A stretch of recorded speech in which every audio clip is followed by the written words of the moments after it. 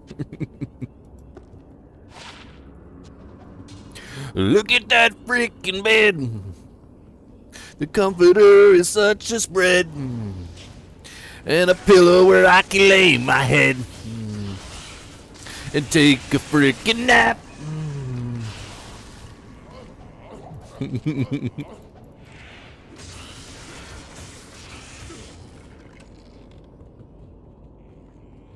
Look at this frickin' phone. It's gonna lull me into a lullaby. And I'm gonna close my eyes. And I'll sleep, oh yes I will.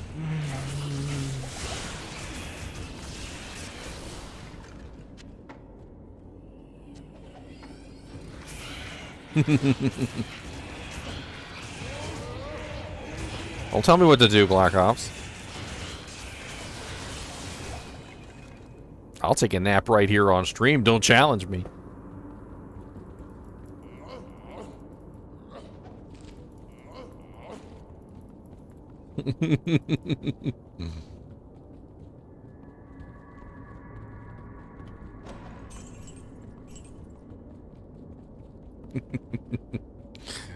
That's a good song. I like that. I like that.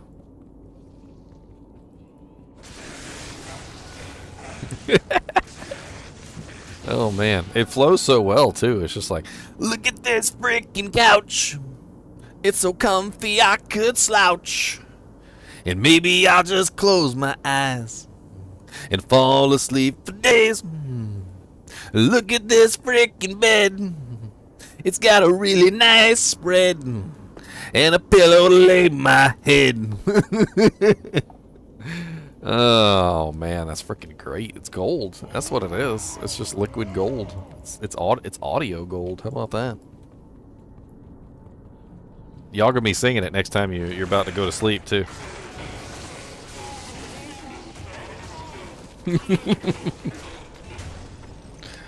Oh man. I am overburdened. How am I killing physical immune so fast? I don't deal physical damage. That's how I'm killing physical immune so fast. This is not a physical fighter.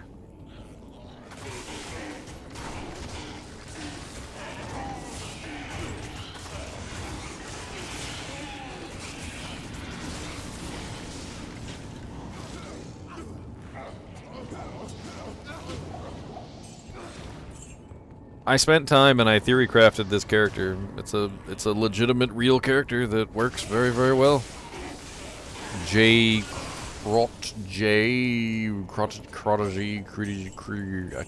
How do you say your name? You know what? I'm not gonna butcher it anymore, I promise.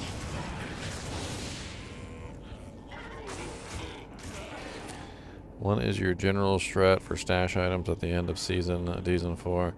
They are nerfing dismantle drop rate next patch, and most items will be depreciated due to power level raise. I'm going to be perfectly honest with you. If it wasn't for the fact that I needed the characters for my videos, if it wasn't for the fact that I needed the characters for videos, like, you know, to show off specific skills or specific unique items, I'd just delete them all at the end of a season.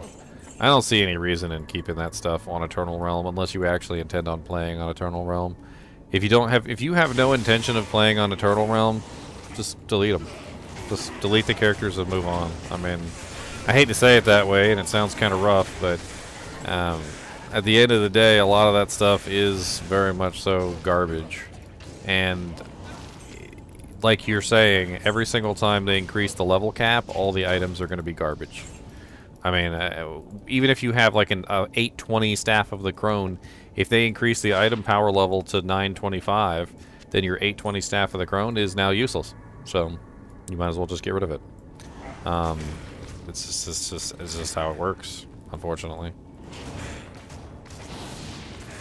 And the stash in Diablo 4 gives me such anxiety. Half the time I'll delete everything just out of spite.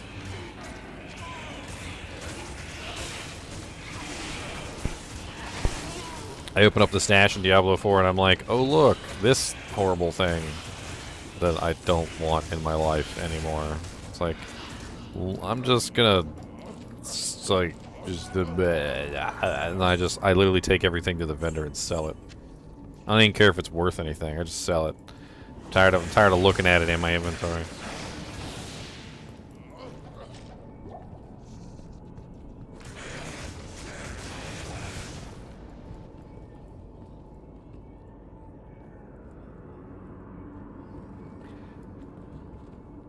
I mean, if you're new to seasons, it just really depends. Like I said, it just really depends on, are you going to play on the Eternal Realm? If you're going to play on the Eternal Realm, then keep your characters, keep your items, sort it all out, figure it out. If you're not going to keep your characters, or if you're not going to play on the Eternal Realm, then there's no reason to have the Eternal Realm characters. Most people will just simply play another character. I've even taken to doing something different, which is unique to me as a YouTuber, and maybe you can adopt my method as well. What I started to do was, if I made a character, say for instance I made a Javazon. Let's just use the Javazon as an example. So let's say I made myself a Javazon, and in Season 2. Okay, Season 3 comes along, and I want to make another Javazon. Alright? Well, what I do is I'll just delete the other Javazon. Because at the end of Season 3, when Season 3 is over, I'll have another Javazon, which is going to take her place. However, I won't delete a character until I have another character to take that character's place.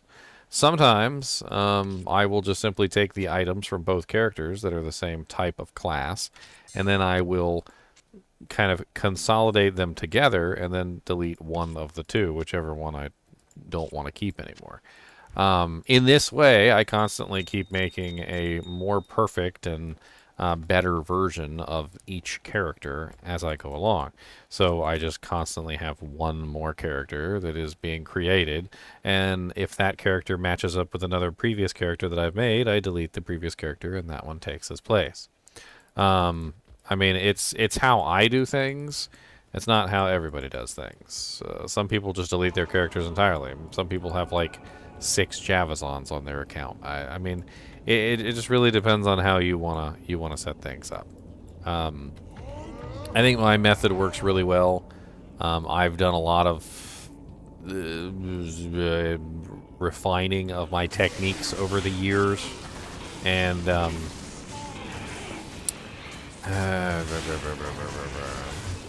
even my mules, for the most part, like when I make a mule, I usually try to make my mules actual characters with actual names of things that I will eventually make. And that way the mule eventually becomes a character as well. So that it's not just like, you know, mule number 3 or armor uniques or something. You know, like I actually make them real character names. With an intention to eventually turn that into a real character.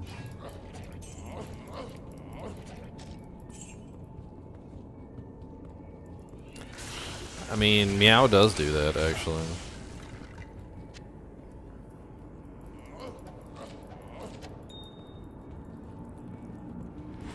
It's quite rude. Quite rude.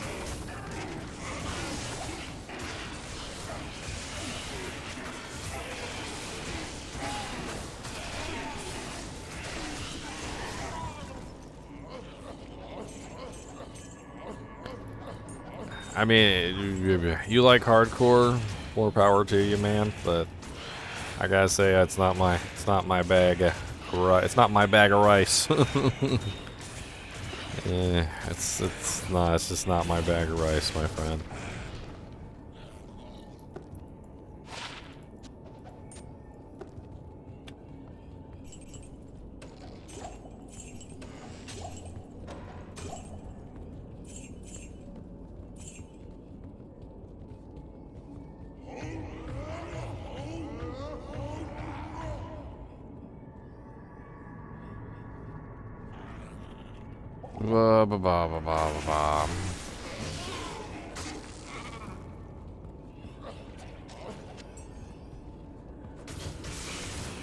So Meow, did you see the Diablo 4 Hydra got like ridiculously buffed? You might be able to finally make your Hydra sorceress that you were desperately trying to make last season. Seems like they added a lot of conjuration buffs.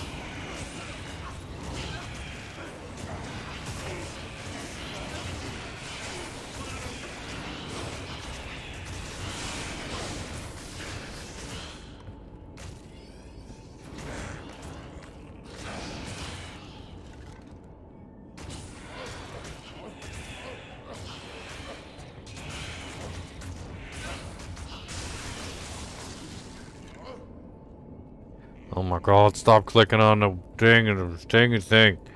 Get it. Look at these freaking ghosts. Aren't they the freaking most? They never drop me a balloon. They tell me I'm a cartoon. Every time it ever makes me laugh. Every time it ever makes me laugh.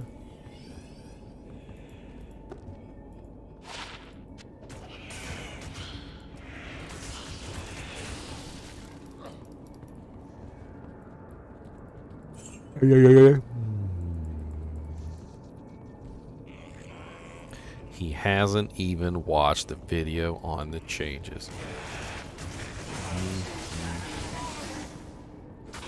Back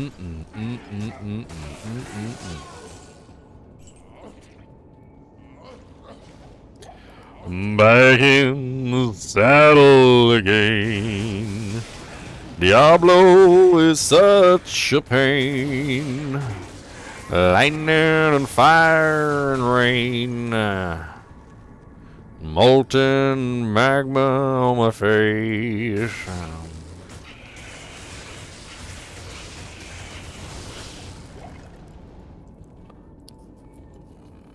Is chat not working? Like, what's going on? Chat's supposed to be up on the screen, but it doesn't seem to want to be up on the screen. I don't know why. Chat box. Do your duty.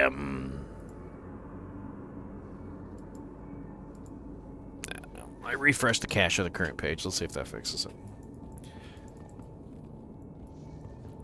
1 o'clock, 2 o'clock, 3 o'clock, Hork. 5 o'clock, 6 o'clock, 7 o'clock, Hork. At 9 o'clock, 10 o'clock, 12 o'clock, Hork. We're going to Hork around the clock tonight. We're going to Hork in the left, Hork in the right. We're going to Hork every day and all night. We're going to Hork, Hork, Hork, Hork, Horky dork. We're going to Hork, Hork, Hork all friggin' night. Going to Horka, Borka, Borka, Lorka, Lorka, Dorka, Borka, Lork. What's up, DC Ravage? I see that little Chinchilla next to your name. What is that freaking emote you used, though? Like, what the hell is that? Bert Firkin's channel. Bert. I need a Kubus emote. You know, yeah. I need a Kubus emote. I just realized. We need a Kubus the monster dog emote.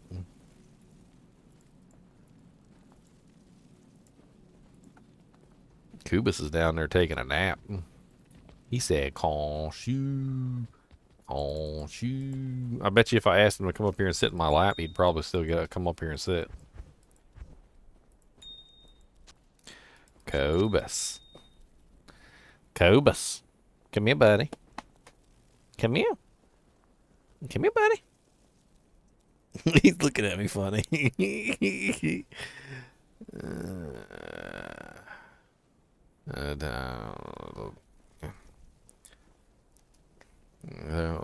Life is complicated, meow. Life is complicated. That's all I got to say. Has not been a fun week.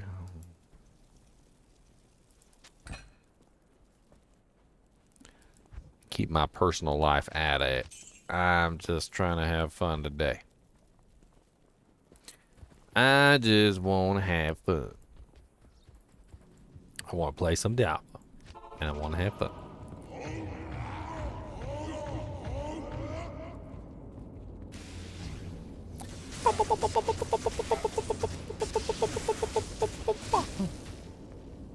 Life's never easy. I'm just glad you're okay. Oh my god. Meow. Stop it. What? Oh my god. Life of Brian over here.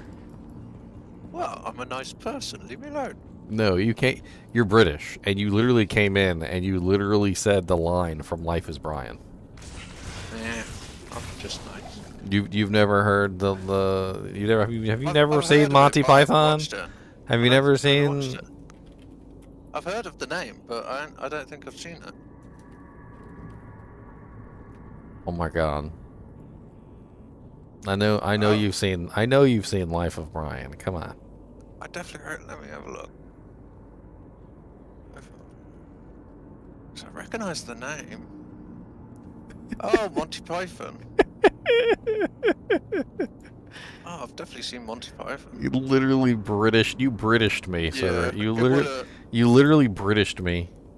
it would have been a long time ago, though. When is season 2 of D4 coming out? Was it? I'm trying to pull up the song here, like, so I can actually like quote you the song. But you literally said it in the exact same way, like that they said it in the song. I was trying to remember. You cracking me up over here. He's not the Messiah. Yeah, here it is right here. Some things in life are bad. They can really make you mad. And other things just make you swear and curse. When you're chewing on life's gristle, don't grumble, give a whistle. And this'll help turn things out for the best. Oh my. Oh, dear Lord Jesus. For life is quite absurd, and death's the final word. Yeah. And then the chorus, of course, is always look on the bright side of life. Doo doo. Doo doo doo doo doo. Ah, you have seen it. I knew it. I can't. I honestly would not believe a British person if they told me they haven't seen Monty Python movies. Yeah. I'm just bad with names, but then like when you like see a part of it, suddenly it all floods back, and you're like, oh. It's like someone will say, oh, this actor's done this, and I'm like, who? And then they'll show me the face, I'm like, oh, him. And now for something completely different. Oi, there's a penguin on the telly. Also like watching Black. Why is there a penguin on the telly?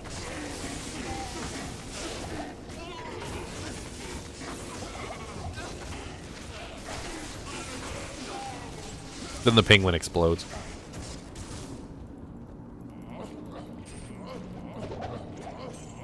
You coming up here or no, Cody? Come on.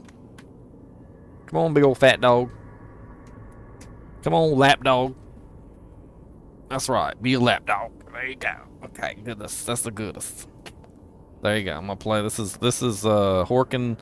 This is Kubus edition Hork. I got a Hork with the Kubus. Or Kubus kicked you out. Kubus just eats me out of house and home. I mean, that's what he does. Kubus, will you stop trying to drink my drink, sir? You don't even know how to use a straw.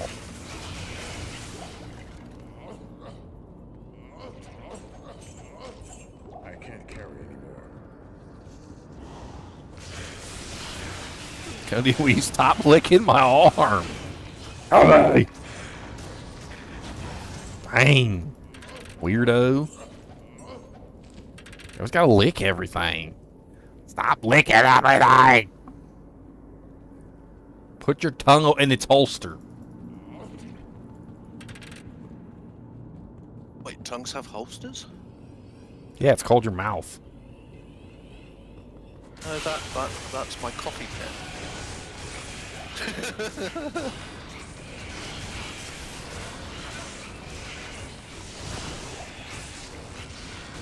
Hey, Cody, guess what?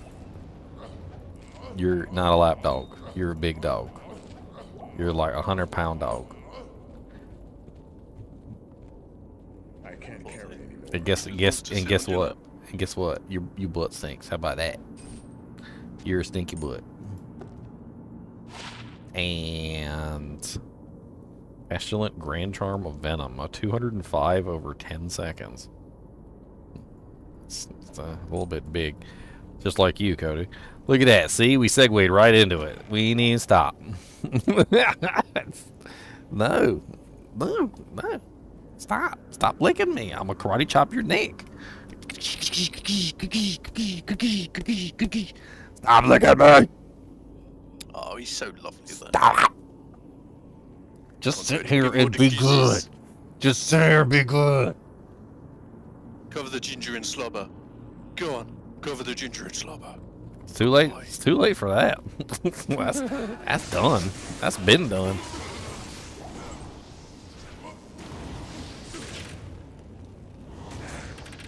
Look at you messing with my skills and everything. I can't even do nothing.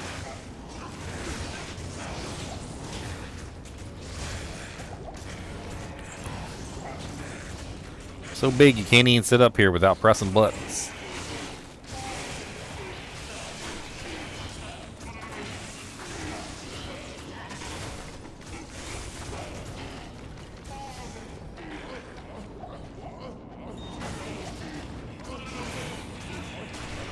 Oh my god, back to licking my arm. Stop.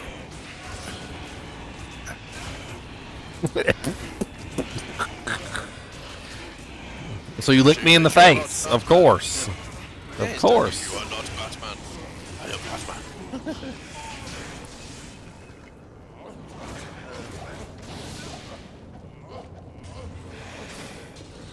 He's teaser. Why can I not sit in your lap, he says. I would like to sit in your lap, please, if you would let me sit in your lap. A war fist of poopiness. A heraldic shield of meh. Of poopiness.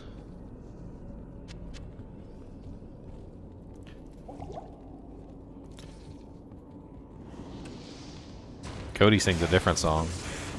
He says, when your tongue is looking sticky and you see a little elbow, you gotta lick the elbow all day long. Always lick the right elbow. Doo-doo, doo-doo, doo-doo-doo-doo. It's locked. Always lick the right elbow. Doo-doo, doo-doo, doo-doo-doo-doo. Because when the elbow's dry, you have to use your eye and sniff out whether it is wet. And if it's not wet, you lick the elbow, yes, and then you make it slobbery and wet.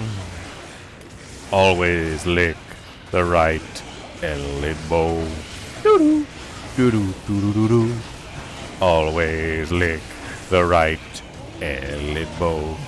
Doo-doo, doo-doo, doo-doo-doo-doo. Just lost his mind. When your dog is really big and he weighs 100 pounds and wants to be a lap dog in the town, always lick the right elbow. Doo-doo, doo-doo, doo-doo-doo-doo.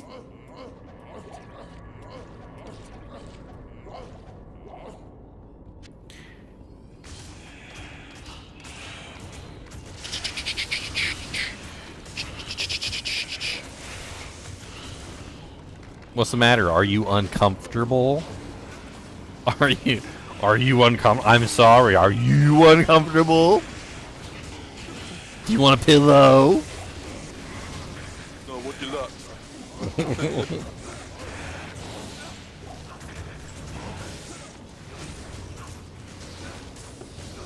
Can I get you a turn down mint?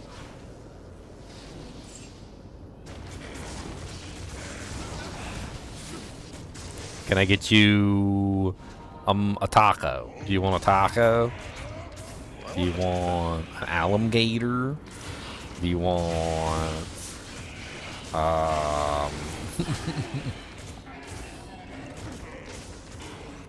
yes. Stop. Don't lick my hand. I can't even use the mouse. Stop. Give me my mouse back. Turd boy. That's right, I said it. Turd boy. Turd. That's the turdest. Turdo.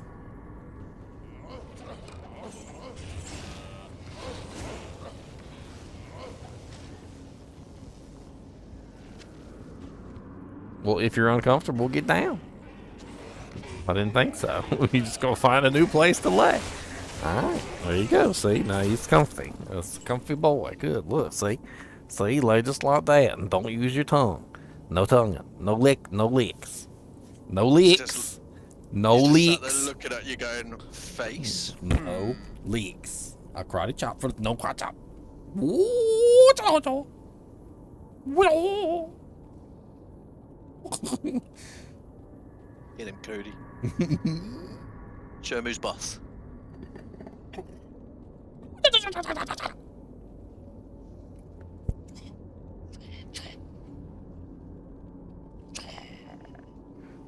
Oh, look at you! Got your snoot. Help me. He pressed the help me button. Cody, get off the keyboard.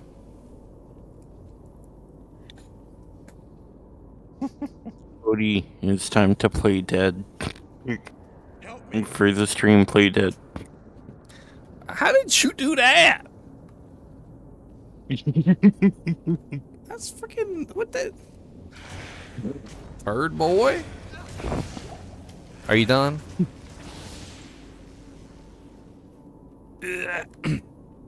Now lay down, be goodest, and stop being badderist. Be good the rest, and stop licking my hand. We gotta lick everything. Like now you pressing keys on the keyboard. Bird. Don't lick the keyboard neither.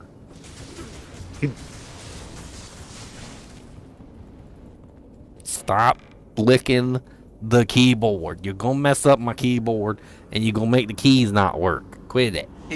He's probably like, but I taste residual beef jerky from 2 months ago.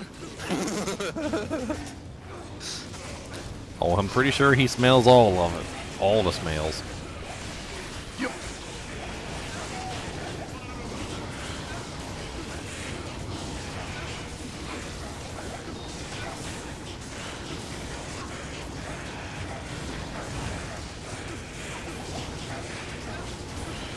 Oh no, the golem died. Cody, you got my golem killed. And now you're pushing my keyboard off the mat, sir. And this, guys, is why ginger and people like ginger who have pets do not play nice.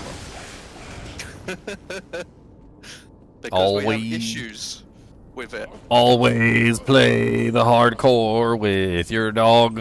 Doo-doot, doo-doot, doo-doot, doo-doot. He'll help you when you're down. He'll lick you when you frown. He'll make sure that you die to the ghosts. Did they say when D4 Season 2 starts? Yeah, the 17th. Jeez, that's kind of soon, isn't it? Very soon. I'm kind of mad about them doing it so soon. Yeah, I thought it would have been a bit later because obviously D2R, but I'm definitely going to try it because I do want to see if it's positive changes or not. Cody. Cody. I was talking to you. You're not paying attention. Cody. Hydrosaurs, D2. Cody. You're too big, bud. You gotta get down. You're too big. Get down. Come on. Get down. Get down. Thank you. Good boy. Lord. God. So much lighter all of a sudden. Now that there's not a 100-pound dog on top of me.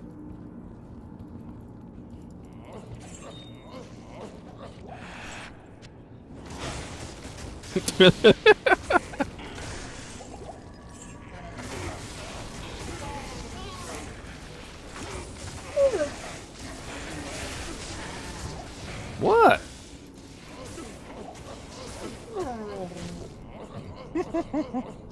Now he's making noises in the back. Not a night smoke. Please let me shit on you. Please. It's locked. The king of all beasts. Did you need a wind force for your bow hammer? Or you got Nah, it she's all sorted? she's not physical. Wouldn't do me any good.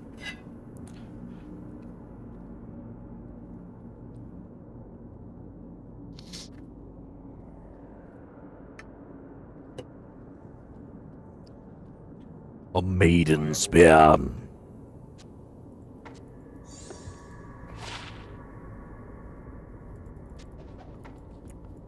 you looking forward to D4? Mhm. I still don't know what I think. I need to watch the campfire and I mean, it's still very much so an immature game that needs time to to ruminate. Yeah. I'm hoping the changes will be positive, but yeah, it's if they've changed enough and fixed enough things. I mean, I get I get kind of depressed when I read the patch notes for some stuff because, like,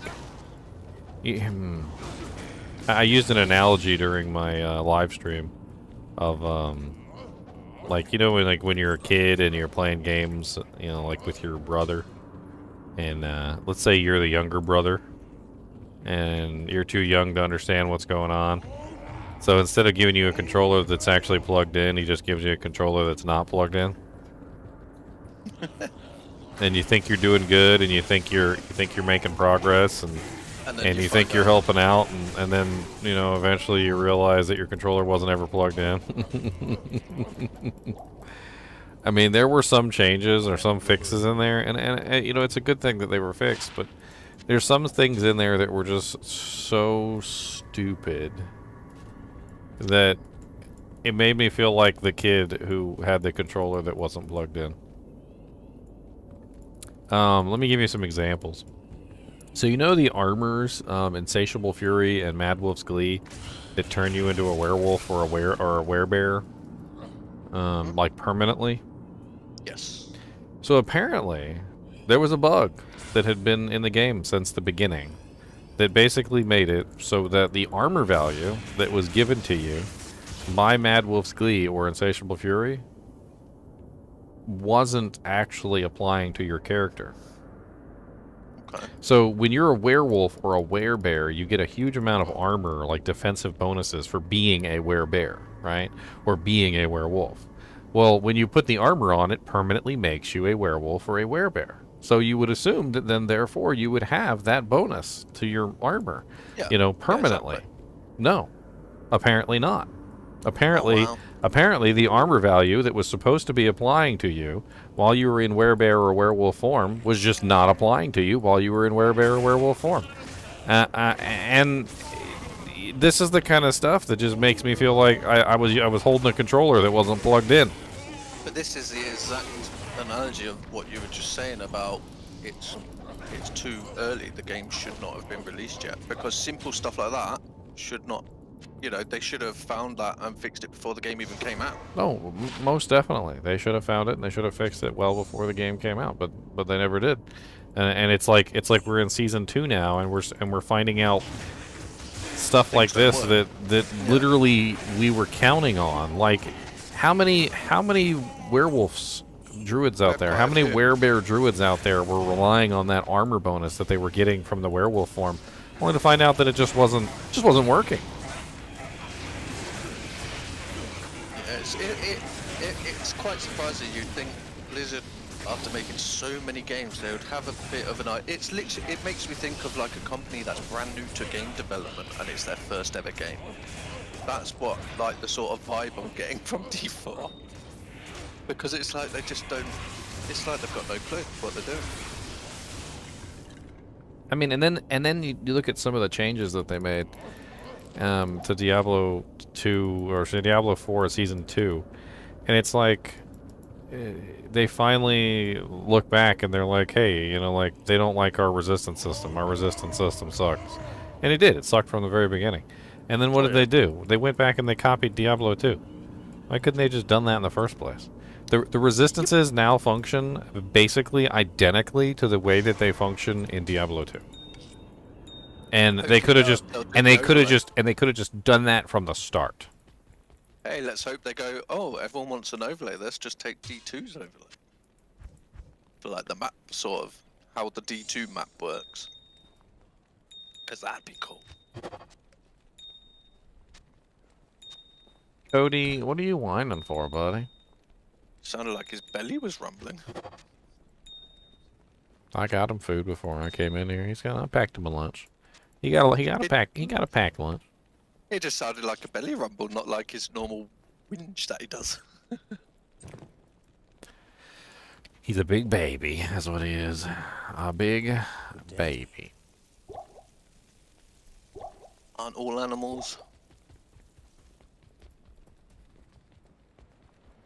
I mean, I think another thing they need to get rid of in Diablo 4 is this idea of item power. I think item power is the worst idea. Yep. I don't like it because it's like you can find the best item in it. Like say you find a Shaco and then suddenly item power will change, or you level up and suddenly that item is junk. Well, I mean, we just had a whole yeah. conversation about it earlier. Somebody came in It and really was like, bugs me. he's like, "What do I do with all my items from the previous season?" And I'm like, "Well, they're not 925. So like they're not 925 items at the, you know, even if you had an 820 item that was like nearly perfect, it's basically garbage now because the new cap is 925. So you're I mean it's unfortunate. And They'll keep changing it over time as well. So it's like eventually, you know, stuff is just it's just gonna keep going up and keep going up. I Yeah. mean, there's no they're gonna, every time they get an opening, they're gonna increase the item power level and invalidate all your previous equipment. It's just how they do it. Yeah, I've never been keen on item power either. I mean, it's a D2 thing with it's a like little less exceptional- impactful. It's a little less impactful in a season, like because seasons are you know, you have to restart anyway. Like in MMOs, I absolutely hated it because in MMOs it was just like, okay, you get to keep your character, sure, but hey, we're just gonna make all your gear invalid. So, I mean, it felt worse in an MMO because they let you keep your character, and it's in games like this it doesn't feel as bad. Hopefully they'll figure some of that out. But I don't know. I prefer the D2 way with just normal elite exceptional sort of items. I find that more enjoyable, but I don't know.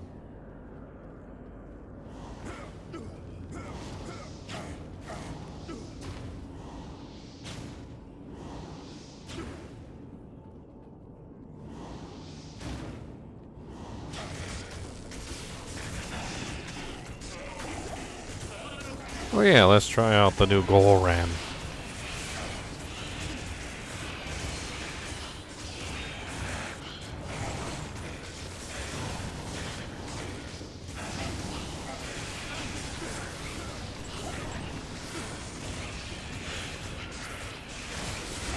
That's how you feel, Boobus.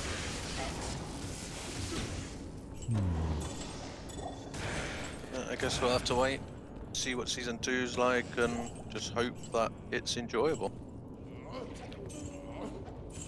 I mean, there's a couple things in it that look fun. I mean, the resistance system being the Diablo 2 resistance system seems It's a lot nicer. fun. Like it's gonna be fun trying to make like a you know, a character that's like immune to all elements or whatever you want to call it. I mean, you can basically get a character up to 85% resistance cap if you really try. It'll be interesting to see how far we can push it. They have a situation in the game set up sort of similar to the way that the Ubers are, like farming the ingredients to get to the bosses and whatnot. It's kind of interesting. That is a really nice head. Wow, that's actually kind of neat. +3 lower res, +1 decrepify. What?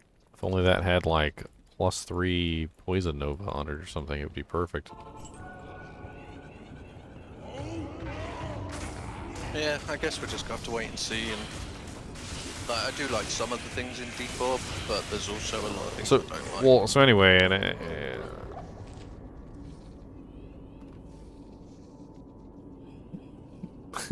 as soon as I start talking, he starts whining, and as soon as I stop talking, he stops whining. I turn around and look at him. He won't say a single word. He won't whine. He won't do nothing. But if I turn around and I start talking, he starts whining. Because you're not giving him attention. Anyway, with the Ubers, you literally have to farm ingredients, right? So you got to farm the keys, and then once you farm the keys, you got to farm the you have to farm the organs, right? And then once you farm the organs, then you got to go and you got to fight the boss. So how they have it set up is you have to farm the ingredients for the bosses Well, that's good. I like that from 'cause it, what is it? Whispers and Helltides. So Whispers and Helltides is going to be the ingredients for the bosses. So the bosses that we have to fight are basically going to be like the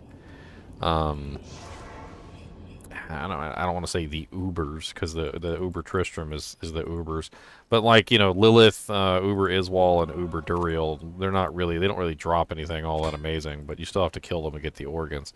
So the ingredients that we get from the Whispers and the Helltides will take us to like Uber Iswal, Uber Duriel, Uber Lilith, right? And then from there, that takes us to the Uber Tristram. So it's an interesting kind of like way that they have it set up, very similar in many regards to the way that Uber Tristram works.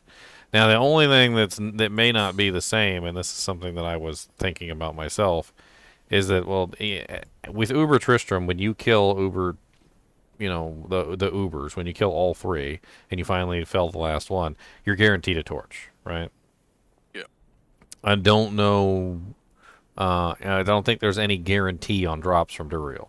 So I don't know what Duriel exactly drops, but I have a feeling that if his drops aren't good, like, you know, if it's more of like a random chance, like you go through all that for a random chance at something, it might not be as popular as they think it'll be. Intriguing as the rest. But the whole farming the mats to get to the boss thing, it does give you something to do, and it's fun to, you know, like accumulate. I like the idea that they're doing with that, but if it's not like a guaranteed drop or at least a good loot pool, it's going to be very, lackluster.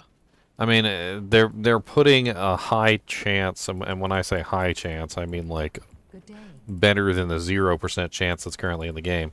They're putting a high chance on the drop rate for the Uber uniques.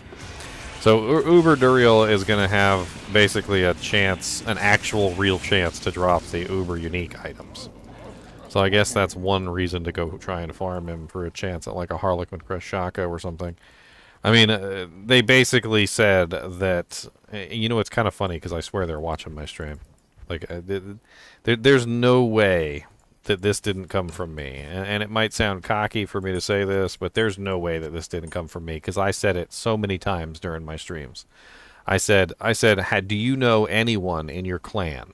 Do you know anyone on your friends list? Have you seen anyone that actually has one of these Uber unique items? You remember I used to talk about this. Yeah. And I said, have you seen anyone that has one? Did anyone post in your Discord that they found one, right? And I'm like, no, nobody has. And during the campfire, they were like, this season, you're going to see people that actually have these items. You're going to see someone in your clan that actually has one of these items. You're going to see someone on your friends list that actually has one of these items. And I'm like, that is literally what I said verbatim. Yeah. I'm hoping, though. I'm hoping it will be a better drop rate. Yeah, I don't expect it to drop all the time, because then what's the fun of it? No, But if it's too common, then it's yeah. useless. And nobody, I don't think anybody was have the chance to get it. I don't think anybody was complaining that it was rare, but it was impossible. It like was too rare. Nobody was finding that thing. It was a 0% chance. I don't even want to say it was like a 0.000001. No, I want to state unequivocally, I think it was a 0% chance prior to Season 2 patch. I think it was literally 0.00.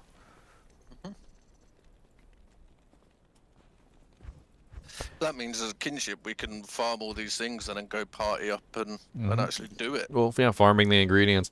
I'm actually kind of curious how that works too. Is it going to be like per person, or can we just like farm a whole bunch of ingredients and then everybody, you know, like say I get like 10 tries and you have like 15 and somebody else has like 3, and it all adds together and we have like a whole bunch of chances at Duriel. Spend like a whole day farming them. Hope it's something like that. Otherwise, it's going to be very. If it's individual and because the whole fun is party play to most of us. Yum yum. So I'll have to wait and see on that one. All right, let's bring out my fancy golem. So theoretically, the way that this works is since this royal shield has 109 all resistances, he should technically be immune to all elements except for physical. We'll see how well that works.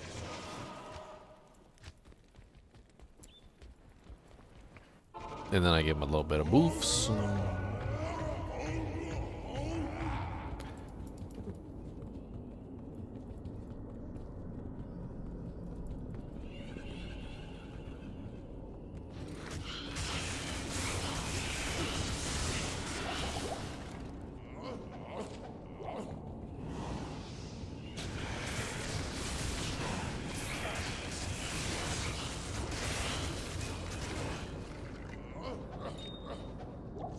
A chippy diamond? What kind of BS is that? A chip diamond. That boy is poor.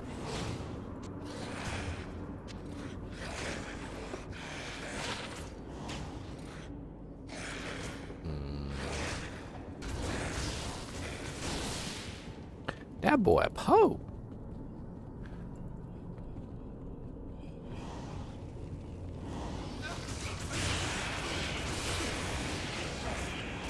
Keystrokes are green. Do you have venom on any of your equipment? Venom turns it green. I like the older look on the original D2 for the javelins. I thought they looked better. Yeah, man.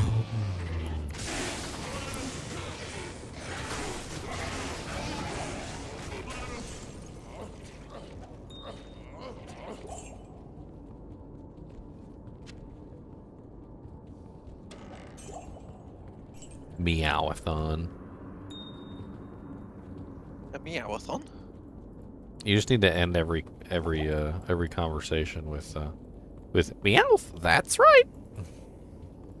Oh my. That's a Pokemon thing. I know, but you lot would kill me.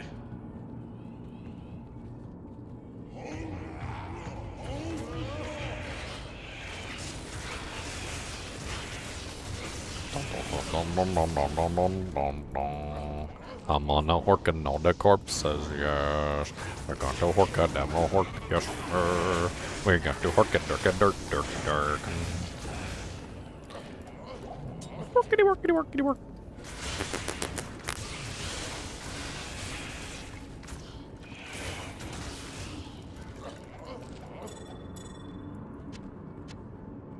Oh, man. Oh, we got a swap running? Yeah.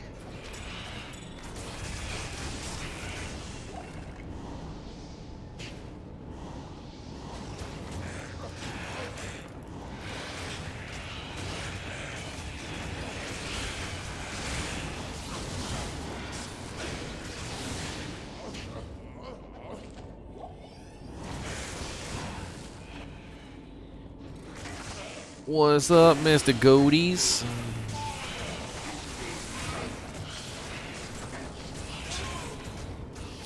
And I was watching the new Dune movie. Yeah, I really like the original Dune movie. And, boy, having seen the original Dune movie, I already know what happens. And they ended like the new Dune movie covered like half the territory of the old one. Like it wasn't even anywhere near over when they ended the movie. I was like what? What? I felt cheated. I enjoyed it, but yeah, Legit. the originals were better. No, I mean, I just felt cheated because it was like I got half a story.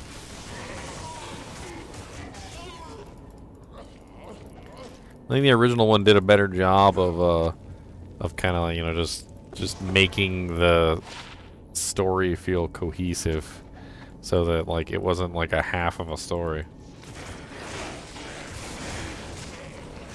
I'd be like, let me tell you the story of the 3 little pigs. There were 3 little pigs, and they left. And one of them went and built a house of straw. And one of them went left and built a house of sticks. And the other one left and built a house of brick. And along came a big bad wolf. And he went up to the little pig's house. The end.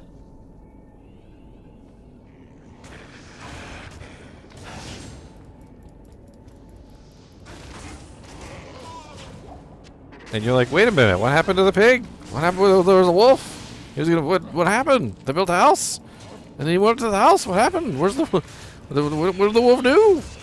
What did the pig do? Is he dead? I don't know. Tune in next time on on Dragon Ball Z.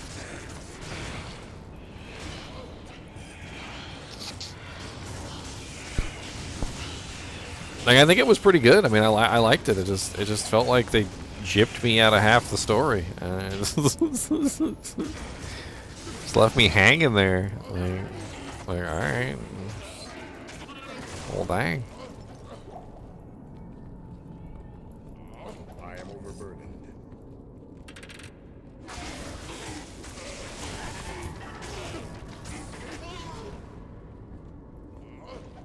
I think the next doesn't the next part of that movie come out soon? I I'm can't. not sure actually. Because there's something about it.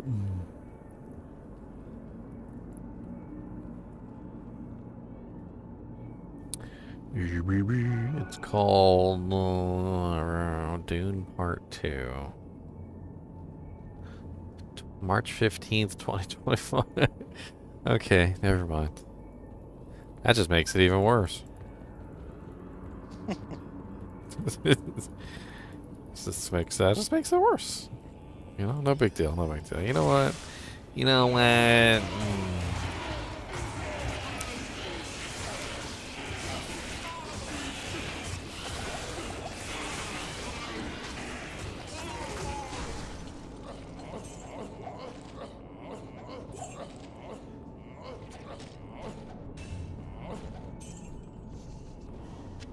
You know what?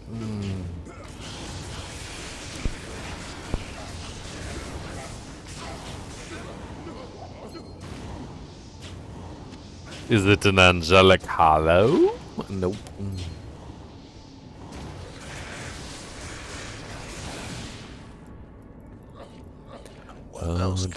Delayed because of a strike. Oh, okay. I mean, that still doesn't make up for the fact that I got half a movie, but.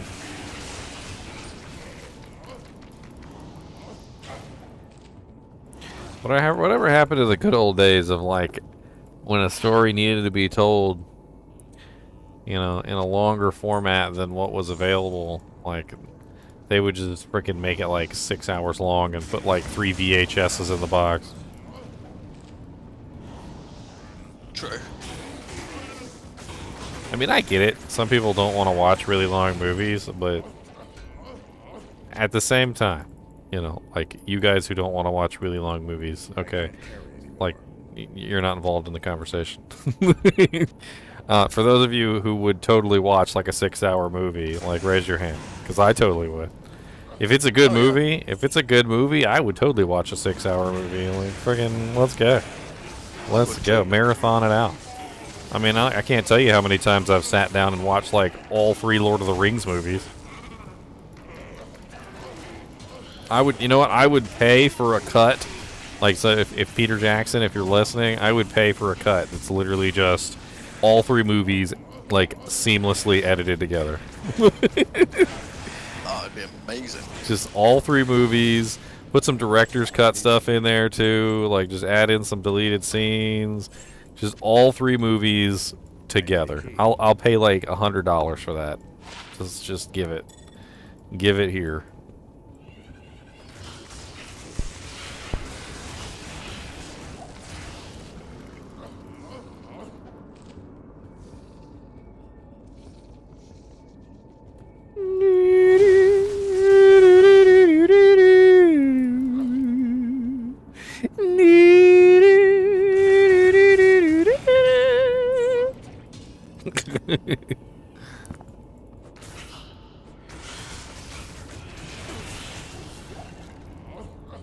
Let's go.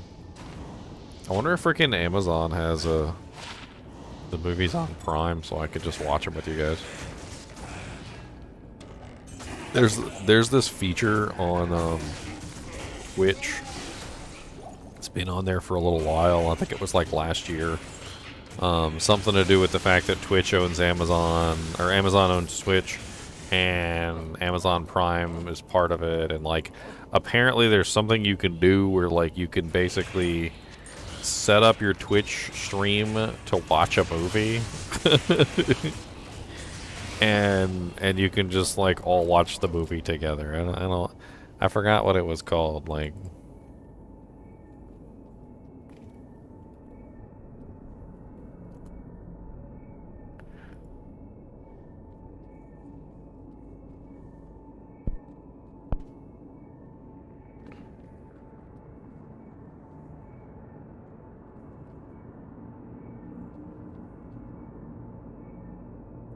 Yep, here it is right here. Step number 1, add watch parties quick action to your stream manager. Step number 2, authorize your device for Prime Video playback, so it has to be on Prime. Select Prime Video content.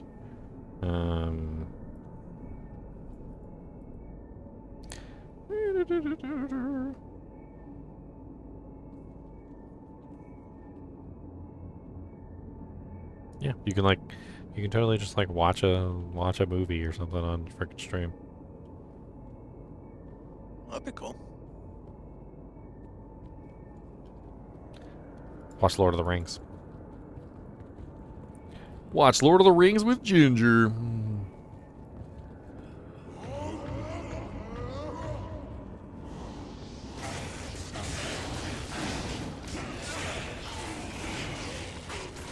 We're gonna be watching Willow.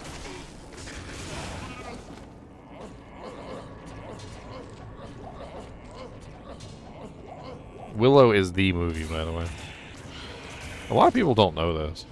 A lot of people are blind.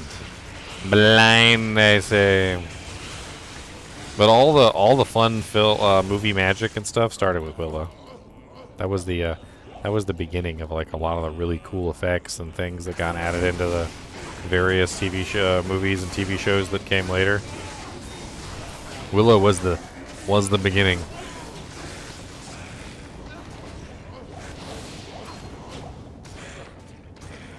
Willow Offgood. Basically, George Lucas refined a lot of his techniques during that movie.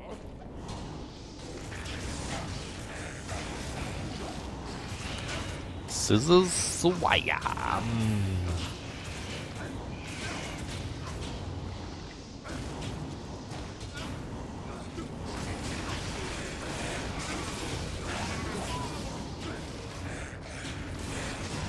Halloween movie night. I think it'd be fun.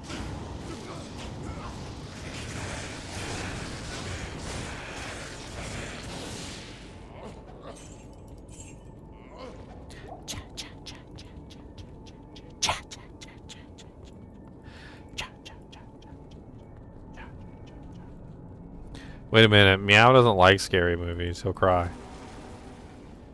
Hey. You can always hug your cat, Meow. I'll make my cat watch it first, make sure it's okay.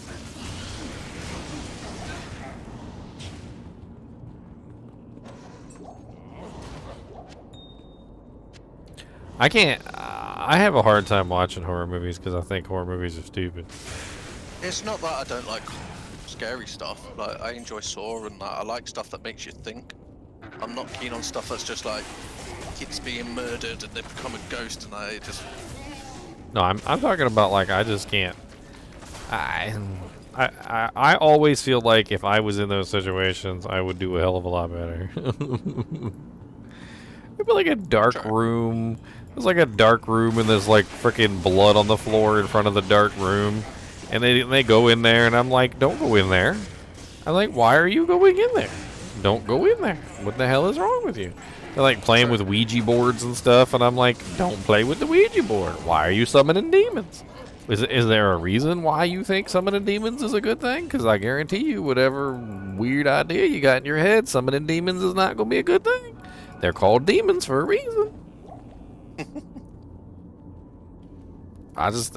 There's just something in me that every time I see it, I'm just like, yeah, that's dumb. You deserve to die. How about that? you deserve exactly what you get. How about that? I think that's why I like the Terminator movies so much, is because in many ways the Terminator movies were kind of set up almost as like a horror film. But the thing about them is that they were fighting back. You know, yes, Yeah. this ridiculous creature was, you know, almost insurmountable. But they never gave up. You know, they never stopped fighting back, and eventually they did win. Even though at the end, I think I remember, like, what is she, like, screaming? She's like, you know, she's literally like having a panic attack, like literally in the middle of the factory, because like she finally managed to kill it, but like but it's not even a relief at that point because she's been tormented by it for so long. Like, in many ways, the Terminator movies are very much so horror movies. They're just a horror movie where the person in the horror movie isn't an idiot. Makes sense.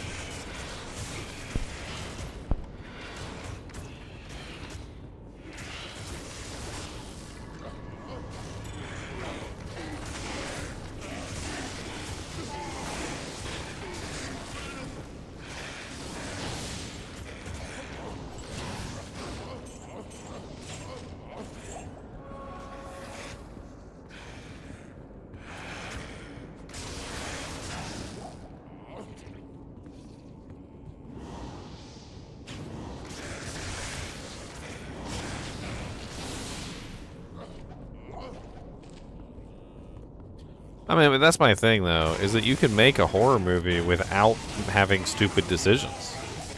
Like, I think throughout the history of movies, there have been movies that are considered horror movies that are in the realm of what I'm talking about. I mean, I would consider Terminator 1 and Terminator 2 horror movies because they very much so have death, gore, literally an insurmountable killer that is chasing them, you know, like, I mean, it's very much so a horror movie in many regards. But it's not a stupid horror movie. Like, the people in it that they're not dumb. They're very intelligent and they try their best to succeed, and they don't because, well, the creature that's after them is nearly insurmountable, right? And I think that's the key to a really good horror flick, is that you go with the insurmountable and you make the person intelligent, because then it seems more believable. Another good example besides Terminator, because I already said that like 3 times, is Aliens. Aliens is another good one. In the original Aliens, they were very smart individuals. You know, it's just that aliens were the aliens themselves are just ridiculously powerful, like freaking acid for blood, and like, you know, just they're crawling through the walls and like infected people and punching out of chests and stuff. You know, like, you do the best you can in that situation, right? I mean, you're like, dang it. I mean, Aliens is another, I think, really good example of, you know, you do the best you can in the worst possible situation and hope you can survive. And what, at the end of the movie, was it Sigourney Weaver was the only one that was alive? The robot made it, right? I can't remember the robot's name, the android. I could be misremembering about the android, but I thought he was like half a body and he ended up making it at the end or something, like, but he got cut in half. But he was an android, so it didn't matter that he got cut in half. He was just kind of like leaking white fluid or something. I don't even remember.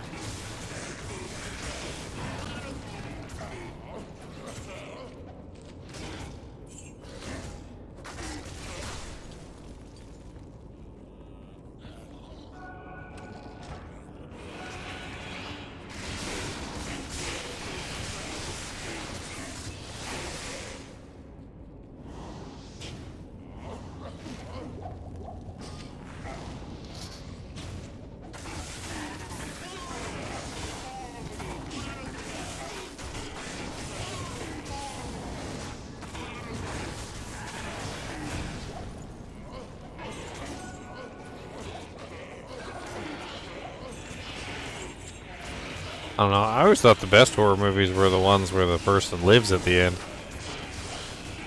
I think those are better.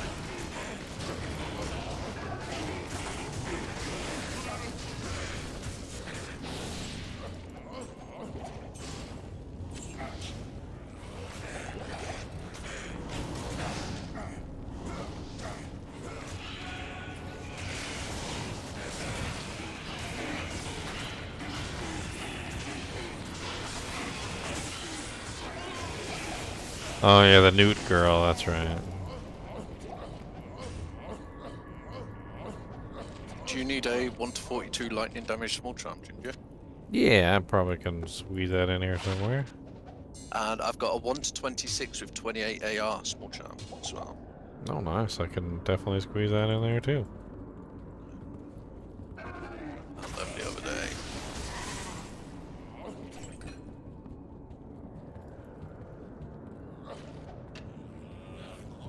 13 Ghosts is an interesting one. Definitely not your traditional horror movie.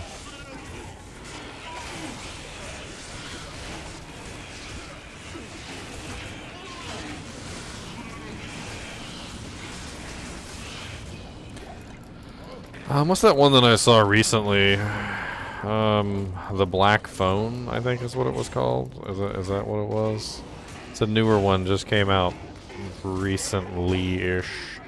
I think it might finally be out of the theater at this point. If you guys haven't seen that one is pretty amazing. Yeah, the Black Phone, that's what it's called. If you guys haven't seen the Black Phone, very, very, very good. Ver good. We went and watched that in the theater when it came out.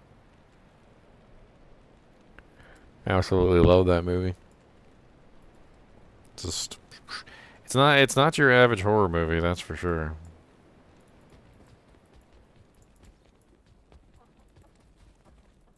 It is an honor to serve you. I think as far as horror movies go, it has a very interesting premise. Like we talked about earlier, it doesn't have that like, you know, stupid vibe to it, like people that are just dumb and don't know what they're talking about. You know, it very much so feels like a, I don't know, like almost like a very real situation with a little bit of a supernatural edge on it.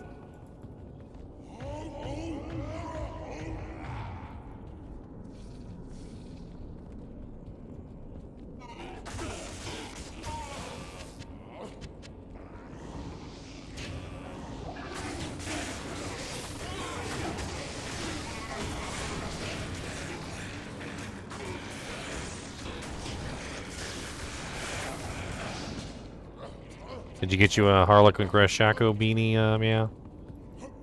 Mm-hmm. Oh, you did? Yeah, I've got a Harlequin.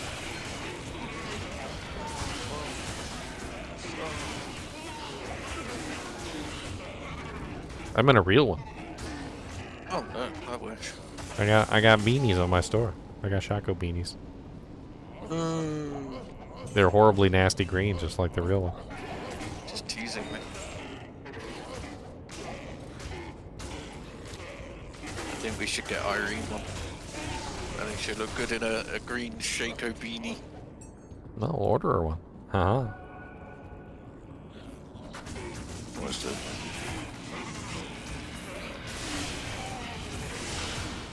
You can order your cat one, too. My cat would probably enjoy it. I'd eat it. Look here, you little goats. Ain't got time for your crap.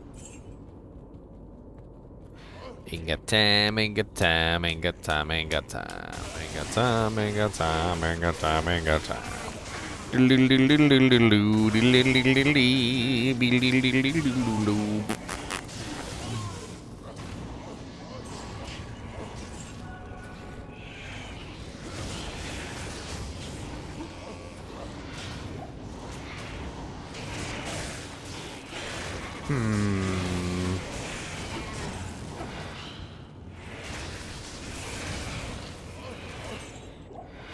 Yeah, I'm thinking about a build for Diablo 4. They did a lot of improvements to the summon necromancer.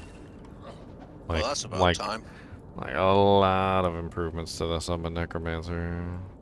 I enjoyed the summon mancer. I just felt they were too squishy. One thing they did that was really interesting is they took that you know that skill Death's Defense, which was the one that you kind of had to take, otherwise your minions would just be too squishy and they would die really quickly. Well, apparently, a solid thing. Well, Death's Defense is now it's now basically like a permanent thing for the character, so you don't have. Nice. So it's just always on. You don't have to put 3 points into it. So you basically get those 3 points back. But then they kind of like reworked Death's Defense. So now what it does instead is it gives armor and resistance to your minions. So not only do you get the free Death's Defense, which was like the bare minimum that you had to do to keep your minions alive, but they're also giving you an additional way to make them a little bit tankier on top of that, which is pretty cool. Well, that's good. You could open this swappy to your chat if you want. Oh yeah, let me come take a look at the sweepy swoopy. I can give you these small chats. What armor are you using for Magic Find? Just a 3-socketed Griswolds with 3 P topazes. Let's see. How much room you got? It's 4 or 2x4. Oh, you got a Skulder's Ire? That's definitely better. It's definitely better than my Griswold's Heart. Yep. That is definitely beater. Oh, telling you the beads. Look at all these doojigs. There's a wind hammer.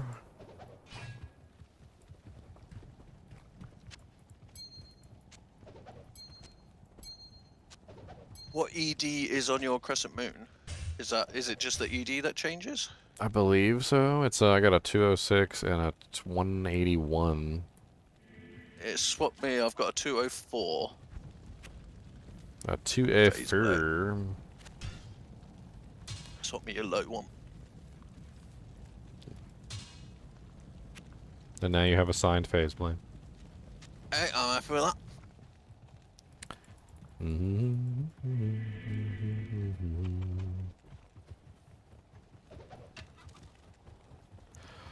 Alright guys, if you guys want to come in here and grab some doojanks. Yeah. It's a little tired apparently. Game name is GGM Swap and the password is a bacon. A fancy. What's your lightning thunder? A fancy bacon. 72. It's pretty good. Okay. It's not bad. Not bad at all. Not bad. Not bad at all. Is it Friday the 13th? Oh wow, it is Friday the 13th. It is.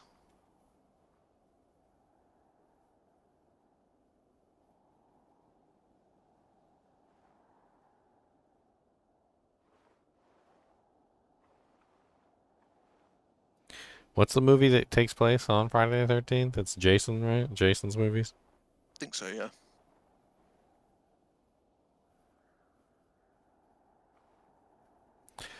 Friday the 13th. Oh,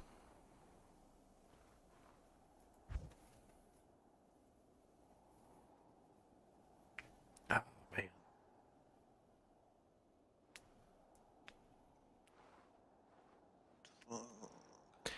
Ay, ay, ay, ay, ay, ay, ay, ay.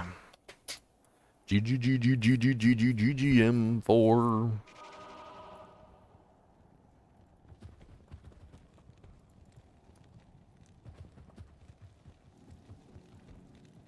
Jason versus Freddy. What is on Doojank right now? Burial Grounds, Crypt, Mausoleum. Yuck.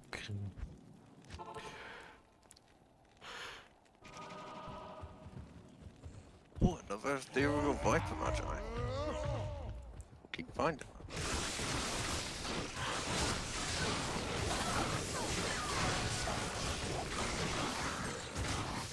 Oh, look, a snake cord. Oh, so I got to give.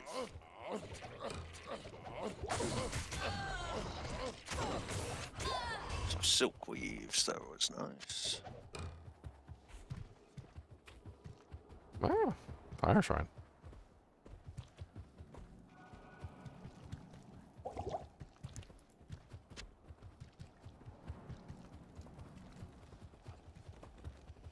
You can play that sound effect on Twitch.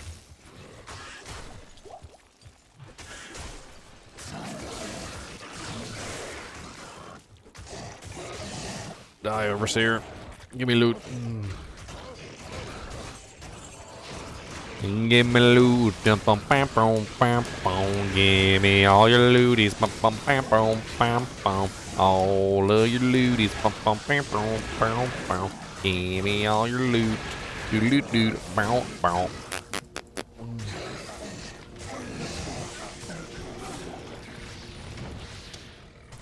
Oh, I can't hork him. I can't hork shank, and it's so sad. I don't like it. I can't hork.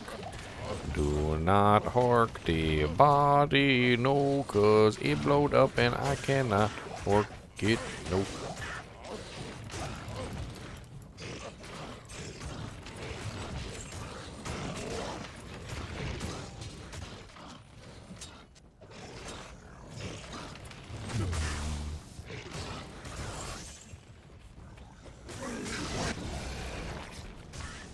Aha, die.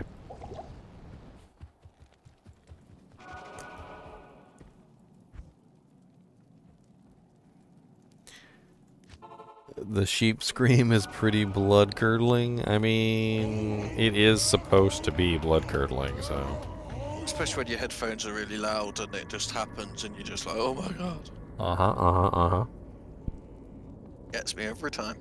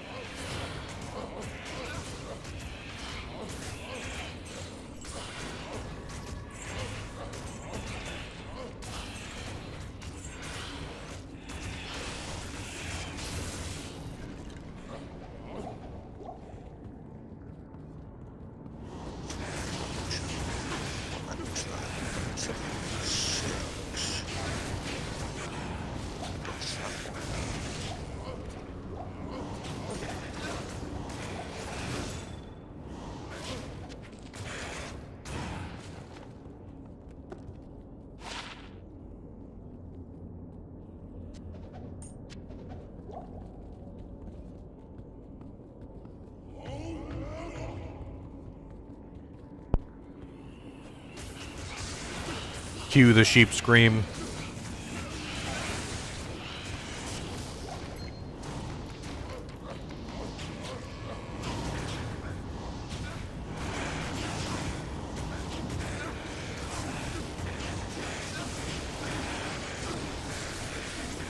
You don't want the sheep scream.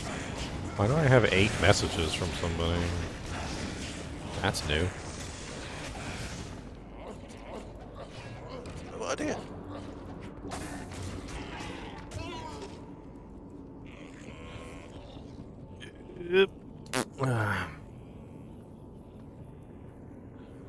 Oh.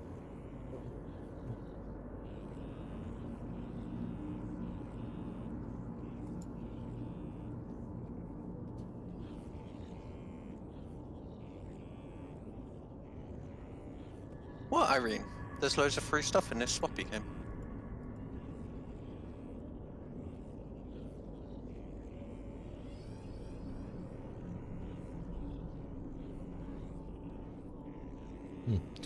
Looks like Proner's doing a contest for Diablo form.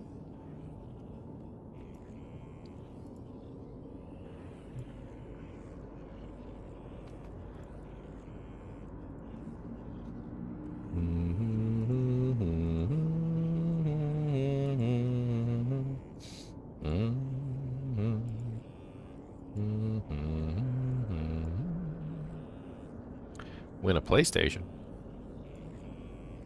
Win a PlayStation 5. And then sell it to buy a better graphics card for your computer because it's much better. Because computers are the best. Wow.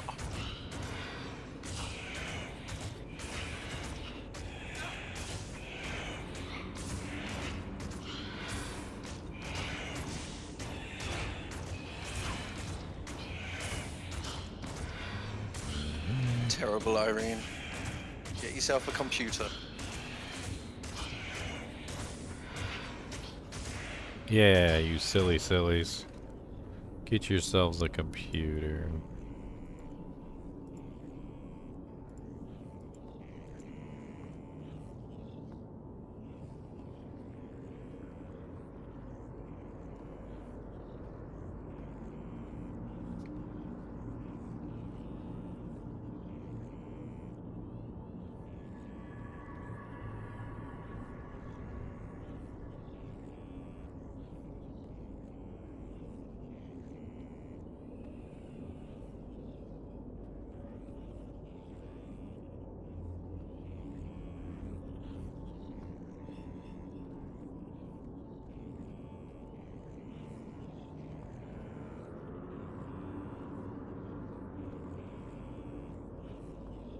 Yes, Craig, there's free stuff in that game.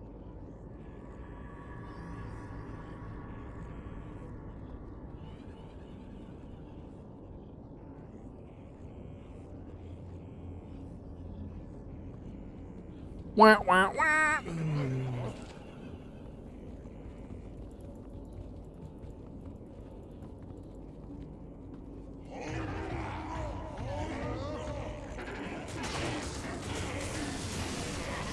You would if you had like $4,000 to get a decent one? You don't need that much to make a decent computer nowadays. I like money too. I like money too.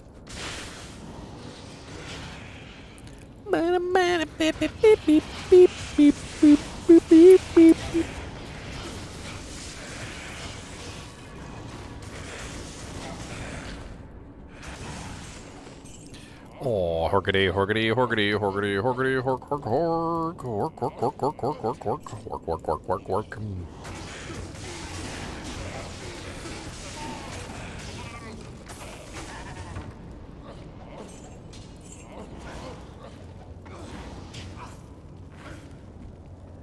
I am overburdened.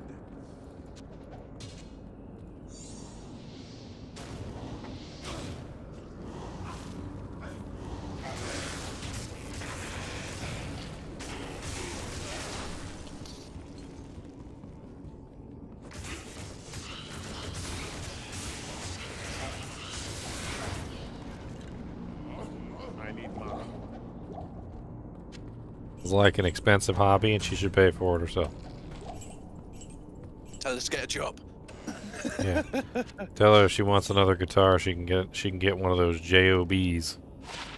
It's a really nice model guitar. It's called a JOB. They sound brilliant. Yeah, they're absolutely brilliant sounding. The JOBs. Best guitar brand on the market. Bar none.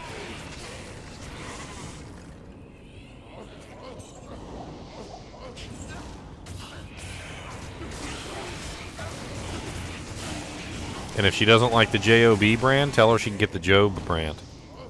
The Job brand, that's a good brand too. Not to be confused with the JOB brand.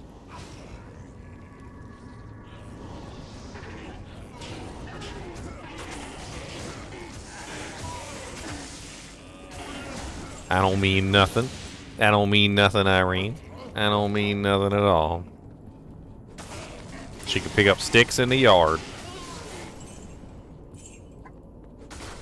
She can help out Grandma and Grandpa with the dishes. There's 100 million things you can send her to do. If you're on a farm, she can go out and milk the cow. She can muck out the stalls. There's 100 million ways somebody can contribute. Did that JOB? That's right. The JOB.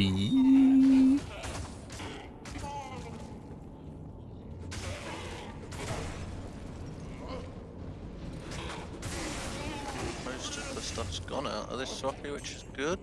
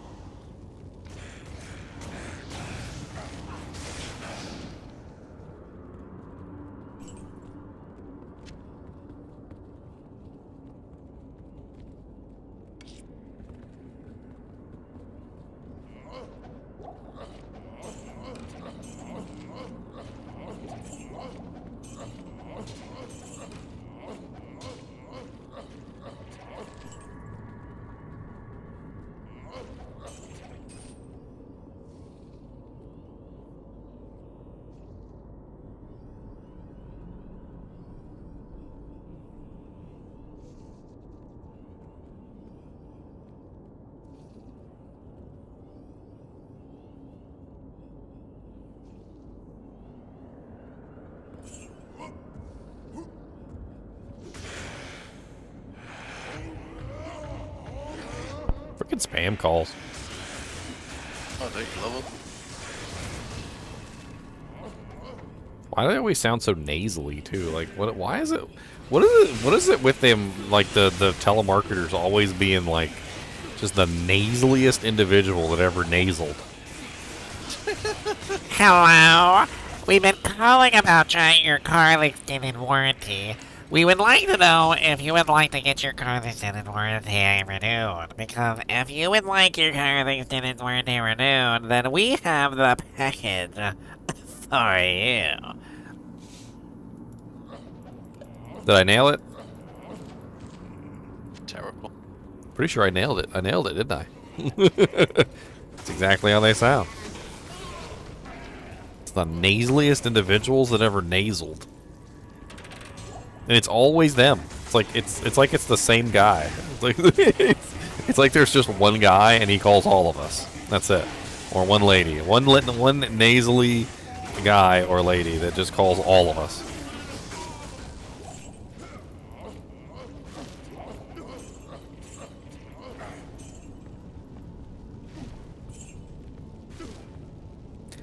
He didn't say.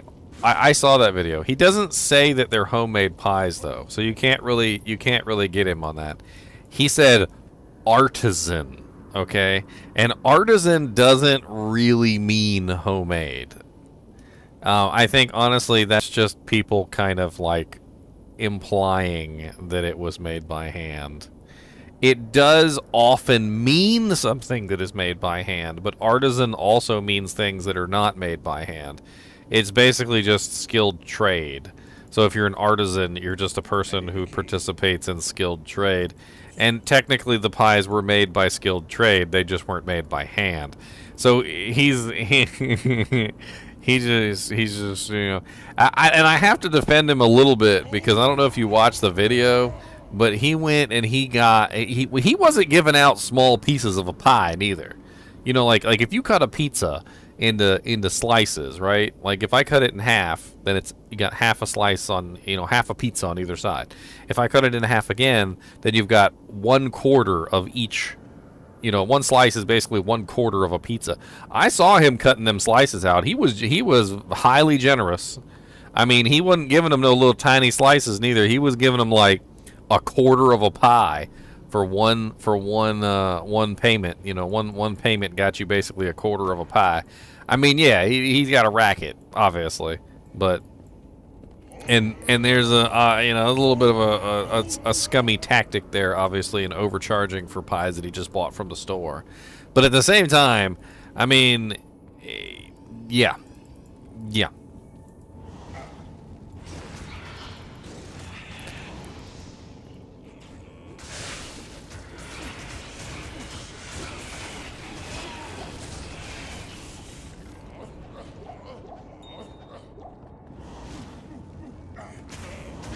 Well, you regular normie people, you don't have the troubles that I have now. So in normie land, you get calls like cars extended warranty and people trying to scam you out of your bank account.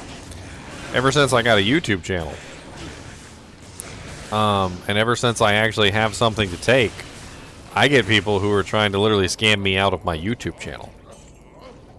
I get emails all the time from companies that, you know, want to do sponsorships and all sorts of other things, and they'll send you the information. They seem legitimate. You pull up their data that they send you, and they have like you know, clustered information. Like they got like little thumbnails and wallpapers and stuff like that, and they offer you a pretty good pay for doing things.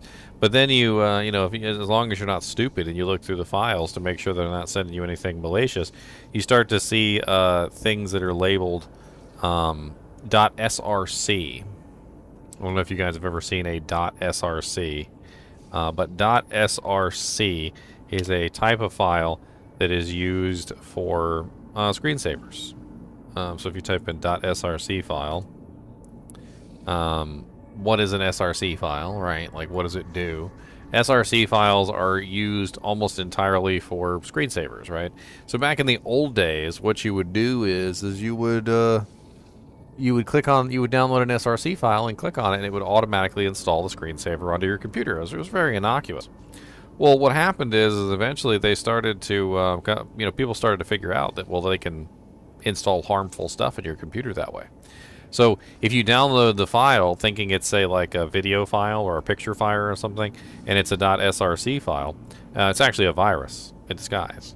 And if you were to open the .src file, because of the way that Windows treats .src files, which is basically to install them immediately because they are considered to be screensavers, you are immediately installing a virus.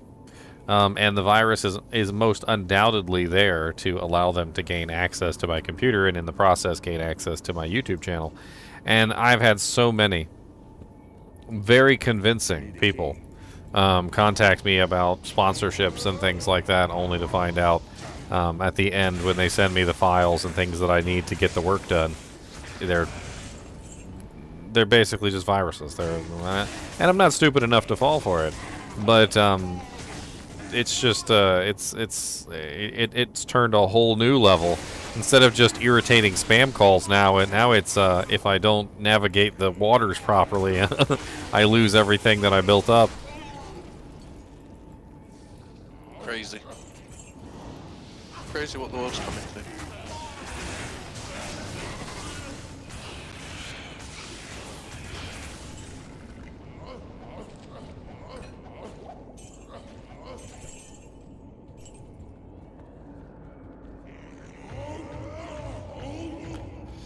Oh, you hear that?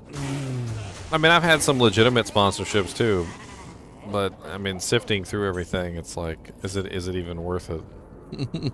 Sure. At a certain point, I'm just like, you know what, I'll just delete them all. Let's not even take the chance.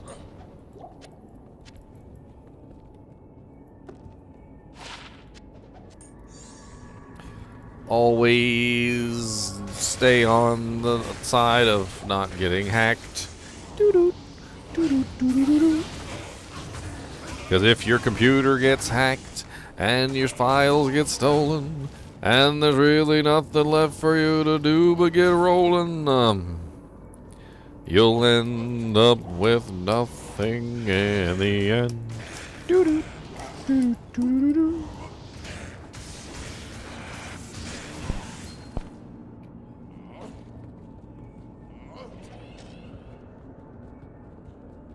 I've never really understood, honestly, the whole, like, stealing from other people thing.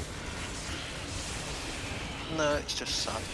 I mean, it's not. I'm not even talking about, like, from a moral standpoint. I'm talking about from, like, a sustainability standpoint. Well, yeah, I mean, eventually well, people are going to get better at defending their property. No, not even that. Okay, so let's take it back even further. Let's dial it back even further. Okay, so like, if I gave you $500 right now, like, okay, what does that get you? Is that going to pay your rent? Is that going to pay half your rent? What's your rent? What do you got? $1,000 rent? $2,000 rent? And then eventually you're going to need more and more and more. And Well, it's yeah, just never next- going to sustain. Next month you're going to need another $2,000 for rent, right? So let's say you get lucky and you steal $5,000 from somebody or whatever. You know, whatever it is that you steal. You've stolen something, right? You got your money. Congratulations. All right. Now what? Is that sustainable? Does it keep you going? No. You got to steal again, right? So it's just like any other job. You got to turn it into a job now. Now it's your job. So you stole $1,000 and you paid your rent this month, and now you got to steal another $1,000, and you got to pay your rent next month, and you got to steal another $1,000 and pay your rent next month. It just doesn't make any sense from a sustainability standpoint. Like, yes, Sure. you might have an occasional big score or something, but for the most part, you are now dedicated to a life of thievery. And for what exactly? Like, I could maybe understand it if it was like a simple thing where it's like it's a one-time deal, you know, like those people that make those big like bank robberies, you know, and they steal like millions of dollars and then they go live in the Cayman Islands somewhere, you know, and there's no sustainability there. Like, they've got all the money they need, right? All they got to do is just not squander it away or get caught, you know. But like a lot of these people that are stealing from like individuals, like these like little tiny scams that they do where they get like $200-300 or something or whatever.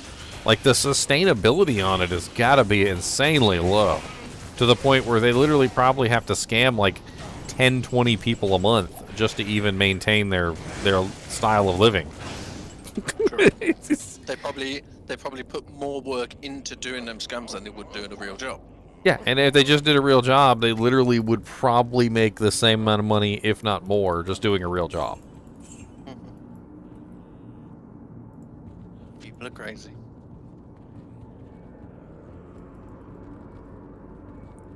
I think the only place where it makes sense, and this is just my thinking on this, is where the difference in value of currency is disproportionate. So, like, oh, just worked an IK hum. So, you know, for instance, let's say you were, I don't know, I'm not trying to, like, judge any country, but let's say you're in a country that has a relatively low transfer rate of currency. So maybe like Africa or something. Like I'm not sure which country in Africa, but let's just pretend one of the countries in Africa has, like, I don't know, let's say a 10-to-1 rate, or maybe even worse, maybe like 100-to-1 rate on the currency. So like for every dollar, it's worth like 100 of their dollars, right? So if you're like in Africa and you're scamming money from an individual who lives in the United States, then you might only get like $200-300. Yes. And in that case, it feels like you got nothing. But if they live in Africa, in a specific country that has like 100-to-1 transfer rate on currency, now they've got 3,000, you know, like, I don't know, like, what's a place in Africa? Is Ubuntu a place in Africa? I think, I don't even know. There's a bunch of African countries. Let's pull up a map here. I don't know. Let's pull up Africa, and I'll just read one off.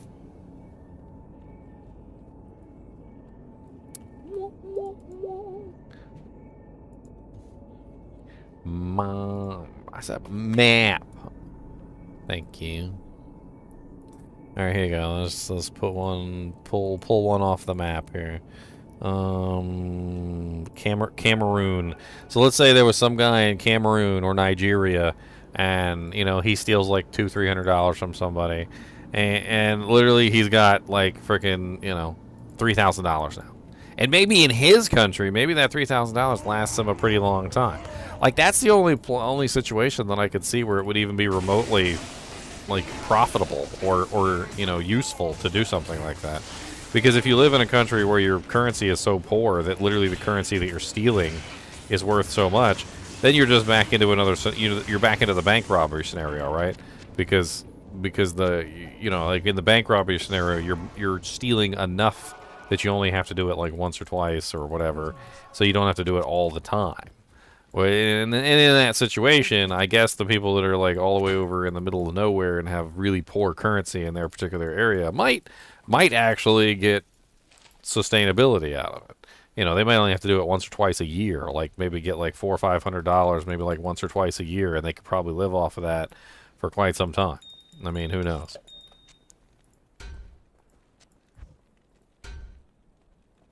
What's my Avengers card?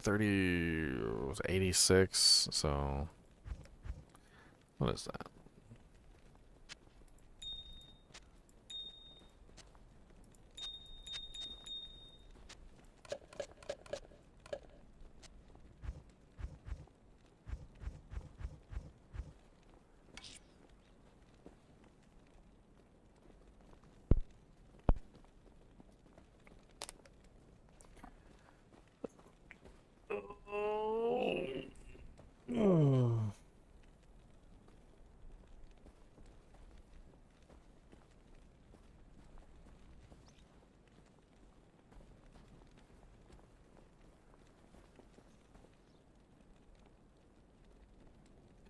I'm off to get some dinner.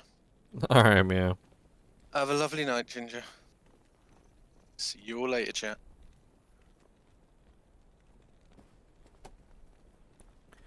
Dinner.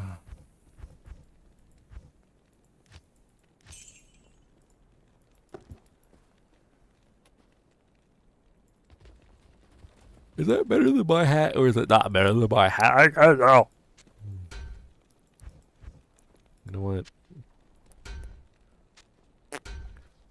86. 86, 37, 37, 125, 129, 169. Oh, a little bit more defense. Ah, fancy. It's tiny, tiny little bit more. I want some Dina.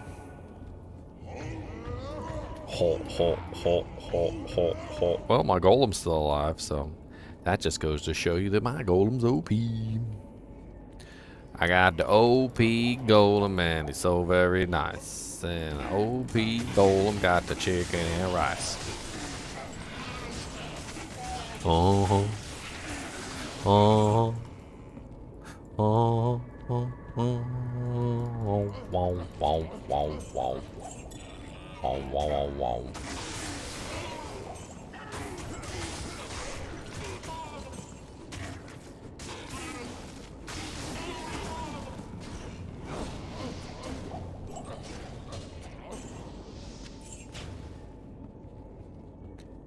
Mm-hmm.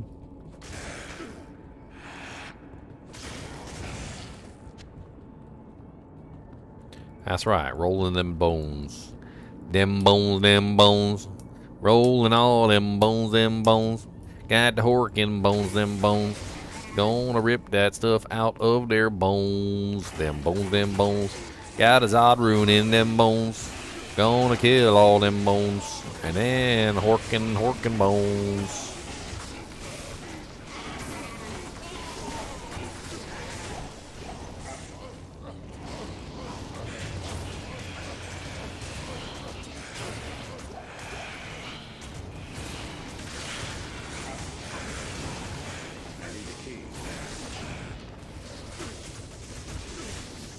Kind of a silly question.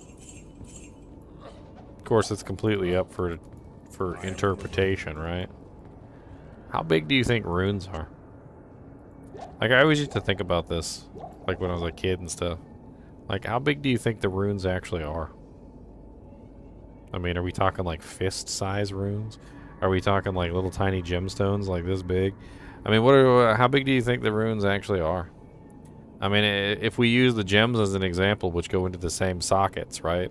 I mean, how big are the gems then? Are the gems like little tiny little things? I mean, a perfect gem, what is that? Like the size of a fist? Is it like a fist-sized gem? I mean, I don't really know.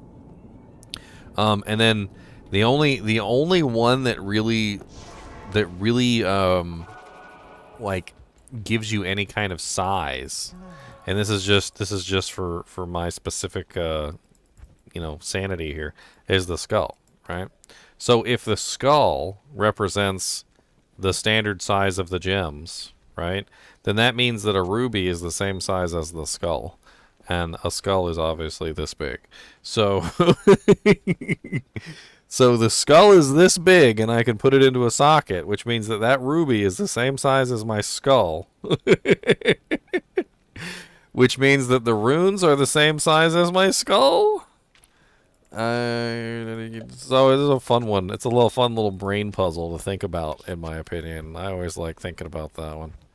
Little happy fun time for you there.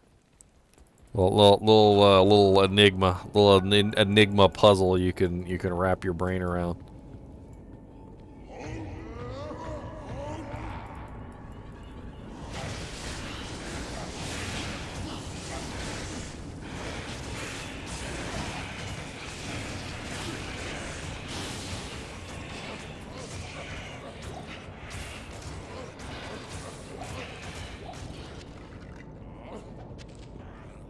That's a good point, DC Ravage. The skulls could be little children's skulls for all we know.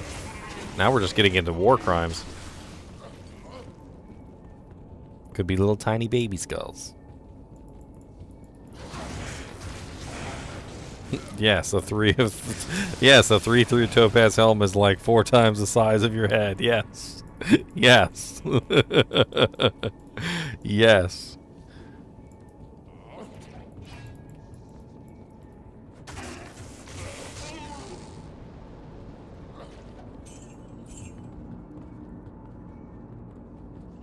Hork your body, hork your time, hork your body, hork your rhyme, hork your body, Horky time time. Horky dody time. I'll let you live so you can tell your other friends. You're the demons that I, Ginger Gaming Mentor, murdered all of your family.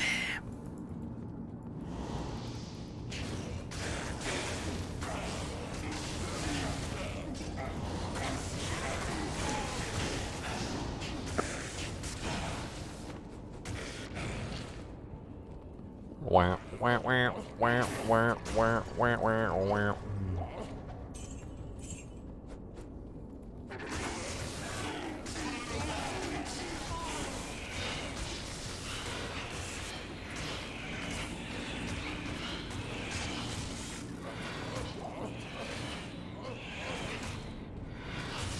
You win. Perfect score.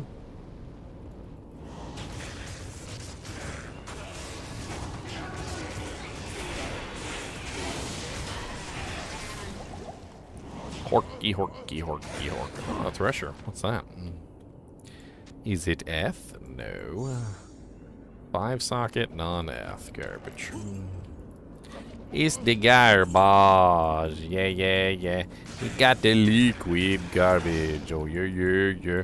And we hork that body and we move on down. And then when the monster look at us, we hit him in his crown. We gonna hork him on the ground. We gonna make him feel bad and turn him brown. Because he pooed himself. I gotta clarify there. Because he pooed himself.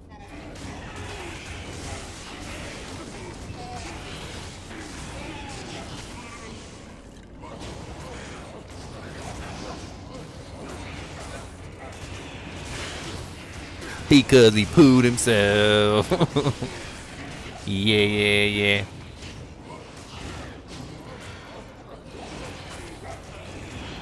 He did a triggle wiggle as he walked to the car.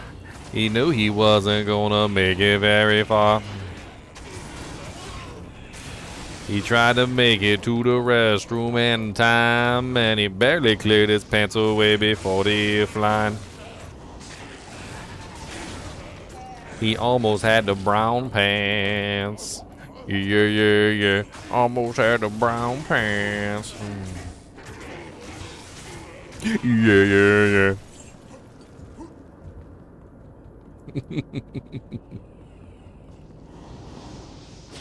The brown.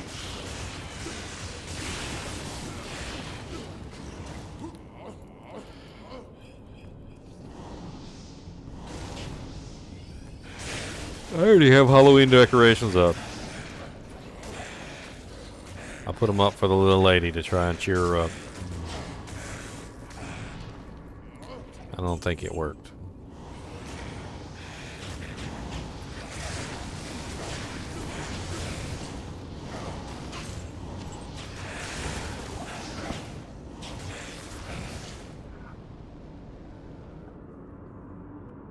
I can't get over how well this freaking Barbarian works. I've made some Barbarians in my time. This one, definitely one of my favorites.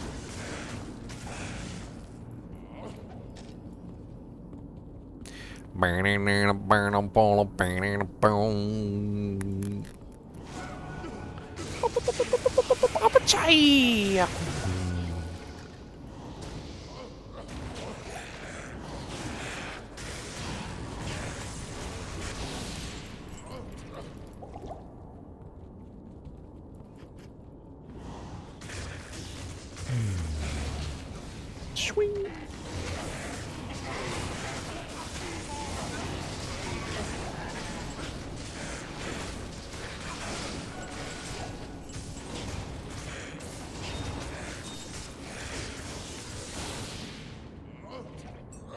I can't carry anymore. Wah, wah, wah, wah, wah, wah. I got a key, and it tells me something about you. I got a key.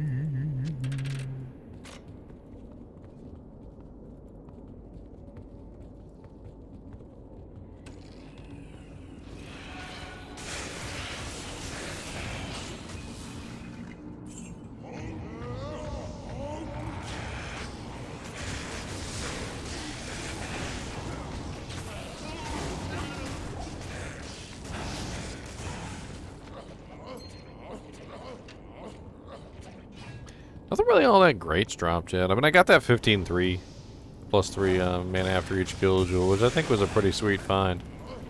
But other than that...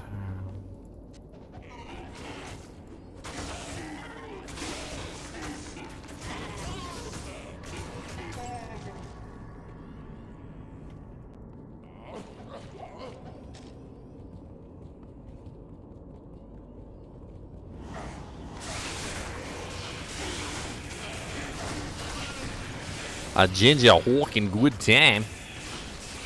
You there.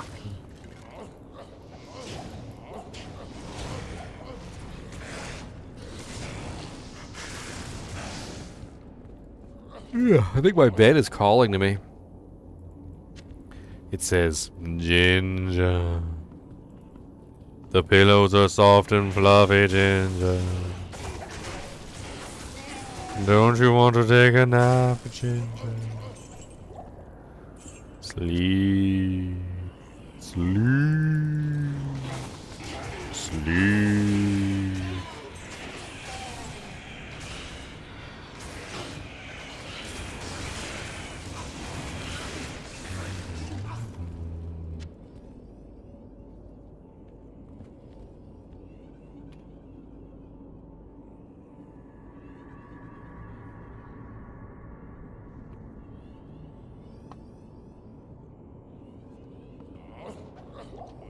Yeah, wow, wow, wow, wow, wow, wow. Don't do it. The nap is a trap. Oh, man.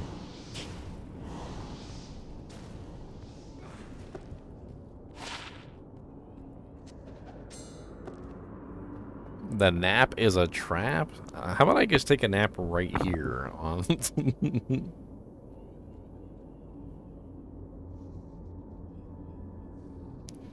How about I just take a nap right here?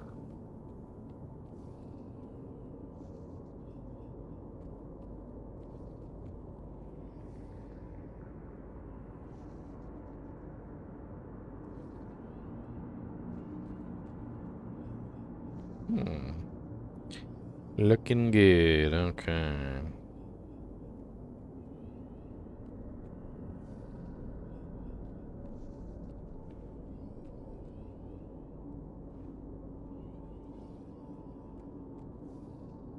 I have a surprise for you guys that I'm gonna be putting up on my store soon.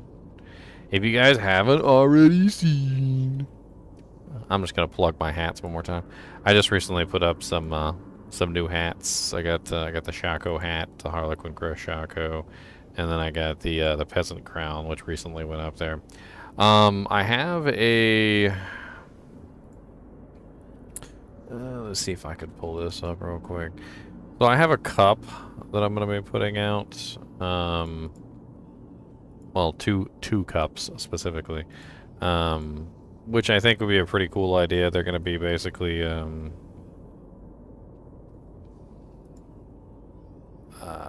mana potions and health potions. Let me see if I can get this thing mocked up real quick. He actually just delivered me the files, so. Let me see what I can do, shall we?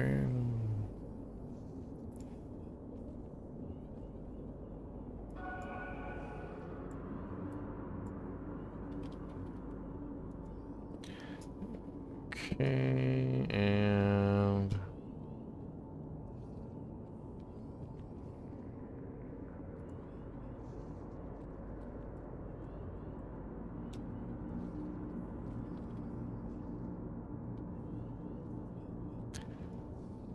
Wah.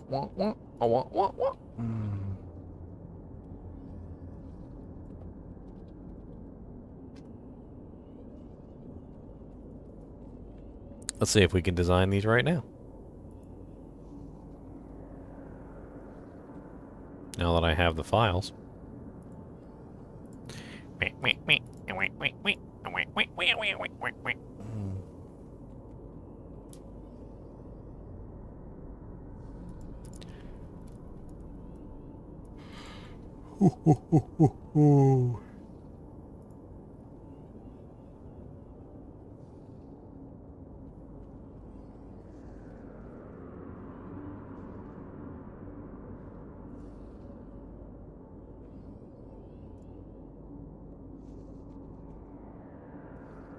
Alright, I think this is where we do this do jank. Alright, so let's delete this one.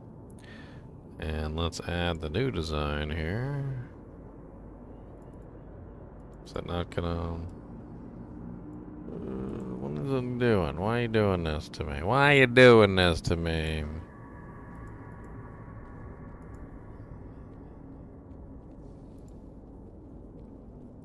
No, there we go.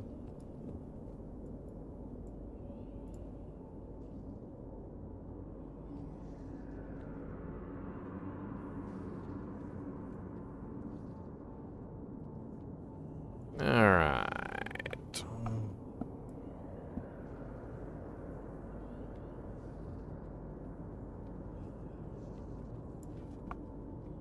Perfect. Okay.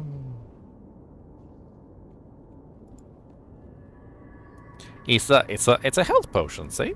See? That's a health potion. A potion of the healthiness. UV printing. Okay. Basic markups? Let's see what we got. Doesn't show anything on there. Markup preview is not available for this product. Well, that's just rude. That's just rude. How about that? That's not nice. That's rude. That's very rude.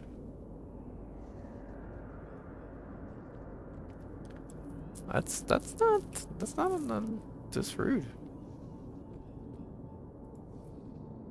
I don't like that.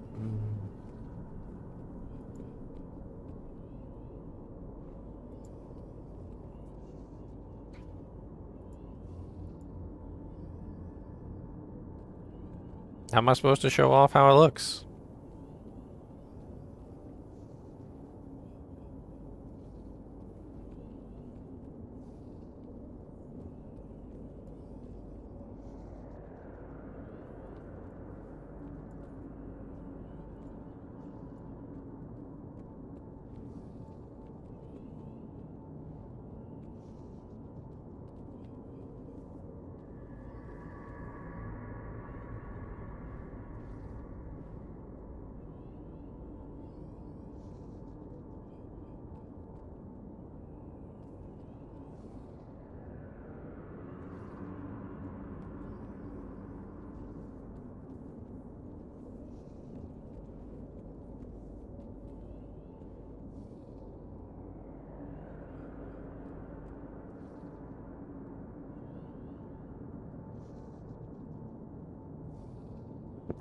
Okay, well, I don't have a picture of it.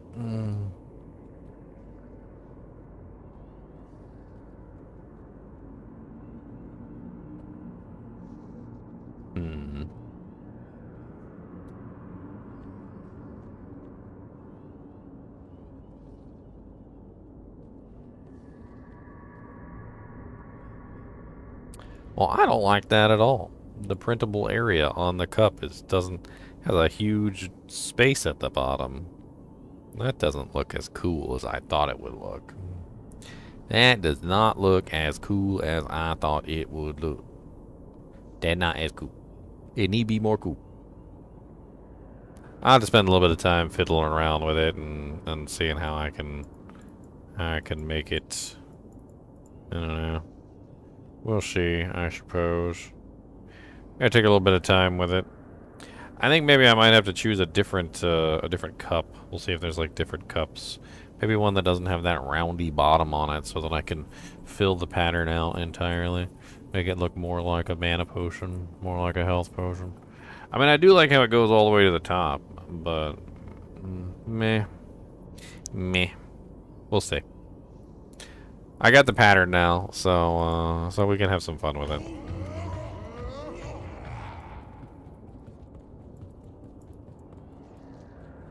Impossible.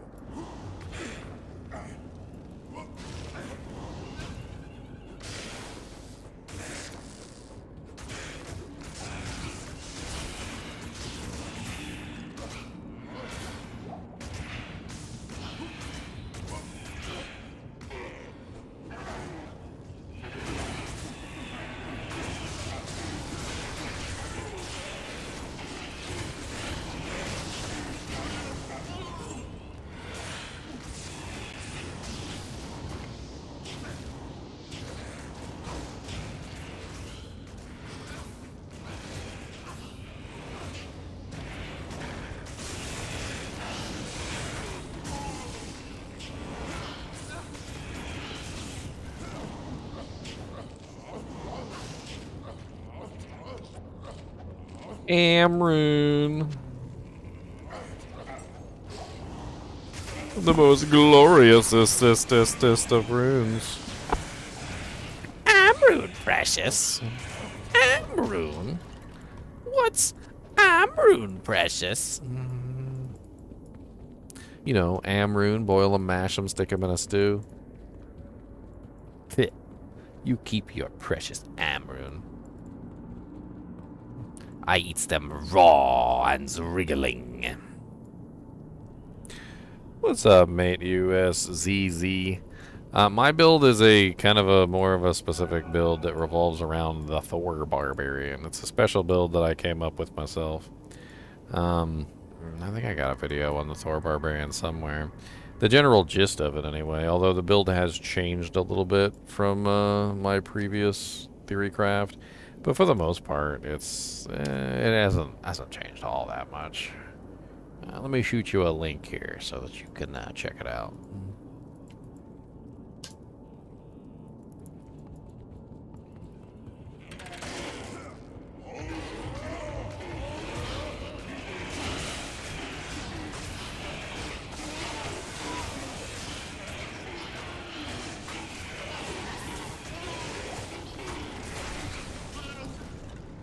Horkity, horkity, horkity, horkity, horkity, horkity, horkity.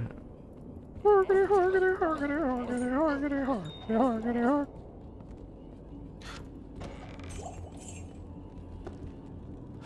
Horkity, horkity, horkity. Oh wow, that's really nice. Horkity, horkity, horkity. Oh well, that's really nice. Horkity, horkity, horkity. I've never been so excited to find a foul object.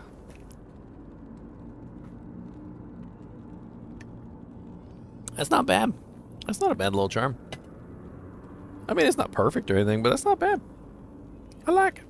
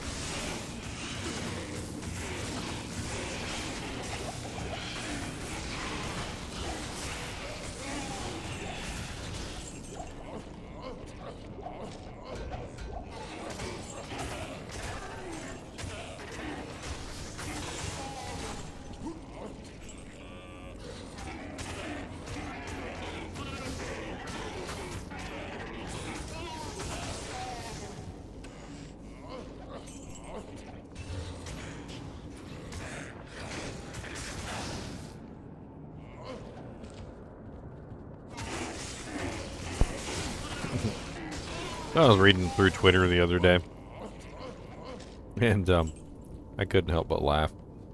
I keep coming across people complaining about the fact that Starfield is a Xbox exclusive. This guy, it cracks me up. Like they, and then people are like, they're like, Xbox is such a horrible company for having it on exclusive, and I'm like, dude, what's your console? And they're like, PlayStation. I was like, PlayStation's been doing it for literally like decades. I don't know what you're so upset about. Like you've been on the receiving end, the good end of it for so long. I guess you just forgot how terrible it is when a game goes exclusive and you can't play it. They're like, no, they haven't, and I'm like, oh my god, like how deep do you have your head buried in the sand, sir? How deep do you have your head buried in the sand? Friggin', Sony has been at this, like, exclusive game for so long. that they have been personally responsible for making more games exclusive than it was ever actually supposed to be. I mean, not only do they do timed exclusives, which is where they will deliberately pay a third-party company to not put their game on another console. Timed exclusives are freaking just absolutely horrendous, by the way. They also do paid exclusives, which is where they will pay a company to never put a game on another system. A third-party company. So this is a game not owned by Sony, obviously. So, like, say for instance, you know, you were going to put out the next, I don't know, let's say, Skyrim. So let's just say Skyrim 2. Not that they would ever do that. That would probably be a different name. But let's say you put out Skyrim 2, right? And you wanted it to be exclusive to Sony. Well, I could approach you and I could be like, okay, well, I'll pay you like $6 million if you make Skyrim 2 only exclusive to Sony consoles and don't put it on Xbox consoles. And they'd be like, okay, well, how long should it be exclusive? And like, we want it exclusive for forever. $6 million, and it's just, you never put it on Xbox ever. And that's the kind of stuff that Sony did for the longest time. And that's just two examples. Not only did they do timed exclusives and also paid exclusives, they would also deliberately buy companies out just simply to make a game exclusive. So if there was like a brand new game coming out from a burgeoning company, they would go and buy that company and then make that game exclusive to their console. Of course, they also had their own first-party titles, and nobody cares about the first-party titles being exclusive, because like everybody expects first-party titles to be exclusive to the specific console that they're on. Like nobody expects Mario, like Super Mario, to be on a Xbox or a PlayStation because it's a Nintendo game, right? But they don't really have a lot of first-party titles. And that's kind of like the really weird thing is that if you actually look into their like repertoire, Sony really doesn't have a lot of first-party stuff. It's all third-party stuff that they paid for to be exclusive.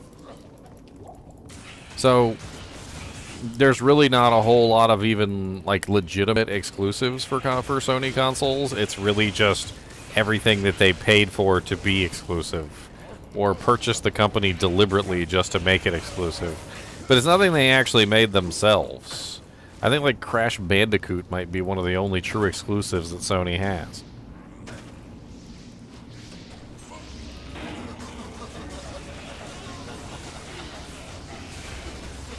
I'm not invading, am I? Who that? Third gear. Oh, no, you're fine. There's a massive crafting session going on if you'd like to drop stuff off. Oh, I didn't even know. I was at another channel. Take a quick switch back. I am not high enough to participate in crafting.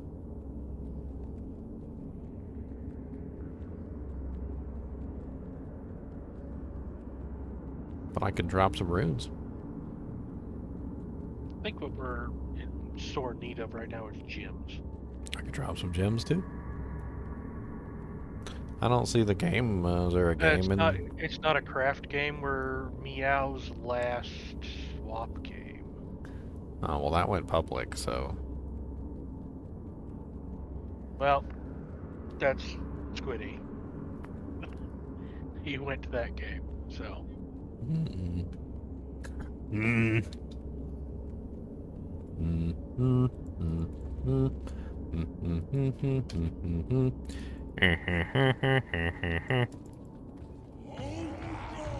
Although I don't think they've successfully crafted anything horribly interesting yet. I mean, doesn't always happen, you know. Sometimes you just get a bunch of garbage. Sometimes your mom swings by and slaps you in the face. It's a crapshoot.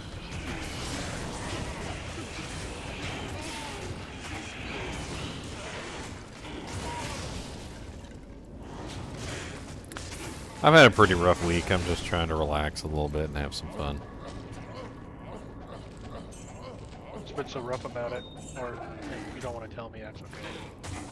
This is real life stuff. Sorry.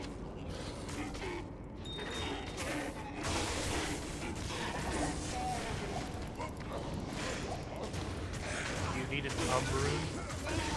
An emblem. No, I think I'm good.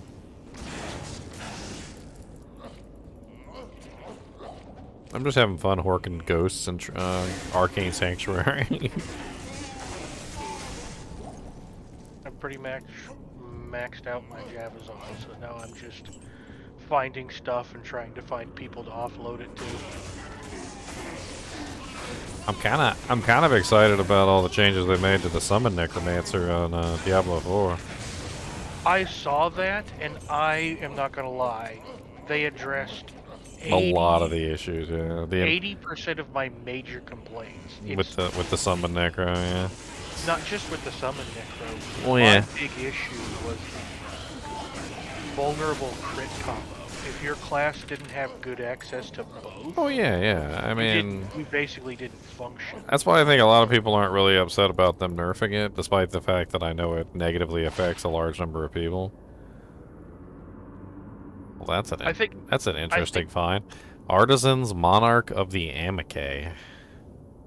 It's only 3 sockets, but it has DR damage reduced by 15. Is that the max roll on that? I think it is. I think Amicay is the max roll for a shield. Everlasting is the max roll for an amulet, but why do I feel like that actually might be useful for somebody? Like maybe an energy shield sorceress? It probably is. Maybe, I don't know. I suppose the question to that is its competitor. What would it could be competing with in the shield slot? I mean, without that 4th socket, it does become a lot less useful. Maybe if it was a Jewelers of the Amicay, then it might be more interesting. But I think because it's the Artisans instead of the Jewelers of the Amicay, I don't think it's worth it. Well, isn't the best in slot Garrick's Sanctuary or? Well, it's the one that has DR. Yeah, that's what I'm talking about. So Girk's Sanctuary is the would be the DR one.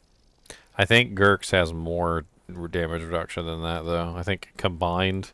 Doesn't it come with like 20 to 30 all res or something like that? It's 11 to 16 DR and 14 to 16 MDR, 14 to 18 MDR. So it does compete very heartily with Girk's. I mean, yes, Girk's has 20 to 30 all res, but I mean, you could also just throw. You could throw some other thing. I don't know. I mean, technically, I think you could get some pretty sick DR from this if you really like stacked it up. I don't know. Well, I mean, it's worth enough for me to hang on to. Maybe just at least post it in chat and see if anybody'd be interested in trying to work out the details. Because if Jewels can run MDR, magic damage reduced, you might actually have a really nice option for somebody who wants to go all out on a energy shield sword. Because if you can get like a 10 all res, or is it 9 the cap for rare Jewels with MDR and something else, you might actually be able to make that a Garrick's. Oh, did you see what I found earlier? I did not. I posted it in the chat. It's honestly, it's a freaking sick ass find. 15 IAS, 3 mana after each kill. That is nice. That's a very nice combo. 3 mana after each kill is better than a tier rune. That's 3 versus 2. So it's already better than a tier rune, and it has 15% IAS on it also, which is kind of insane. It's a shale and a tier in one slot. Yeah, I mean, yeah, it's a pretty decent little doojang. I think, quite honestly, it might be worth a pretty penny. Somebody said something about it. It's actually a pretty good low-level tool item, which I don't even know how that's the case. I thought mana after each kill wouldn't be a low-level duel option, but all these shark skin gloves that Meow crafted. Some magic fine ones. I guess I can start looking at all these.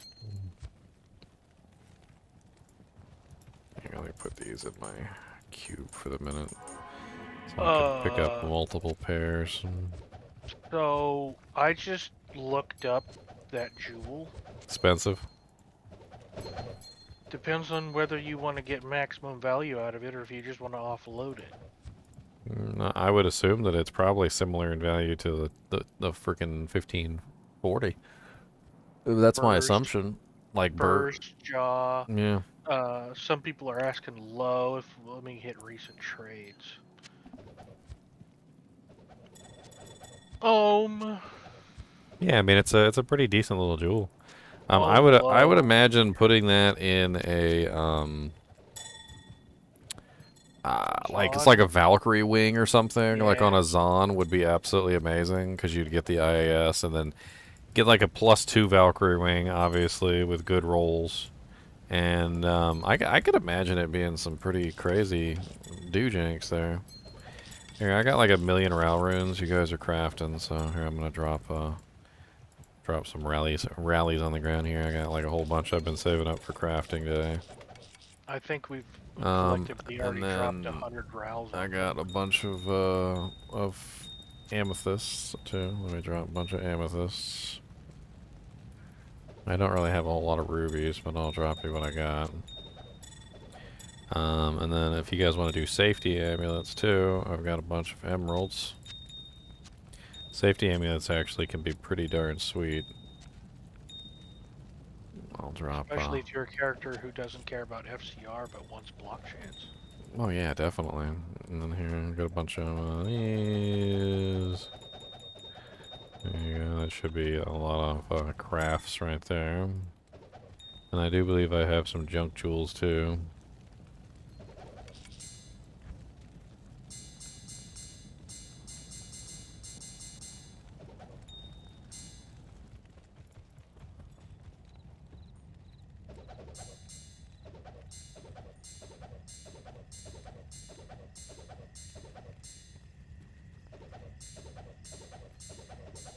There you go, junk jewels, and then I got Thul runes for the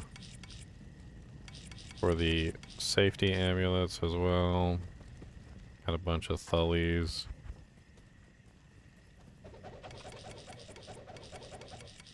Guys can start crafting up a storm. Whoever's level 93, I guess, right? And I got a bunch of am runes too if you guys want to do some blood amulets. Keep in mind that these runes and stuff are going to disappear after 10 minutes. Or is it 20 minutes? I don't remember. But they're not going to stay on the ground for very long. Well, I can go tell them that, but I regret to inform you they can't hear you. I mean... yeah. Okay. What we got here so far? Some of these are like, just like straight up junk.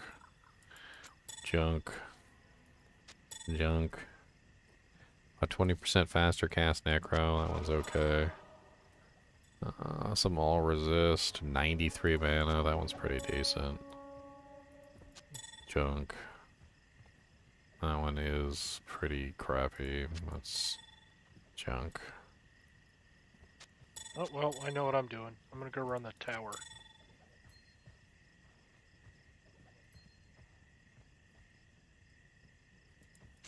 Junk.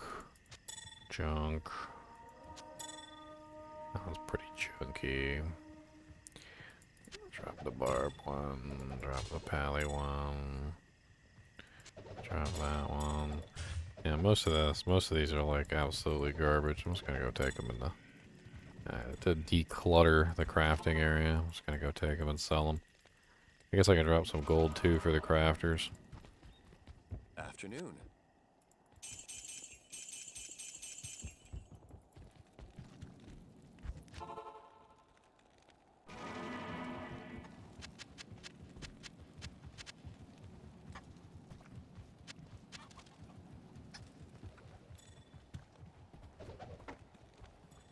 Alright, 2%, that's pretty terrible. It is level 44 though, so whatever. It's not like super ridiculously awful. It's a decent one.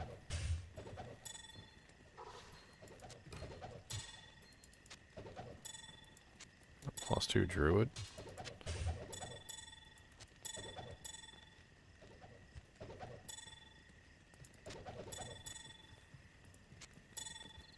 Terrible.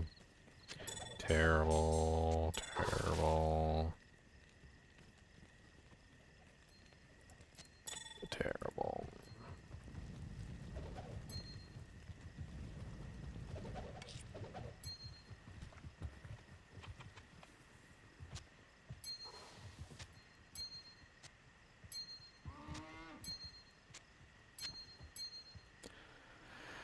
Level 82 with 2% life leech and 10 attack rating. That's worthless. Level 50, 2% life leech. That's pretty worthless. That one's also worthless. 2% life leech with 24 strength. Now that one could be useful. 82 mana. 1 minute after each kill. That could be pretty useful.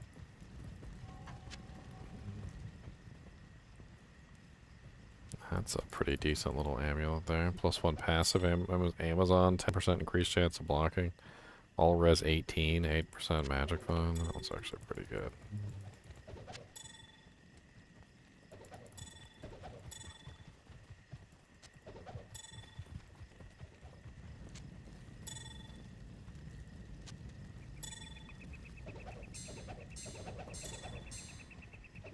Hey, what's up, beautiful lady? I see you in here.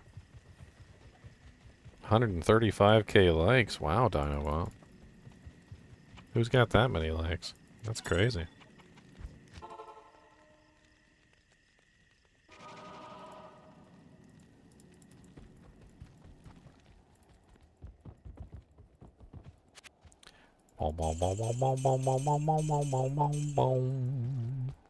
Alright, we can pull some money out. I can drop some piles here for the gamblers.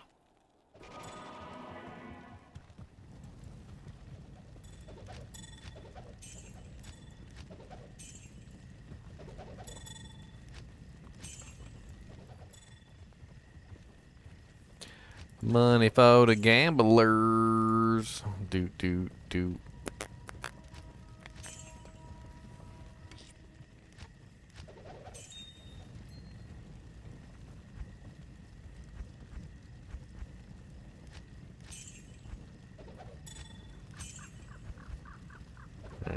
I'm not a super rich gold fine barb, so I dropped 2.5 mil. That should be enough. Or some doojies.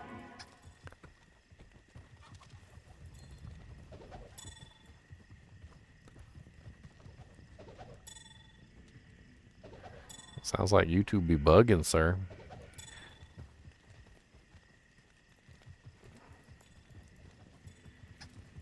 Are these amulets new? Could have sworn I already went through all these.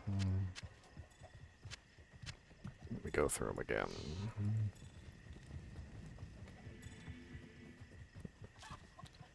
Yep. That one is terrible. 10% life leech. Wow. That's kind of cool.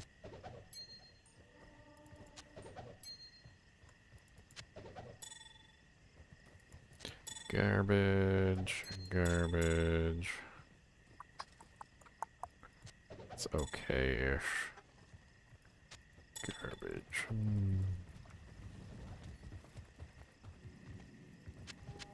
I am overburdened.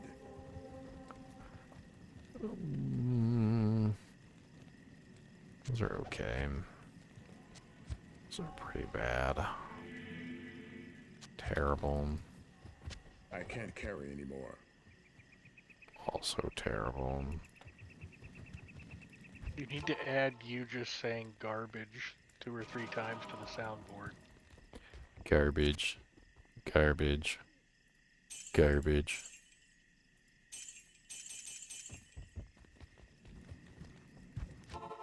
I'm using my powers of prestidigitation.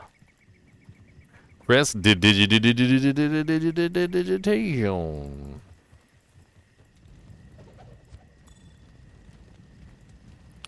Who is Conan and why you do this to me?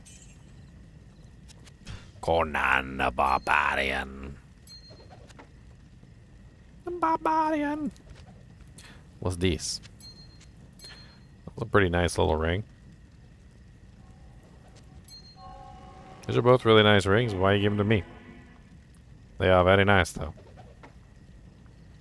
Unfortunately, because of my build is designed around, because my build is designed almost completely around proccing effects, I'm utilizing the proccing effects. So, like, they're nice rings, but I prefer to just give them back to you. That way, you can give them to somebody who actually needs them.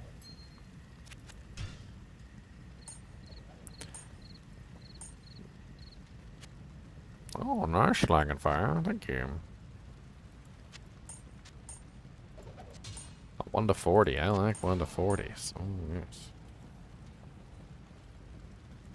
Here, take these rings back, Conan. They're nice, but they're not for me. They're not for me. They're not for me. 11 max damage, 74 AR. Okay, I'll put that on my girl. Let's see here.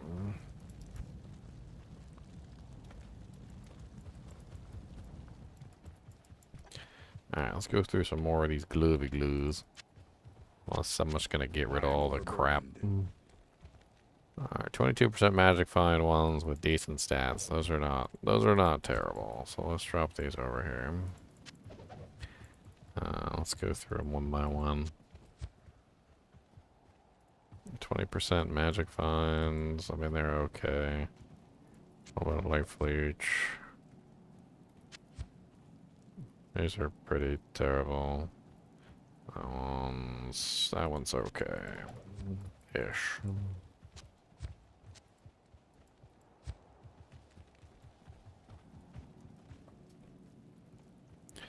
Dual leech, crushing blow. Those are actually pretty good. I can't carry anymore. A lot of stats on those. Those aren't bad.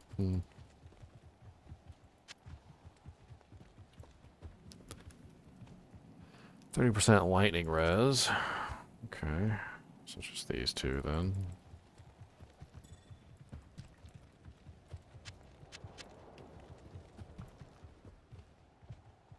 Oh wow, nice +2 necromancer. All res. 58% lightning. That's a really sick. That's sick. Yeah, entropy mark. Teleport charges. It's no teleport charges, but it's all res. 18 all res with 58 lightning, and it's +2 necro with 6% faster cast. It's pretty decent. Martial arts can go straight to. That's a terrible martial arts amulet.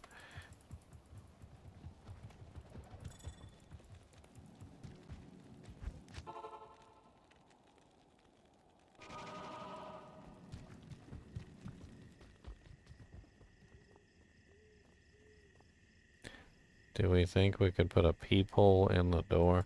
Yeah, I'm pretty sure we could put a peephole in the door. I don't see why not.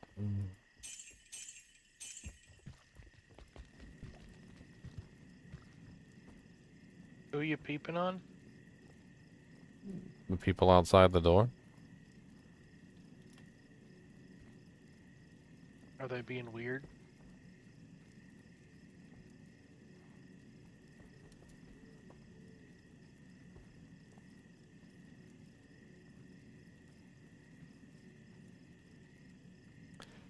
Just a whole bunch of craziness that's going on in my life, and it'd be nice if we had a peephole so we could actually see through who's on the other side of the door before we open it.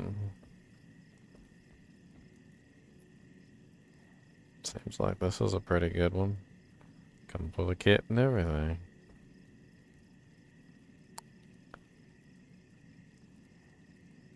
Huh.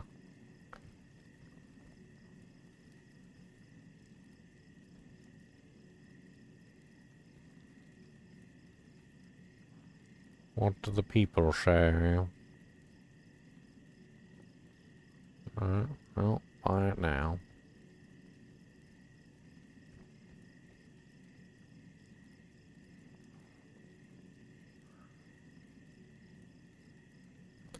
There you go. Order placed. The Peephole will be here on the 16th. And I will install it. Comes with a drill bit.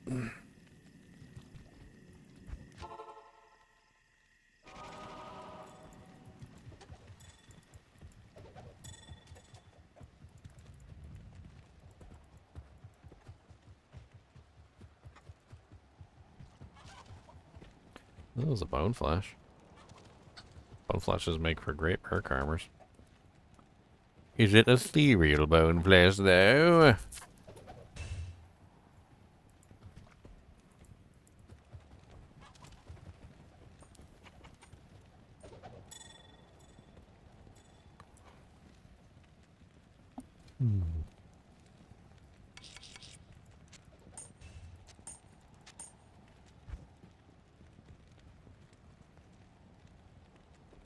If you remove the metal Grudem after summoning the Golem, does he die? Yes, he dies. You cannot take a metal Grudem off. Everybody's always trying to find a cheaty way to do things. No, you can't. If you take it off, he's dead. Dead as a doornail. Dead as a doornail, not gonna make it, no. He gonna fall down to the floor in the snow. Like a 59 Cadillac, oh he ain't gonna. He ain't ever coming back, oh no, he gone, he gone, he gone, he gone. Gone, gone, gone, gone, gone, gone, gone, gone. He done gone.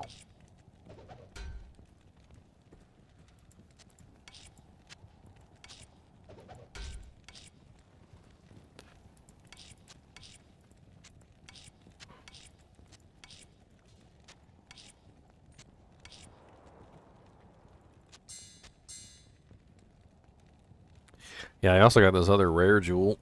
7% faster hit recovery, 30% enhanced damage, 8 dexterity, and 21% lightning resistance. That's really nice. It's interesting. You said that has to be rare, so I think 30 ED is the max. It's pretty interesting for a rare. 9 dex would be the max, so it's really close to being really, really expensive.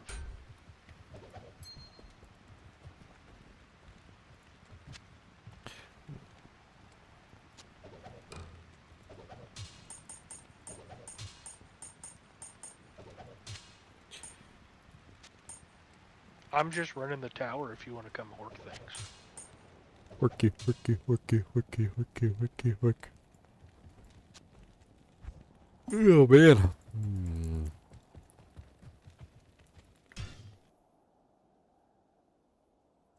What game are you in? Oh, I just hit a play game. Hold on. Oh, you dirty hoe.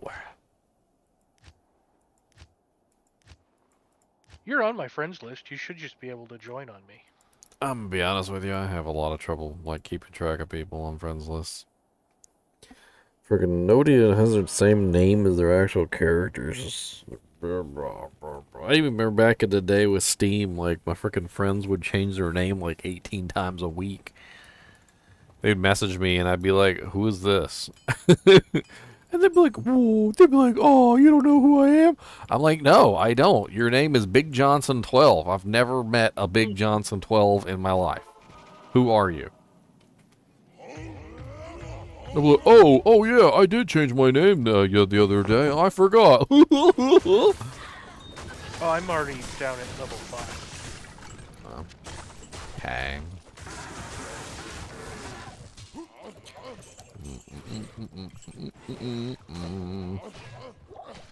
I'm just horking all the evil things.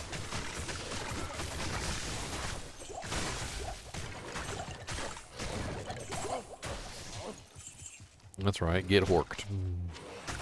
I got 3 or 4 elite packs down here.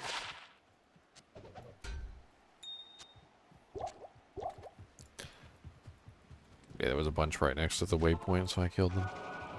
I killed them, and then I rummaged through their corpse.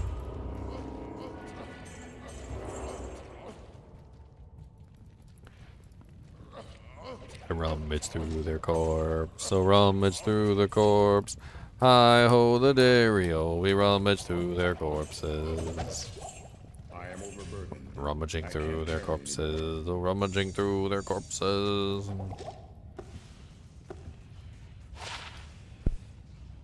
Oh. A legendary mallet with 40% IAS. 163 ED, not exactly the best roll.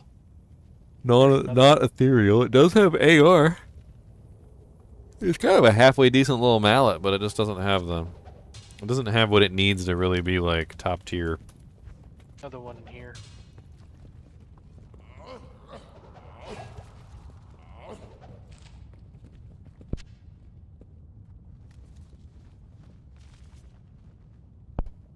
It's popcorn stuck in my throat.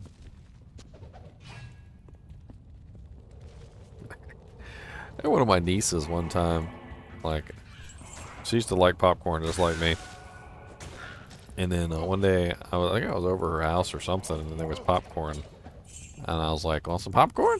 And she's like, no. I'm like, what? It's like, what? She goes, I got a kernel stuck in my throat one time, and it took me a long time to get that kernel out, and I'm never eating popcorn again. And I'm like, wow. Passionate hatred. It's like, oh, wow. I'll be making gear 1. I can't carry anymore. Like, wow. Wow. Never again. Third gear. Never again. I mean, I once I can't carry anymore. had a little too much to drink with some Cool Ranch Doritos, and I'm never eating those things again.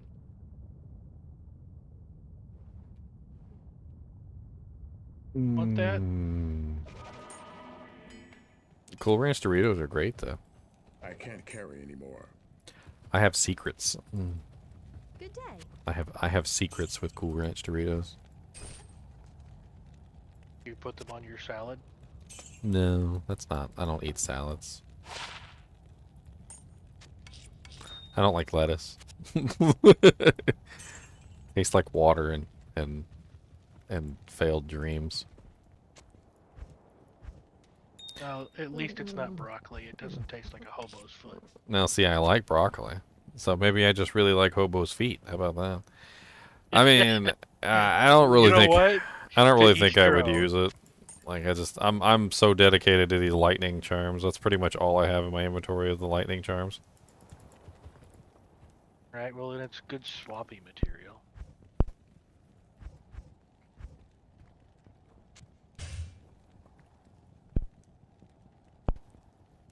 Num num num. Anyway, we were talking about Diablo 4 and we got sidetracked. I was trying to think of a build for like a summon necromancer. I still think most of your summoners are gonna have a hard time. Well, here was what I was thinking. Okay, I was thinking trying to go with a shadow summoner. I think that could be interesting. They apparently reworked All the DMs. bloodless scream, which is the one that literally like freezes targets or whatever. But it was only a 40% chance before. Apparently, it's 100% chance, 100% chill now, which sounds kind of insane. They also changed that, you know, that one blizzard thing, so that it works on all mages and not just the cold mages now. So, I was thinking you'd go with the shadow build, use the shadow mages. You would get the thing so you get the free blizzards. You could use the bloodless scream with it, so that would give you the chilling effects. So you'd be a shadow necromancer that chills everything with basically mages constantly casting blizzards, and then, but also like kind of like focused into the minions themselves. So you get like the shadow blight passive and. I'm not really 100% sure if you'd go Shadow Blight or if you'd go like the minion one, but Shadow Blight's pretty balanced. It'll give you a good DOT damage, basically. and make your minions stronger. I don't know. I Make was you thinking and shadow. them I was thinking shadow minion, or more like minion shadow, I guess.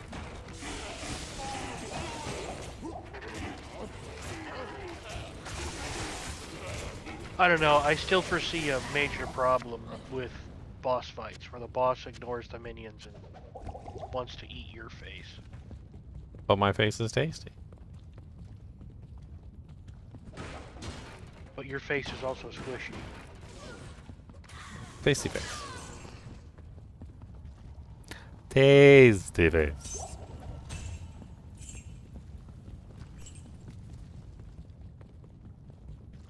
I'm gonna try and do a wind druid.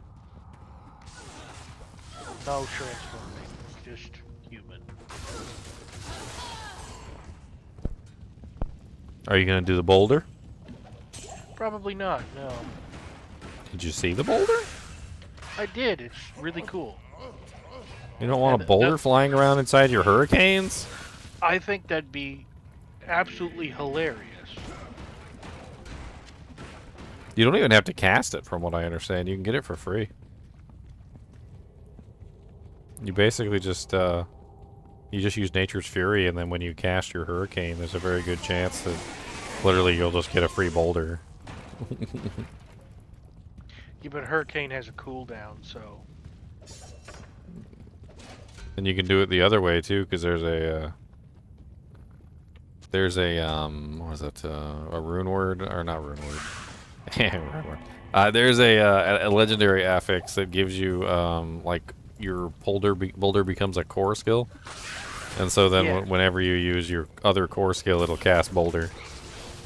But then, if Boulder's a core skill, it will no longer cast Hurricane. No, it will no longer cast hurricane. You have to manually cast hurricane, but it will, however, at the very least, you know, just like free cast boulder for you, so you don't have to worry about it. I might transition into it, but I wanted to try a pure wind, I guess you could say. I actually want to try and make the ultimate skill useful. Oh yeah, there's a lot of ultimate skill reduction things going on. Damage increase. And How they- you doing today, Ginger? well, what's optimized? Oh, not a lot. A lot of work. A lot of work. Oh, yeah. VA keeps me busy. You know, if you twerk while you're at work, you can go home. That's also called getting fired. Hey. Don't Also accurate. put a negative spin on it. All right. If you twerk while you're at work, you get to go home. All right. Oh, we doing anything fun today? Free time off. If you twerk at your boss, There's a 50-50 chance you get a raise. 50-50 chance you're gonna raise. 50-50 Yes, you that's get why I am you my get own fired. boss. Okay. Well, okay, then you twerk at the wife. I don't have a wife. You twerk. I- Hmm. I mean, I know, you told right? me to not put a negative spin on it, so it's 50% chance you get fired, 50% chance you get a raise.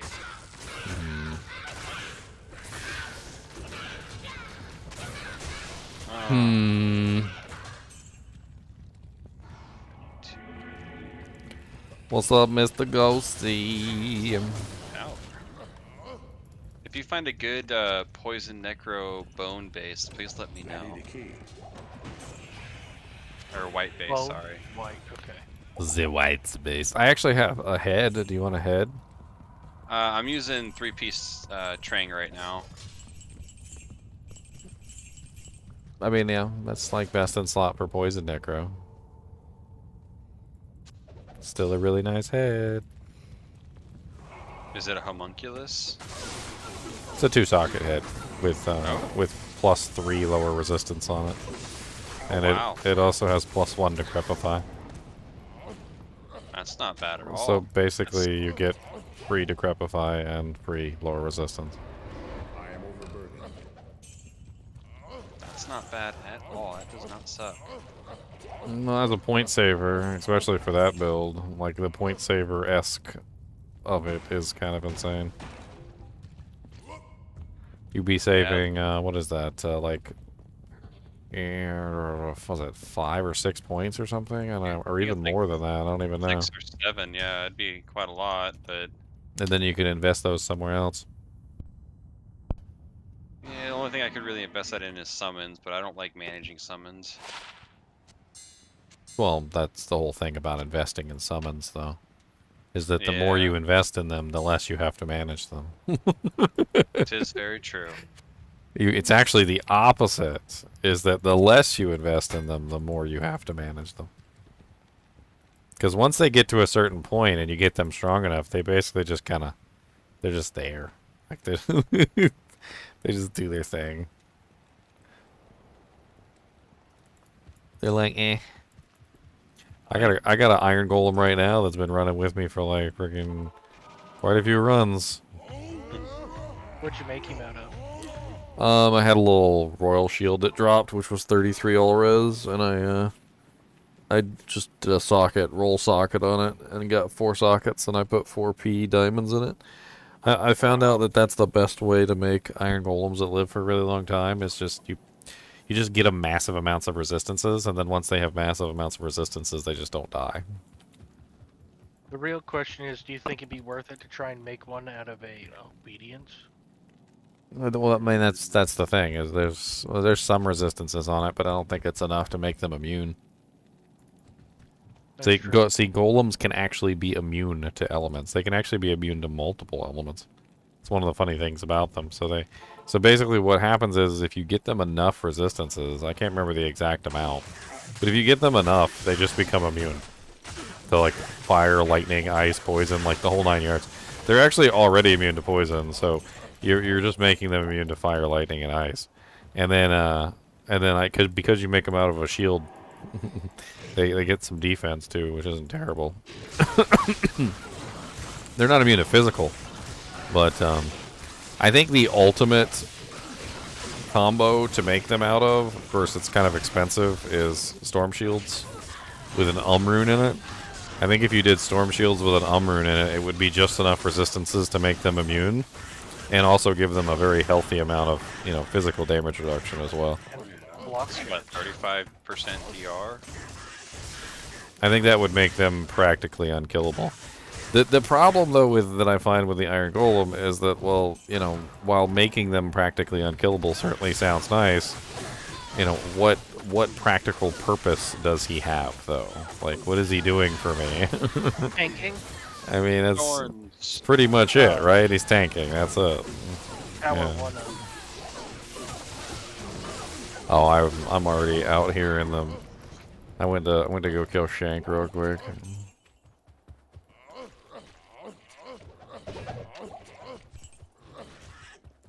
I think it's totally doable to have a workable Iron Golem at this point.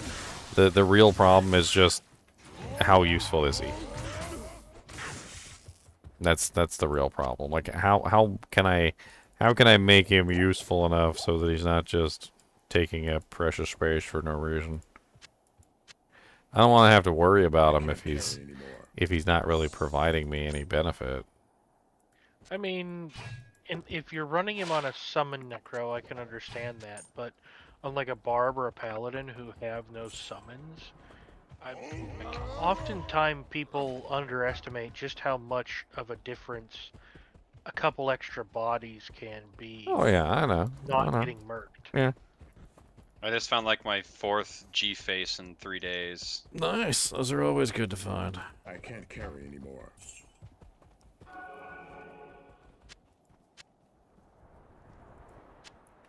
I can't carry anymore. Rare did War find- Scepter.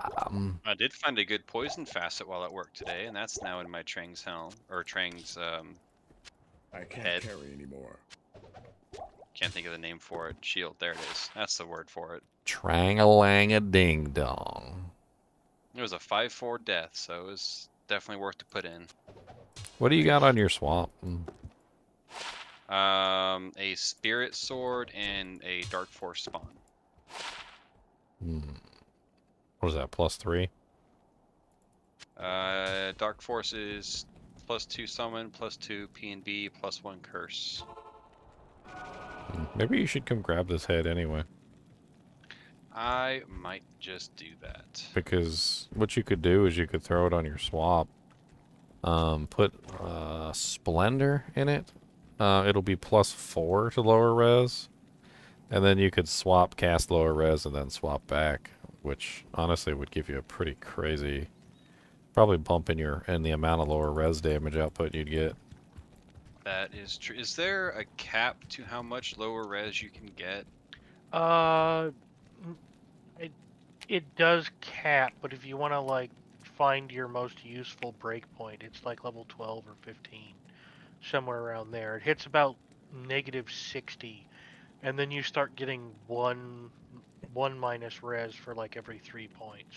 I mean, Yeah, 'cause honestly, I've just had a bunch of extra points, so I max it out, and it's at -66% and lasts for forever. Yeah, you could probably pull a fair number. If you've got enough plus skills, it's a 1-point wonder, even on a poison necro.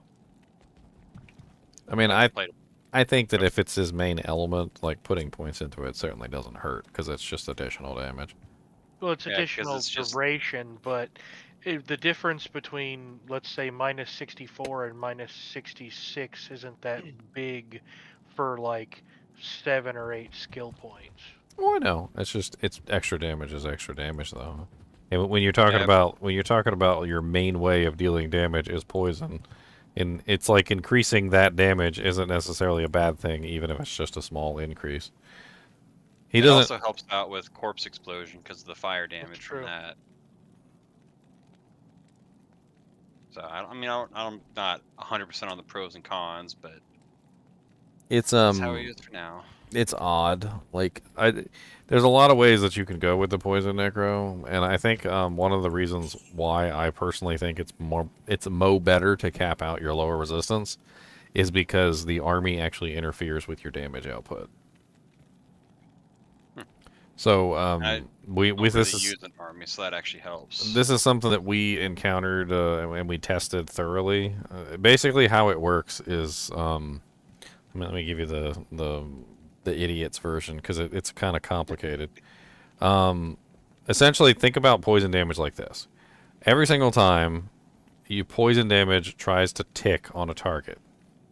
Let's say there's 25 ticks in a second, which there's actually more than that, but it doesn't matter. So let's say there's 25 ticks in a second, and you poison a monster for 1 second. All right. So the monster now has 25 ticks of poison damage.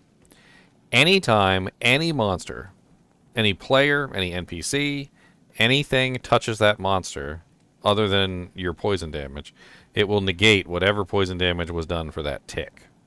So the more monsters that you have attacking a target, the more ticks of the poison damage get canceled out. If you have 25 monsters, for instance, attacking, and every single one of them cancels out every single one of the ticks on the monster, then your poison damage does 0. So the poison necro specifically actually has a negative outcome versus like singular monsters, especially when you're fighting bosses and things like that. It slows you down tremendously, actually, to utilize the minions. Because they basically just cancel out your poison damage. Which means that you really don't have a lot of stuff to spend your points in anyway. So if you go with a non-minion poison build, what else are you putting your points into? Corpse Explosion, I guess. And then even after you finish that, you've got, what, 20, 40, 60, and then 80. So you still got, like, another, what, 36 or 37 points to spend? Yep. And Which I've done 1-point wonders into Clay Golem and Golem Mastery and Resist, so that helps for slowing targets. I would definitely recommend you beef up your Golem so that he's capable of tanking like everything. But don't put points into the Golem itself. Put points into Golem Mastery. Yep, into the life and resistances, things like that. The Golem Mastery makes them insanely tanky. But even if you were to put like 10 points in the Golem Mastery, I mean, you still got more than enough to max out lower resistance if you want to go that route. And it's maxing out lower resistance, like he said, definitely has diminishing returns, and it gets worse and worse and worse the more points you put in. But if you're going with a pure poison build and you're not using minions, you really don't have a lot of stuff to put points in anyway. You can cap out Corpse Explosion, you can get a really tanky Golem, and you can cap out all your poison skills and still have 20 points left over to throw into lower resistance. That's good to know. Because the next skill I was gonna do is just put it into like bone armor and bone prison, things like that. Bone armor is an interesting choice too because it makes you tankier. It's nice. It cancels out physical damage. What's up, man? I just dumped it in. I didn't even take corpse explosion. I just dumped it into skeletons and skeletal mastery, and just didn't do bosses. When you're out running around in even versus regular monsters, it messes up your damage. It does, but when you have a Death's Web, their negative poison resistance is so great that for the most part, one interrupted tick doesn't make a difference in kill time. Depending on how much damage you do, yes. Once he's fully up to par and he's doing 15k on a poison nova, it's not going to matter, but he's only doing like 8k right now, if that.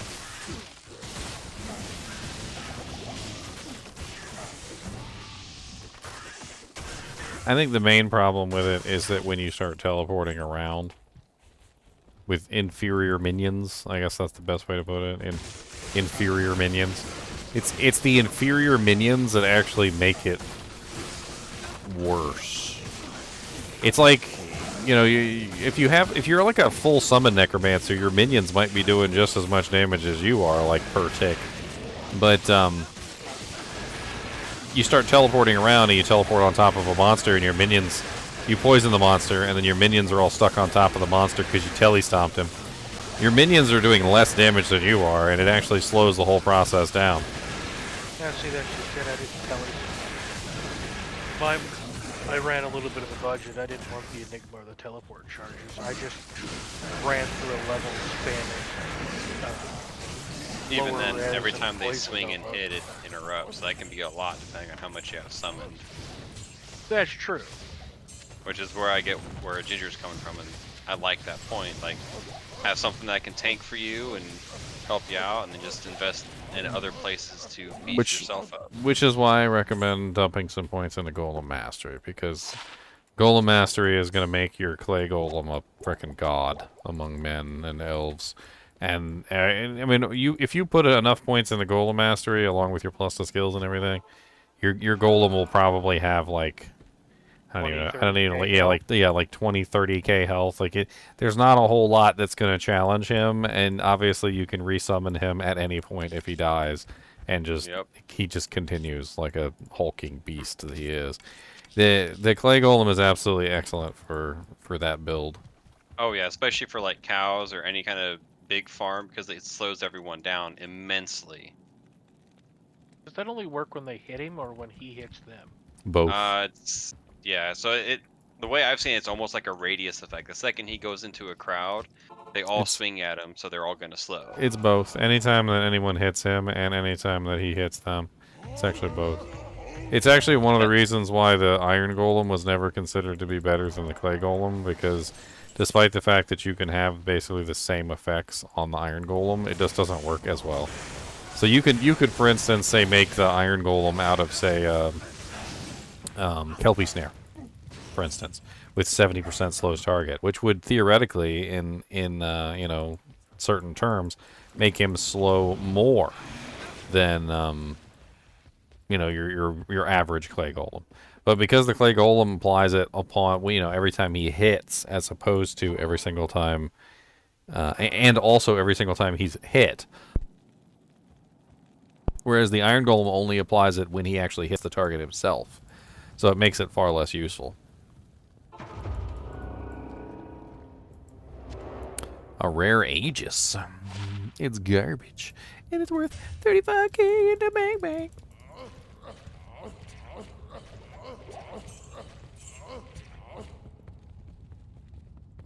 Iron Golems are too expensive to make. I mean, only if they die all the time. And it also depends on what you're making them out of, right? Beasts, of course. I mean, obviously, if you're making them out of something that's super expensive, and he dies all the time, then yeah, it becomes untenable. However, if you make him out of something cheap, and he dies all the time, then it's not really that big of a deal, because, well, he's cheap. Or if you make him out of something that, you know, like, is super expensive and he doesn't die all the time, well then that also is fine, because well then he's not dying all the time, and yeah, it was expensive to make him, but you know, it's not like you had to remake him like 18 times. My Iron Golem right now, like made out of what his current item is, he's basically invincible. Unless I die or I put him in a really crappy position, he's generally fine. How much did you put diamonds or ums in there? Oh no, I'd never go with ums because that's too expensive. I go with diamonds. Cheap. Use cheap. It doesn't have to be. It doesn't have to be that much. Let me look it up real quick, so I can give you actual numbers instead of just being Say, well, it's a 19 silly times head. 4 plus 33. Nah, well, it's not like us. So, you know, let me pull up the page here. So the Iron Golem has 100% poison resistance. He also has 50% lightning resistance. So those are his only two resistances, 50% and 100. So he's immune to poison by default, and that basically makes him a god in terms of that. But he's not immune to lightning, he's not immune to fire, and he's not immune to cold. He is 50% immune to lightning to start. So if you have a shield that you make him out of that's 50% all res, that'll make him immune to lightning, but it won't make him immune to fire and cold. They confirmed this. It's actually written in here somewhere. Where is it? Where's his resistances at? I don't Ooh, know. a Foul Rune from the Countess.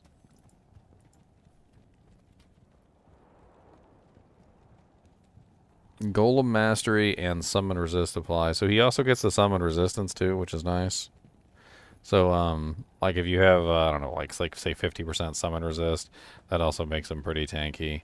Does he receive the penalty from difficulty? I do not think so. So, if you take your... if you take a Necromancer with the 1.1 or Summon Resist, which would give you like 60, you got enough plus skills.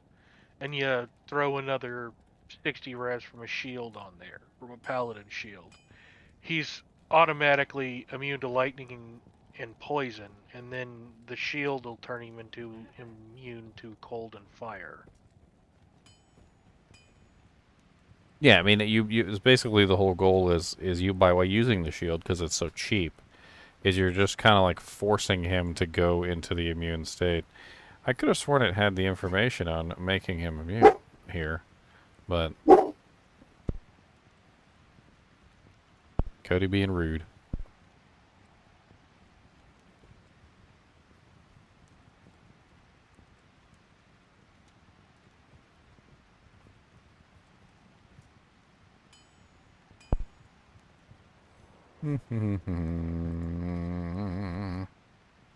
I could have sworn it was written in here. Is it on the Clay Golem? I think it's on the Clay Golem where they talk about him being immune.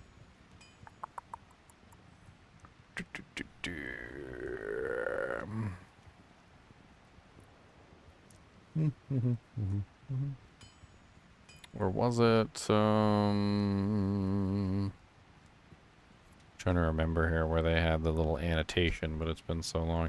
It might be on Summon Resist itself. Let's go take a look at Summon Resist specifically.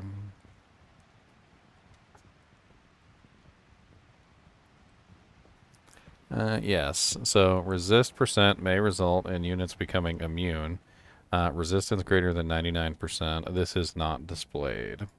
Here we go right here. So this is the example they have. So a Clay Golem's cold resistance is 50%, and cold resistance 50% from level 6 summon resistance results in the Clay Golem becoming immune to cold, neither taking damage nor being chilled by Bone Mage Ice Bolts even through this immunity, though the immunity is not displayed.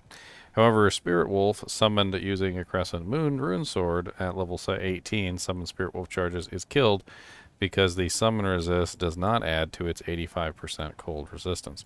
So basically, this is how they determined that the golems were actually becoming immune to specific elements. was they played around with like the chilling effects and stuff.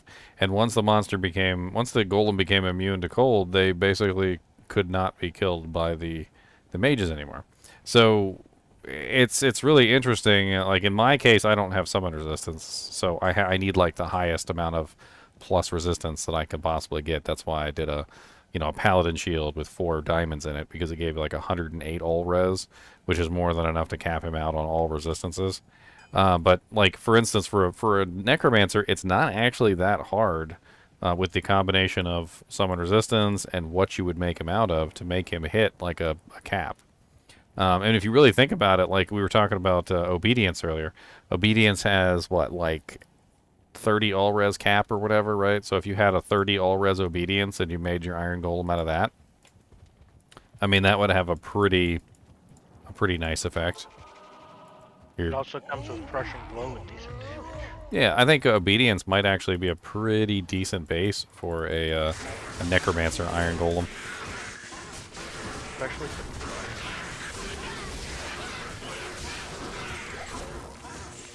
I mean, you can do ethereal too, right?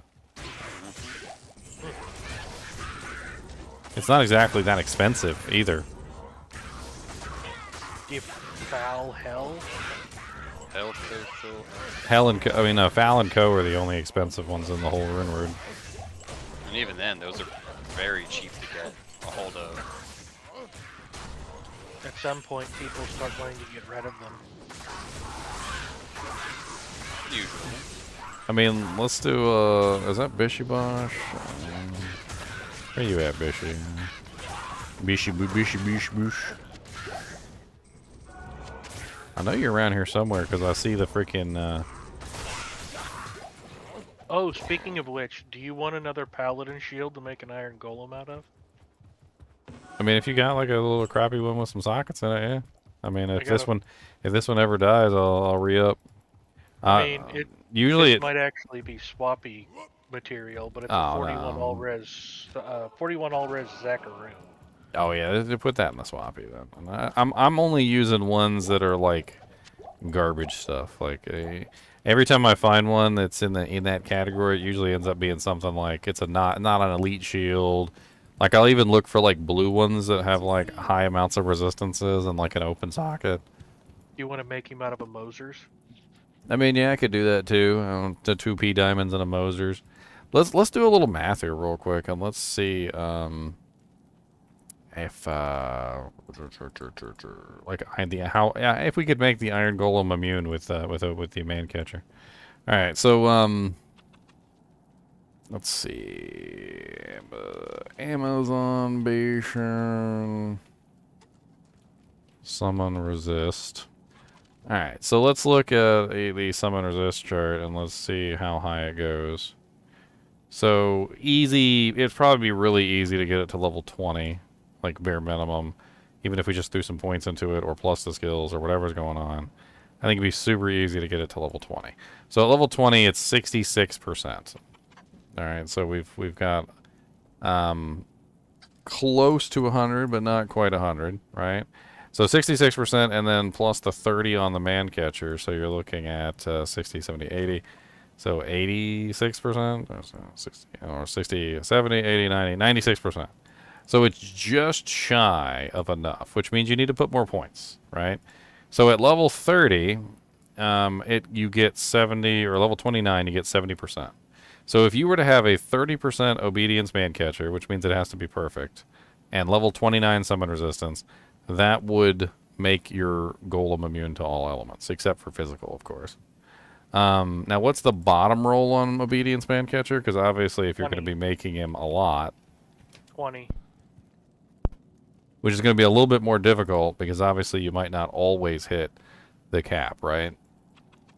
So it's a variance of 10 points. You can't get to 80. It's just not possible.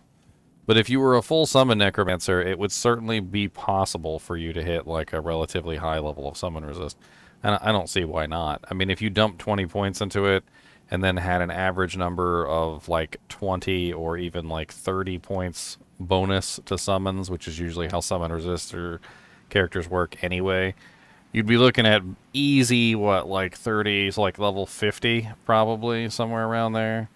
45 would be a good balance. Which is 73%. 45 and 50 are both 73%, so there's no difference between either one of them anyway. So you'd have a 3% variance on trying to make your golem immune. So if you came across, a 29, a 28, or a 27, you could still make him immune. But if it dropped below 27 to 26, then that wouldn't be high enough to make him immune to all elements. Now, he would still technically be immune to some elements, though. So because he has the 50% lightning resistance, by default, he would always be immune to lightning, no matter what the roll is. He just wouldn't be immune to fire or cold. And even at 26, he's still 99% resistant. Yeah, 99% resistant, just not immune. So it does seem like Obedience Mancatcher might be the best base to make the Iron Golem in. I'm sure his damage output would probably be pretty insane, too. He attacks slow, but it would be respectable. Oh, yeah, the attack speed. So his attack speed is locked. All golems have a locked attack speed, so it might be better to make him out of something else that's slower. So what's your hardest hitting? Like, is it the Great Poleaxe or the Cryptic Axe? Because that's something that it would have to be 5 sockets. The Volge.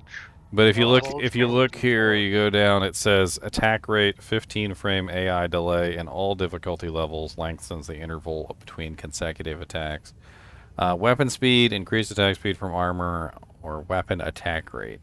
So, like, he has frames and he can go up, but I'm not really 100% sure how well it's going to work out making him out of a faster one versus a slower one. I almost feel like with how slow he attacks, it would be better that he hit like a Mack truck than. I mean, I from what I'm hearing, it's the same as casting delay and FCR. So on everybody that has a casting delay skill, FCR still help, but pushing it up real high doesn't do much. Perfect example is like the Fire Druid and all of his skills being on cast delay. Hitting the 163 FCR breakpoint is pointless. Yeah, I don't even bother with all the faster cast stuff on them. Getting the 35 or 37 or whatever it is second or third breakpoint, you're probably going to hit that naturally just from Mage Fist and stuff like that, so ends up being more of a question of is 1 or 2 frames off of his attack speed worth it? That's what I'm trying to say, is I don't think it is because he attacks so slow. I think him hitting harder and having a longer delay between his attacks would probably work out better in the long run. So you said you can make an Obedience and a Man Catcher, so why not make it in a Pike? That's the slowest, hardest hitting ethereal Pike Obedience. I mean, I'm just thinking about, like, across the board, I feel like the Obedience Man Catchers is one of the craziest items for damage output. It does really good damage output. It has Crushing Blow. I mean, the Crushing Blow itself might be a good reason to go with the faster base anyway, just because you're like, okay, well, I want to get as much CB in there as possible. Combine that with your Mercenaries Obedience. I mean, another thing is that he is capable of getting things like Open Wounds. So instead of Obedience, and this was an option that I was thinking of, is find yourself a halfway decent non-ethereal, because obviously it's got to be cheap, but a non-ethereal, why am I blanking on the name all of a sudden? The,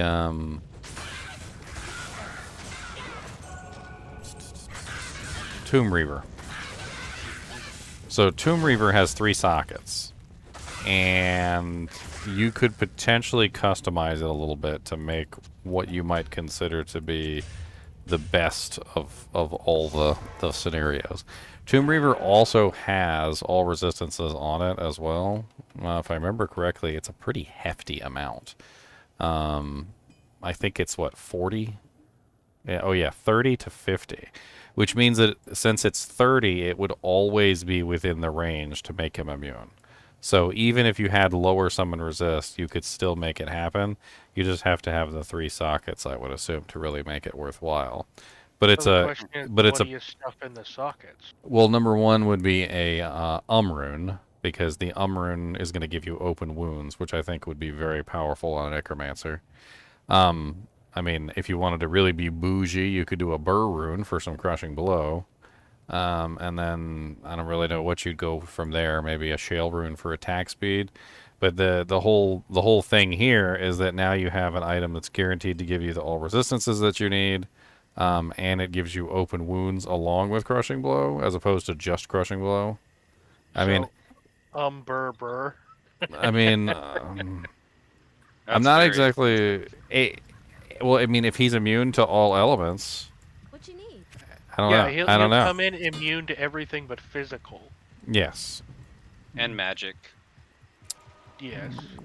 The order welcome. I mean, there's really not a whole lot of magic. You will have to watch out for that, but I mean, that's pretty relegated to some very specific areas, like Act 2 wave on the Bale runs. Like, you know, it's Herodrum, like bone spear snakes, which aren't really usually farming areas anyway. Avoid Act 2. I mean, I just found my white base. I just found a 3 to poison Nova Grim Wand. Nice. Very nice. Oh, now I can use that until I get a Death's Web. So I've noticed this strange bug where half the time my decoy just decides it's gonna die the minute it gets hit. yeah, I don't know. No, it does do that. I don't think it's a bug. I think it's just based on the life percentage. It's a 1-point wonder. And it's a percentage of the life that you have that it gets. So it doesn't get additional life. It's just, so you're at 1200 life and it's a 1-point wonder. It's 80% of that. You're going to get No, I mean, some odd life. Even then, if that's the way it functions, 130% should be close to 2K on on my Amazon, and it's getting one tapped. And I don't mean it's taking.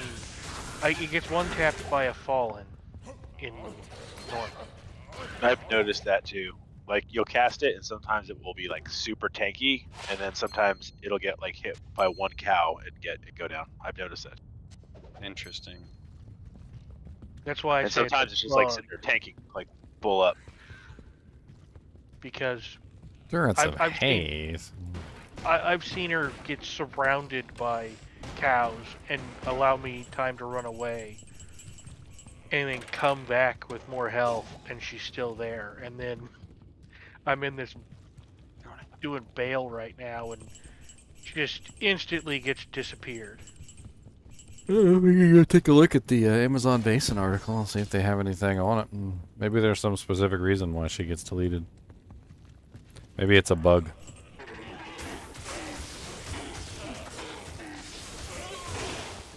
This is a grand question, sir.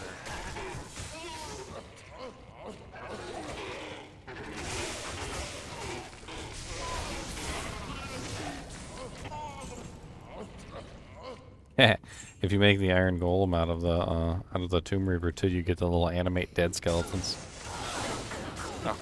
Really? That would be awesome. Yeah, he'll spawn them because they don't actually belong to him. They don't belong to anybody technically. They're what are they? They're basically like a corpse explosion. From what I understand of how the mechanic works, is that it's essentially like a corpse explosion. So when the monster dies, it applies a corpse explosion effect to the monster, which deletes the corpse and then causes the skeleton to pop up. And the skeleton isn't allied to any specific person. They just are like on your side. So a little bit different than the normal. So I'm pretty sure that he would cause the death explosion, and then you'd get the little skeletons. So what you're telling me is that there's a way to increase the size of your army even further? Yeah. Little extra expendable skeletons. Yeah, so that white wand increased my poison nova damage by like 700. I'm very happy with that. Nice.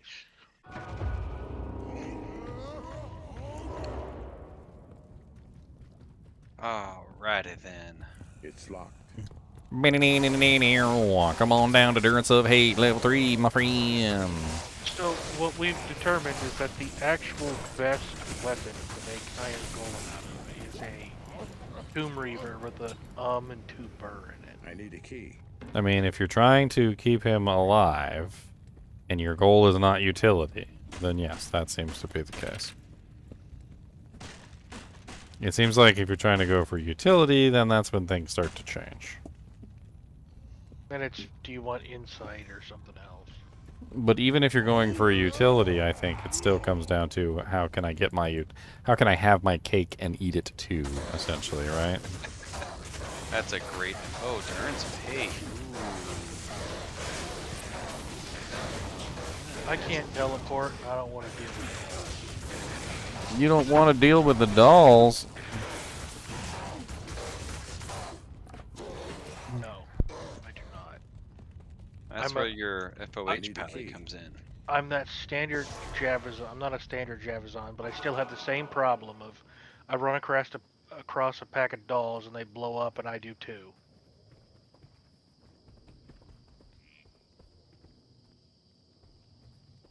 I have no control over my damage. It's all or nothing.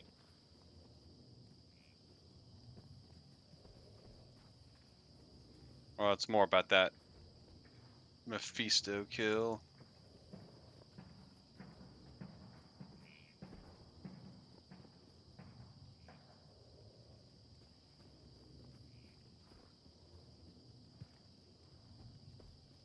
At this point, I'm just farming to give stuff away, so.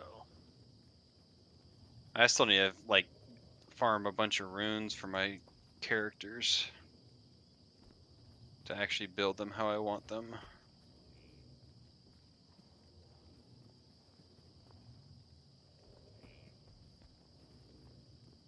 I still have a whole bunch of like minor min-maxy things I could do, but I don't feel like it. It's expensive. Expensive.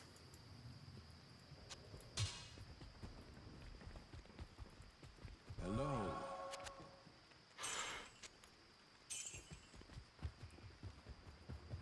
Yum yum yum yum yum.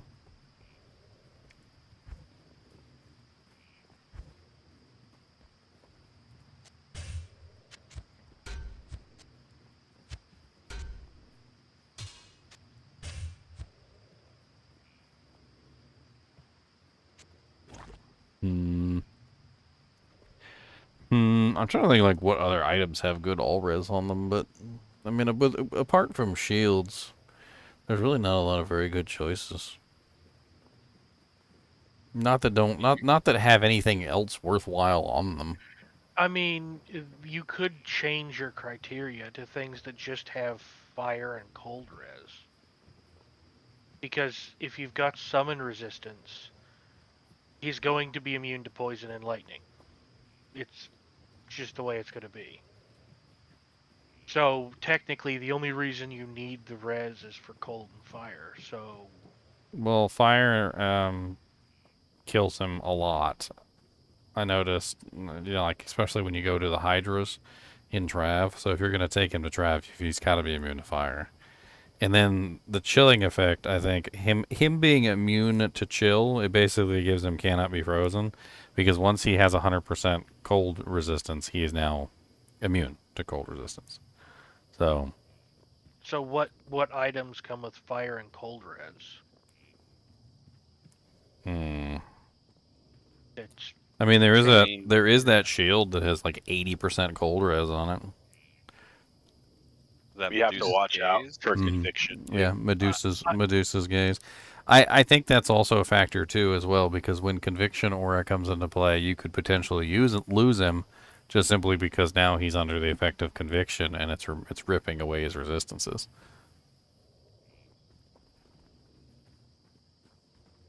Yeah, but how much overcap can you actually get with him?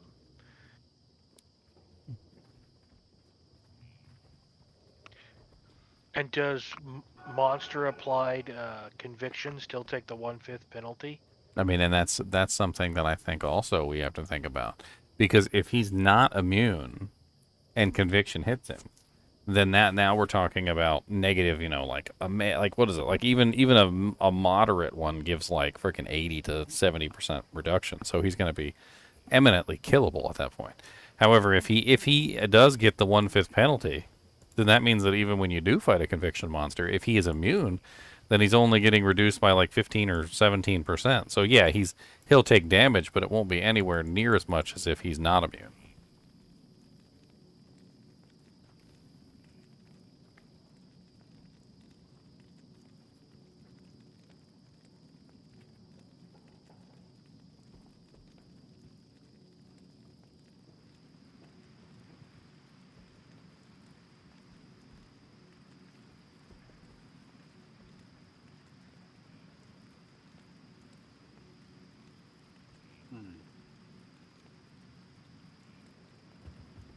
It seems like just getting him immune to elements is a huge boon to his survivability in general, even if he does get low resisted or conviction did or whatever. Like it doesn't seem to matter. Like once he gains that immunity, it's gonna make him incredibly stronger. I mean, I think if you're just looking for the tankiest Iron Golem that you could possibly tank, and without utility, I think an Storm Shield is your best bet. So isn't there a club somewhere that gives you like 30 to 50 fire res and like 30 to 40 cold?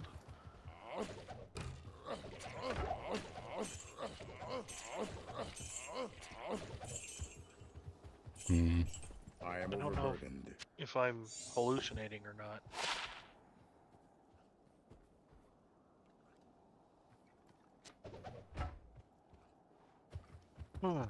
Does anyone want to do any cow runs or chaos runs? I was about to start cows. I was thinking that. I will gladly come join you for that on my necro. I'm just having fun I'm and in, working stuff. GGM DK 10. Because I was born to be a Horkin barb. Oh God, bless it! That was fast. What age? I went down to go fight Shank, and there was a pack of extra fast, the Sky Raptors or whatever, with Fanaticism and Cursed. You want me to come help you get your body back? Oh no, I didn't die. They ran up on me though with like I capped a granny in the hood. Like I was like my head went back. I was like, whoa. I can't carry anymore. Ooh, Nelly. That was a little scary. Like they ran up on me. They weren't playing no games. Swiggity swooty coming for that booty? Oh yeah, they weren't playing game and no game. They played no game.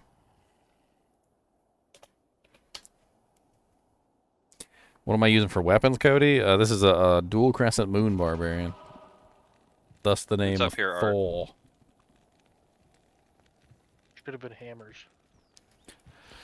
Thus the name Thor. I can't do crescent moons and hammers. If I could, I would. Kane, identify these items immediately. Good afternoon.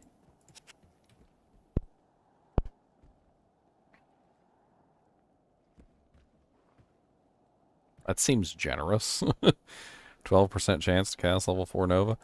Why is it every time when I get, like, items for my character, like, they always be the lowest percentage? Be like 3% chance to cast level 1 Nova. I'm like, oh, okay. Yay. Sounds great. Oh, how's your Procazon going? Oh, she's freaking ridiculous. She's stronger than my Barbarian at this point. She's hilarious to play. She doesn't have the magic find that this guy does. She can't hork, but... There's more to life than Horkin. She is chaos, like, Persona 5, though, I swear. Oh, it is right here at the Cow King, so be careful coming through. Like, I just chaos personified. I'm not even joking. Does she make people lag out? No, not really, but I mean, it's really just a matter of when she's in the game, everything basically gets confused because she spams confused because of the delirium, which is part of one of her procs. And then on top of the fact that she spams the confuse, she also spams these little twisters, which stun everything. And then she spams freaking bone spheres all over the place, and like she even has some mind blasts that come out every now and then from the delirium if she gets hit. Like it literally, like when I go do cow level, it just turns the cow level into a war zone. Like all the cows are fighting each other. Like, there's bone spheres everywhere. It turns into absolute insanity within just a couple seconds. That's so much fun. I mean, the amount of crowd control spam that she has is so ridiculous that she can literally just stand in the middle of like 100 cows and not even be touched. So, is there a item that'll give you a bone wall or bone prison proc? Yeah, like Kingly Orcs. But that's when wind struck. Oh yeah.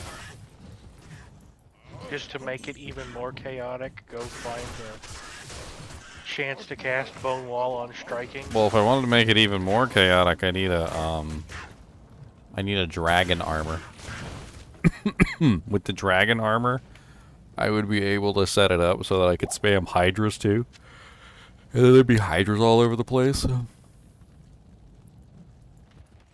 Or if I can find a hydra amulet. If anybody can find me like an amulet that has like plus Amazon skills and that has like a chance to cast hydra on it. I had a hydra one, but it was on being struck, not on striking. Oh, look at this glorious thing. I freaking love the Faithful mod. Dude, the Faithful mod is so sick. Look at how good my Barbarian looks with this Faithful armor on.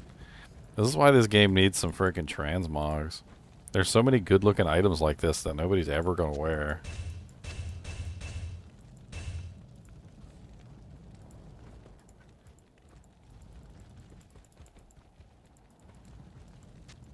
Freaking Faithful mod. Oh, an Io rune.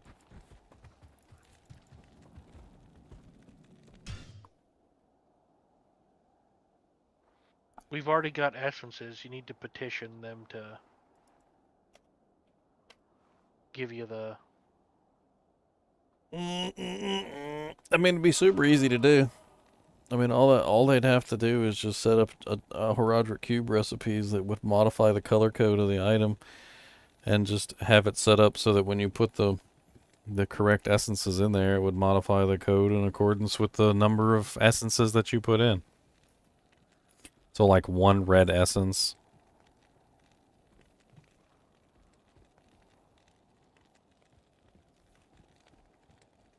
So what happens if you dump in, let's say, 4? Because you'd only have 4 slots to work with.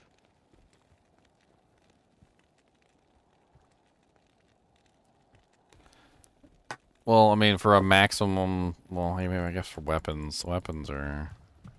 Yeah, if you wanted to do like a Zakharoon shield or a two-handed weapon, you'd have to They'd have to base it around 4, not 6.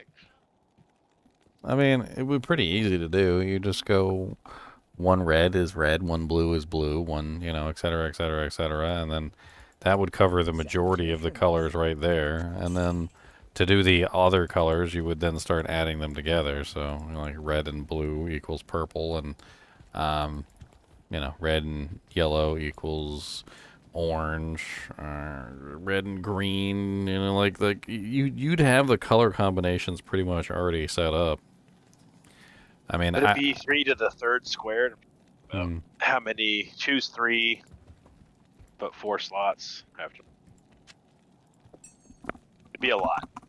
I mean, you'd probably have to do more than just the essence. It'd be like you want to do red, it's an essence, a ruby, and a Ral rune. I mean, I could see potentially the gems being added into it as well, just to make it even more like, you know, a specific color. Like maybe you want it like a really deep red, so you do like a red essence and a red ruby, and then it's a deeper red than it would otherwise normally be. Because there's like the orange kind of color, and then red. There's like the yellow, light yellow, yellow. All I know is that somehow through this color system, I need to be able to get lime green. That ugly pea lime green that just everybody loves to make their muscle cars that color. It's hideous. Hideous. That or I need to make Sounds all my like stuff. Sounds like the color I chose for the Shaco that I have in my shop. I was sitting there trying to figure out like what color like exactly I wanted to do, because they had like a bunch of different green ones, and I went to a bunch of different hats trying to find one that had like the right, like just like horrible green color. I think I got it pretty down to the Shaco color. Some of them were way too bright and vibrant. They were way too cheery, you know, like green, but it was like a green that you might actually like. No, it needs to be like olive puke green. Like it needs to be it's got to be as not pleasant green as possible. You gotta wear a green turd on your head. Do your hats come in sizes for people who have super fat heads? I mean, it's a beanie, and I don't think beanies have sizes. They stretch. Yeah, I don't think I've ever seen a size on a beanie. I actually have to hunt down specific beanies because my head is so oddly shaped. The oddly shaped head. My head is almost as wide as it is long. Just a big old noggin. I feel the pain. I don't know what to say. I constantly break headsets because of it. I have to get the adjustable one. Oh yeah, definitely invest in a good headset that's adjustable. You don't want one that's gonna break on you in 4 months. Actually, my way of doing things is to buy the one that breaks on you in 4 months. And then it lasts me 7 years. Would you like to know my trick? Please press 1 to hear more. Take care of it. No, not take care of it. Nope. Nope. Duct Incorrect. Tape, super glue, Okay. devil worship. So, the devil worship. Okay, so here's what you do. Alright? This is everybody out there. Listen up. Get into pen and a notepad and write it down. Alright? Go to the store and buy a headset. Doesn't matter what headset. Go buy a headset. Alright? Make sure you like the way the mic sounds. I think that might be the only factor, because most of the headsets are pretty good in the audio part. They're just not really the greatest in the actual like microphone part. Some of them you sound like you're in a freaking like McDonald's drive-through. All right, so buy yourself a headset, and then what you want to do is you want to wear it. Just wear it. Let it break. All right. Pay special attention to how it breaks. All right. So Write it down in a little book if you have to, if you can't remember. All right, literally document the disintegration of this headset from start to finish. All right, then what you do is go buy another one. All right, the same exact model. Then with your knowledge of how your headset disintegrates, with everything that now goes on, you now know the future of this new headset. You know before it ever happens. And what you do is you go get this stuff called Suguru. I have a packet of it right here. I'm pretty sure I do. It's called Suguru. It's a silicone, moldable silicone that you can use. That basically you can make to any shape, and then when it dries, it turns into a nice hard, like rubbery plastic material. All right. So with your knowledge of everything that goes wrong with this headset, you then use the Suguru to reinforce all the areas that broke before. All right. And because you're reinforcing them before they break, they don't break. And now all of a sudden your headset, which only lasts 4 months, now lasts years. Now, eventually you may find new stress points because you fixed the old stress points, and you might eventually find out that there's a new hidden stress point that never showed itself before because all the other stuff broke first, right?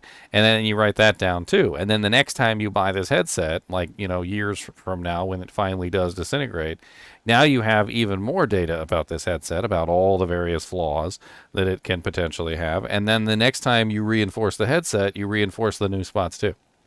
And literally, once you do it correctly, it doesn't matter what headset you get. Once you do it correctly, the headsets will literally last forever. That's a lot of work I'm not getting paid for. I did it with this headset that I have right now. I bought they were on sale, like super duper duper ridiculously sale price. It was like $20 for like a $100 headset, and I was like, okay, well that seems like a way too good of a deal to be true. And I bought like 3 of them. And first one kind of fell apart on me. Like wires started to fray, all sorts of stuff started to go wrong, and before too long I was like, okay, well this thing's just falling apart. Let me get the new one out, right? But then I was like, okay, well I'll get the new one out, but you know, now that I know what's wrong with it, I was like, I'll go ahead and I'll take this Suguru that I got and I'll just go ahead and reinforce all these spots and I'll make it so that this thing, you know, has a much harder time falling apart than the last one. And sure enough, if it damn didn't work, I think the second headset lasted me for like 5 years. Oh wow, that's good. And then I think what happened with it, I don't even think it went bad. I think what happened with it was I thought the microphone was dying or something, or I can't remember what it was. Or I was hearing a buzzing, and it turned out the buzzing wasn't actually coming from the headset. Poor headset, rest in peace. It's around here somewhere. It still works, but it turns out the buzzing was from my monitor.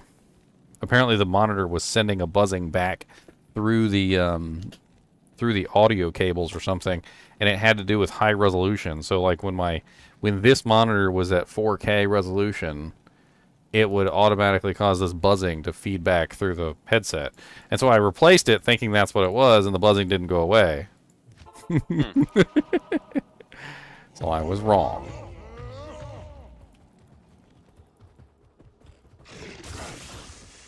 You're pleasantly surprised you thought it was going to be a warranty scam? I mean, sending it back for a warranty replacement isn't a scam or anything. Like, if it goes bad within the warranty, send it back. Get yourself another one. Oh, a 4-socket 42 RS Kurashu. No, nice. No, he thought you were going to be a degenerate and be like, oh yeah, I can't carry anymore. it broke because I found a way to break it in a way that the warranties can't detect. No.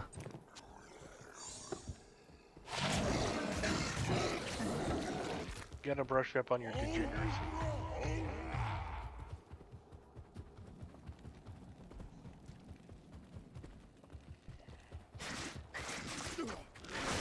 Now, we used to do that back in the day for hard drives, though. I mean, nowadays it's not really all that pertinent because, well, you know, like computers, it's just hard drives are not really all that important anymore.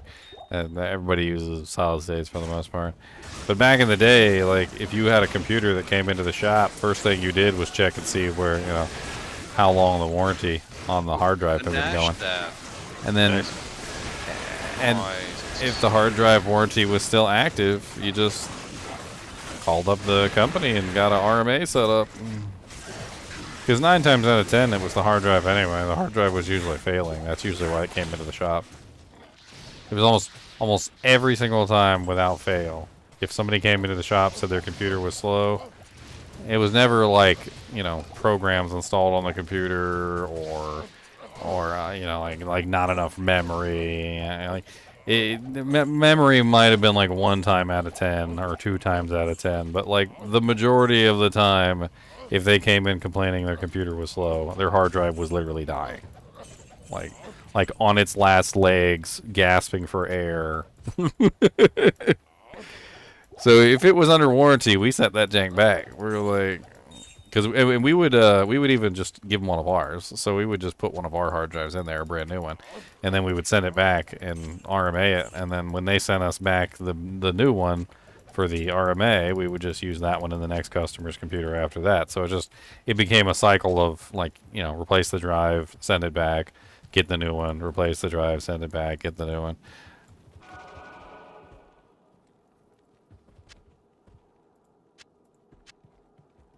I can't carry anymore. And then they got wise, and they reduced the warranty on the drives to what was it, like 1.5 years or something. And when they did that, it was pretty difficult to send them back at that point, because hard drives generally die at around 3 years. It's almost exact, almost as if it's like an Acme product and it was programmed to die at around 3 years. Hard drives just tend to die at around 3 years of use. Now, the exception is that if you have exceptionally high usage within that time period, you can kill it sooner. So 3 years is like the average use case scenario. So like if you're using it like an average user, you know, like daily, a certain number of hours every day, blah, blah, blah, blah, it'll usually last you about 3 years, right? But if you use it more than that, it'll last you less than 3 years. And if you use it less than that, it might last you a little bit more than 3 years, right? Well, they're actually counting on that it would actually last you more than 3 years, because as soon as it went over the 3-year warranty, they didn't have to replace it anymore. But then when they brought it down to 1.5 years, like, it was just impossible. Like, you had to be like a power user, just like abusing the crap out of the drive for it to die, you know, in like 1.5 years. And so it wasn't even worth calling them up anymore and trying to get the warranties set up.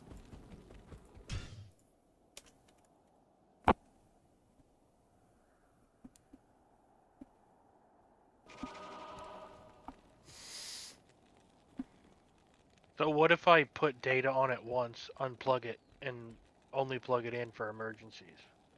I mean, as long as you turn it on occasionally, I think it'll be alright. I think there is some sort of shelf life degradation. I can't remember what that runs, but I don't think it's as crazy as anything that you'd see within a normal span of usage. It does have some other issues, like not using it at all can cause some problems, like the bearings can seize up or something like that. Like something like the I can't remember the exact terminology, but it sits too long and it starts to lock up. Usually that doesn't happen either, because it would have to sit for a particularly prolonged period of time.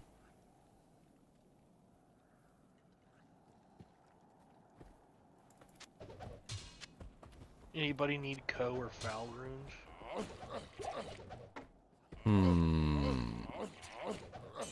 I just found this claw, and I was thinking to myself, we were talking about weapons that could potentially be used for the Iron Golem, and you know, I was thinking the Jade Talon. Yeah, the Jade Talon is a pretty decent. I mean, cheap too. Like, nobody uses the dang thing because of how. Yeah, well, I don't want to say how bad the Jade Talon is, but how good other items are, right? But it does have 30% faster hit recovery and 40 to 50 all res, which would put it right within the category of being a very effective weapon for him. It's metal. You could also socket it, and you could put something in there. You could put an rune in it to get your open wounds. You know, I don't even like these stupid quill rats. I'm just leaving. Does the golem benefit from lifesteal? I don't know. I'm not really 100% sure if he gets lifesteal or not. Not in town. I mean, I don't know. Amrune. I think by all stretches of the imagination, I believe he's kind of considered to be a monster. I think he's technically a monster. The thing that runs to my mind is the fact that your minions benefit from lifetime. Although Make him out of some Drax. Well, life tap is unique that it doesn't really. It's not really life leech. That's what I was considering. If he runs off of. Oh no, you can't make him out of Drax because of the. It's not metal. You can make him out of exile though. Problem with exile though is it doesn't really have a large number of resistances. You'd have to make it in a 45 all res base, or at bare minimum a 30 all res base, depending on your amount of summon resistance. But I mean, theoretically, a exile Iron Golem with a 45 all res shield would probably be one of the tankiest Iron Golems you could possibly make, because yeah, he would have life tap too. But I think the main issue with making him out of the exile shield, and this is the problem that you're going to run into, is because he's not made out of a weapon, he'll have no damage. So without any damage, he won't be doing any physical damage, and without physical damage, he won't actually be taking advantage of the life tap. And Jade Talon doesn't do impressive damage as it is. You'd have to find an ethereal one. I mean, I don't really think that would be super easy to trade for. You could probably get them off the tradery for a couple P gems and have like 10 or 12 of them sitting in your stash. Most people don't even want those things. I mean, they're good for I always find that they're very nice transitionary items, like when you're trying to get toward your best in slot. Like, it's just nice to have one so you can cap out your resistances until you eventually cap out your resistances the correct way. But they never end up being best in slot for a character. Well, I just pulled up Trader. Ethereal Jade Talon. Assuming they've got reasonable ED. Or like limbs of Limb. Limb species. I'm just thinking cheapness. That's also early season, so give it I another 2 weeks and they'll be P gems. So the reason why I'm saying Umrune is because I've seen a lot of people do tests with the Iron Golem, and the Iron Golem DPS tests always end up leaning more heavily toward the ones that have open wounds on them.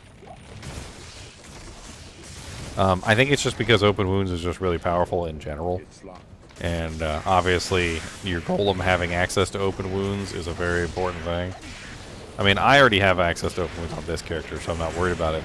But like a Summon Necromancer, he's not attacking with melee. He doesn't have open wounds. So I think the addition of open wounds on the Golem is a very powerful thing. I can't carry anymore.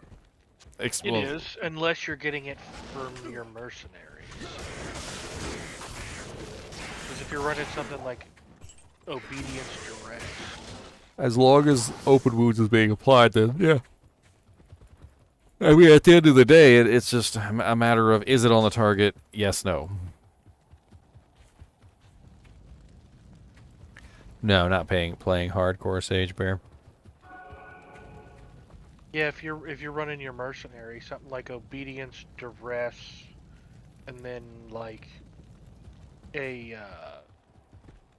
Tal's Mask would get you your open wounds and lots of crushing blow. And then you could just focus on keeping your Iron Golem alive. What's that make him out of a Last Wish? Yeah. Yeah. Yeah. Make him out of the most expensive rune combination known to man. What is that? What is Last wish, isn't it 2 burr and a jaw? Jaw bear, jaw maul, jaw sir. 3 jaw runes, a bear, a burr rune, a mal, and a sir. Who makes those? People who like to waste runes. My personal opinion, the only people that make that rune word are people that buy their runes off the internet. Maybe it's just me, but I just feel like for that price, you could do so much more. Hello. Oh, you can, without a doubt. I don't remember what season it was, but somebody came to me and actually, like, handed me a last wish, and it was made in something stupid like a crystal sword or like a dimensional blade or something. And I'm like, why?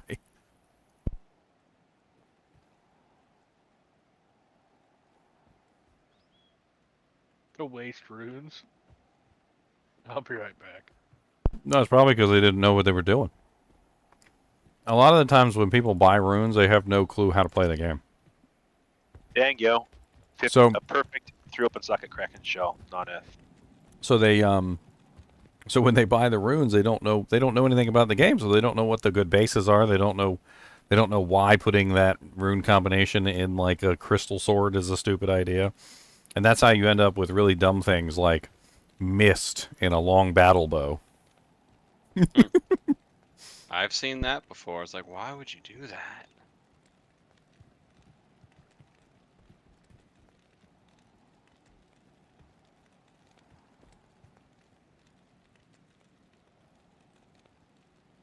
I know you love your Kraken shells, Ginger. Well, what? I know you love your Kraken shells. Found a 3 open socket with 15. Not this season, I don't think. Unless I 602. plan on doing a dragon.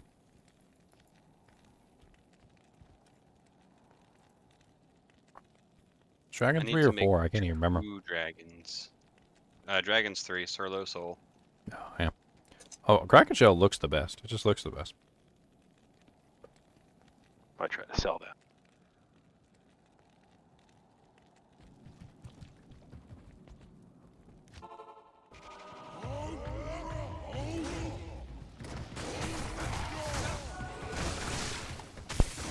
Did you already clear these cows?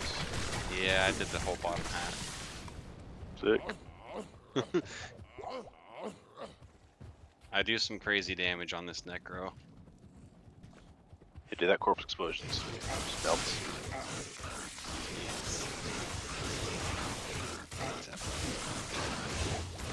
Because the corpse exploded the whole dang screen and all the cows did scream. Moo. Well, they have super high life, so that's why it's amazing.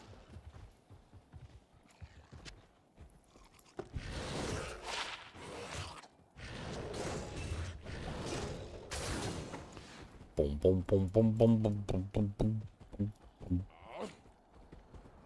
Any high runes this season? Yeah, we found a bunch, actually. I horked a Sur rune on, like, day 1, which was pretty amazing. And then, we found burrs and jaws and zods, a bunch of cool stuff.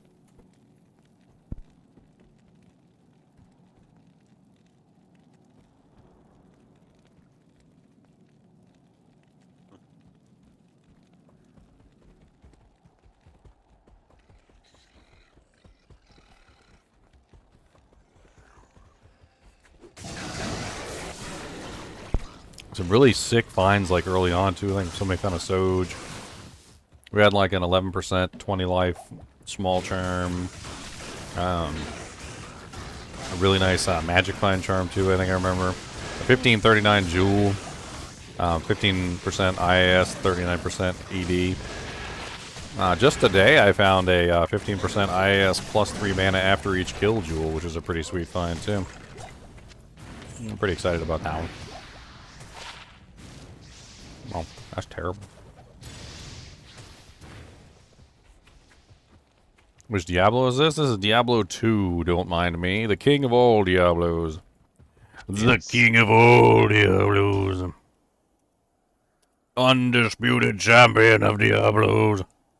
So if all you know is D3 and D4, then you would struggle to play this game.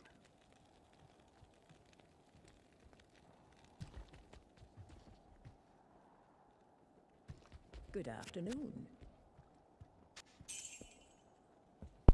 Dude, they cracked me up in the campfire chat. They kept talking about they were like, the resistances are gonna be a puzzle, and it's gonna be something that you're gonna have to figure out, and it's gonna be a puzzle, and you guys might have a little trouble with the puzzle, but it's gonna be a puzzle. And I'm like, it's not a puzzle, buddy. It's you put the resistances on and they work. There's no puzzle to it.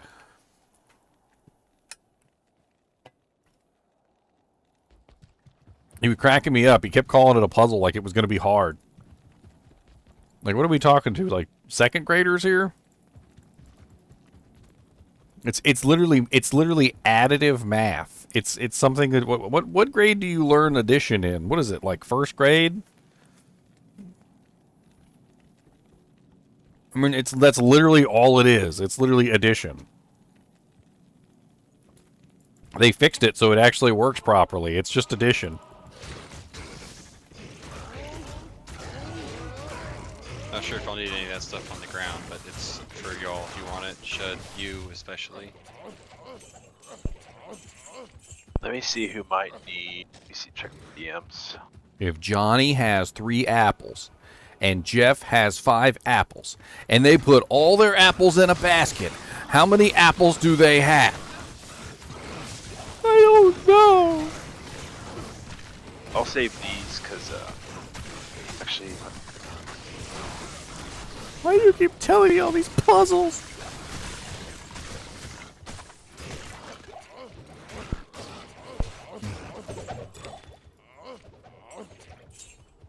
The Diablo 3 players are going to get a blast from the past, though.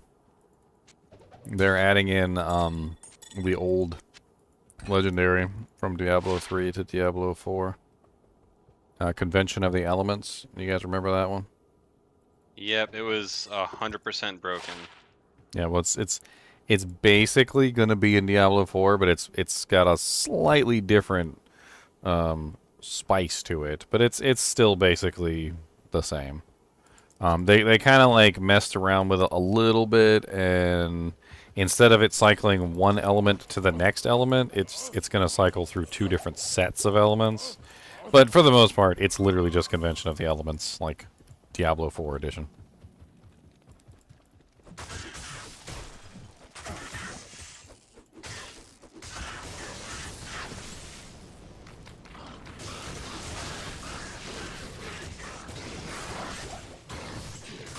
Ooh, scarab shell boots. Nice. I mean, I don't really need them. I'm using water walks. What are they? Or silkweave for mana return when I kill something. But they're non-F 12-11 roll. Do you need them for anything? I don't think so. Can you post them? Yeah. Just in chat? Yeah, just like in game chat. Oh, yeah, I got them. Horky, horky, horky, horky, Trek. horky, horky, horky, horky, horky, horky, horky, horky. Who is making a Jabazon? Dark Hotto? You might want him. He's gonna be on a couple hours. Alright. Cause I was born to be a Javazonian, cause at least I know I'm a Javazonian. Does anybody just desperately need a insight base? I think everybody probably has actually good ones at this point. I mean, if it's a good 4-socket bow, I'm using a good... It's a 4-socket thresher. A 4-socket thresher. It's non-F, but... Brown judge found a brown jewel too. Anybody? I don't think we have to wonder where that one came from. The brown jewel, my friends.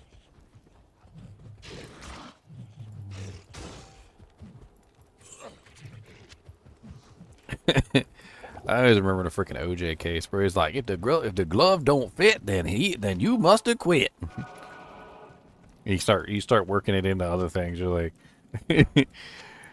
if the jewel is brown, you put it down.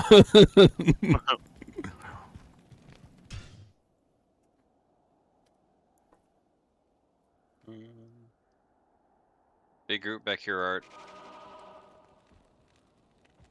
Said do it.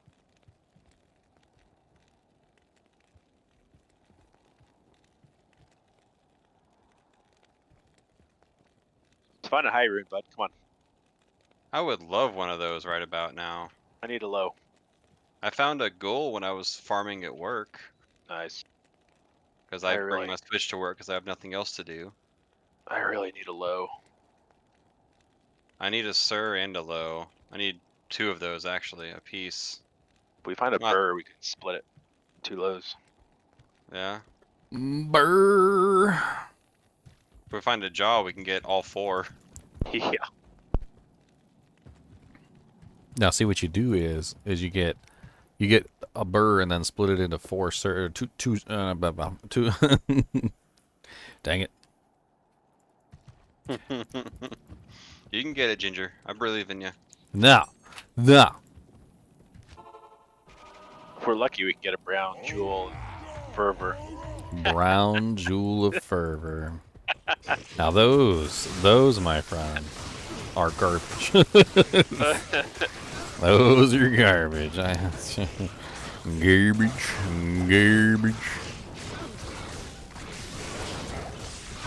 Oh, there's an if Rip. right. Ooh, Cow King's down here.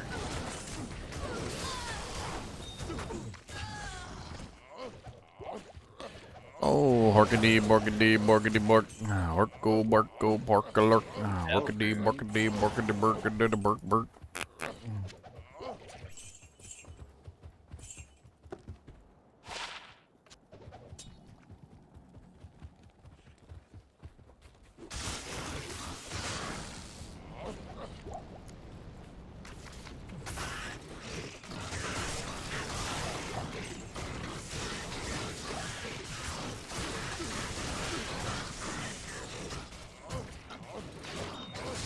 Tier rune, we're getting rune drops, just not the right ones. Yup. The tierest of runes. Get 'em, minions. You guys already get the help. Good group up here.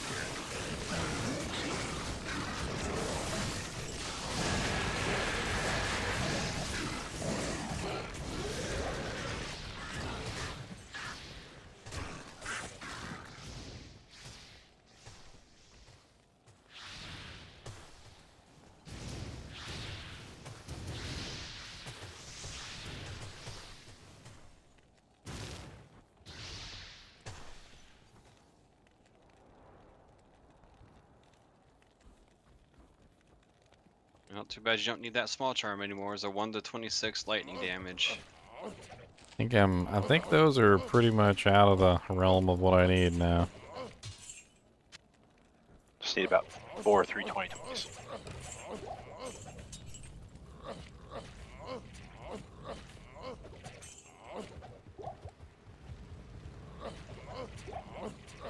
Next.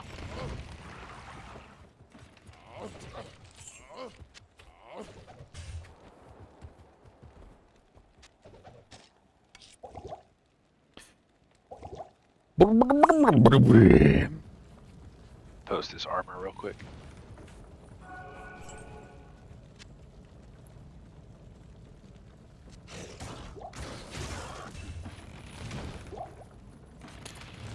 Bound to be a great hallberg, 'cause at least I know I got a hallberg. Hallberg of the caduceus. I am overburdened. The second Ondel step, or nausea step, I found this ladder. Hello. I wish it was an Ondel's.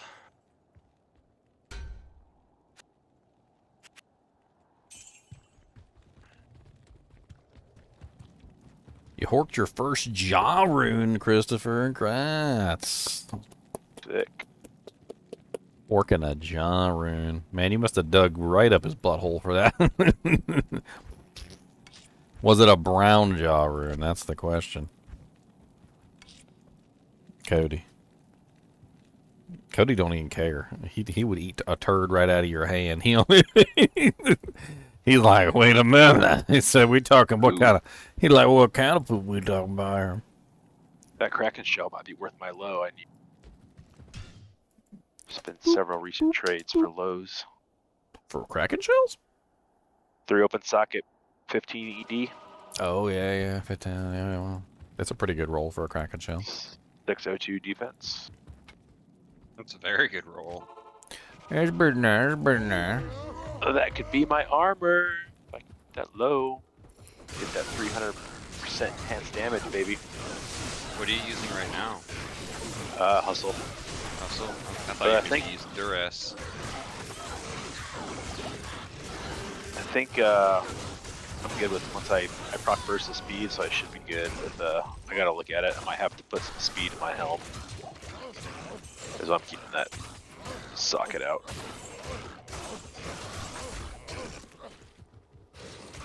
Hey, Cody, do you think that you could run to the store for me real quick? Okay, I'll give you my keys.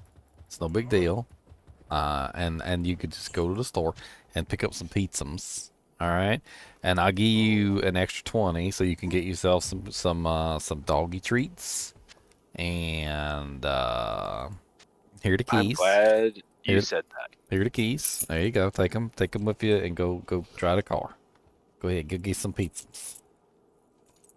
Because I never buy pizzas, and I bought one at the grocery store yesterday. Come on, get some pizzas. Why you not take the keys? Come on, go drive. What do you mean you don't know how to drive? What do you mean you don't got a license?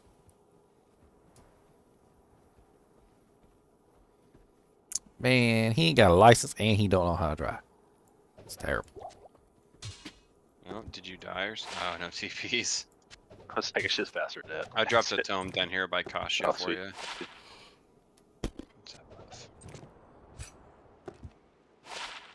I've stopped them.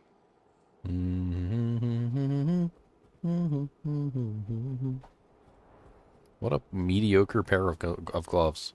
10% IAS, 13% cold res, 19% lightning resistance, and 13% magic find.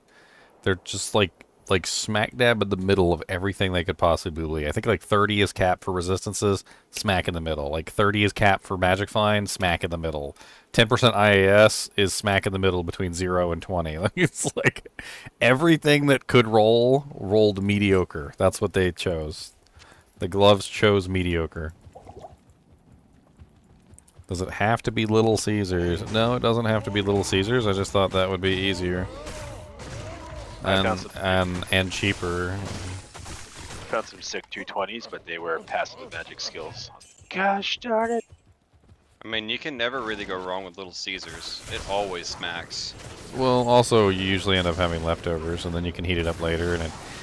So this is the way I like to think about meals. Is that okay? So if you spend $30 and the meal's gone at the end of the meal, then it was $30 for the meal. Okay, but if you spend $30 on a meal and then you eat again the next day, like you have leftovers, and you eat that meal again the next day, then it's not $30 for one meal, it's $15 for one meal. So, like, if you think about it in that way, so the places that have leftovers, I usually like to get the leftover places, because that way you always have something left over, and then you eat a little bit extra. So pizza ends up being cheaper a lot of the times, just simply because, you know, you usually have leftovers, and then you know, yeah. Plus, I mean, who doesn't like day old pizza? Come on. Everyone loves day old pizza. It's delicious. I don't think they want Little Caesars, though. The biggest debate is cold or warmed up pizza. Cody's supposed to go get it for us. Cody said he was going to drive. You going to drive, Cody? There you go. Come on.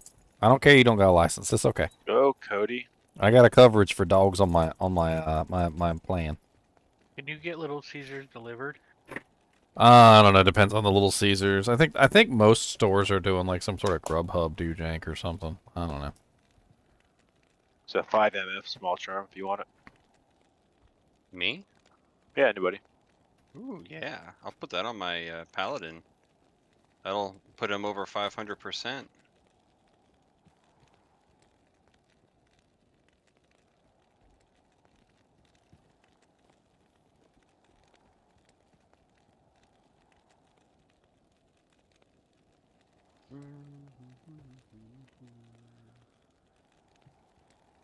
I still think running like a Foden with the Griswald set stuffed full of ists and topaz would be hilarious. Be a lot of magic find for sure. Honestly, you'd probably be better off magic find wise with Leather, is that Twitch throw? Cow Kings. Yep. Cow Twitch King. throw. Cow Kings has a pretty insane amount of magic find on it. It's 100%. Well, including everything else, like 125 for 3 pieces. Not including socketing the helm and the armor.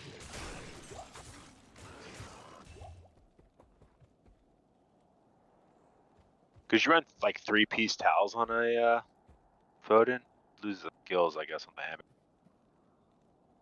That's why I'm thinking that the Griswold set would be an interesting budget, because it's going to give you plus the skills, all res, and all those sockets for magic find.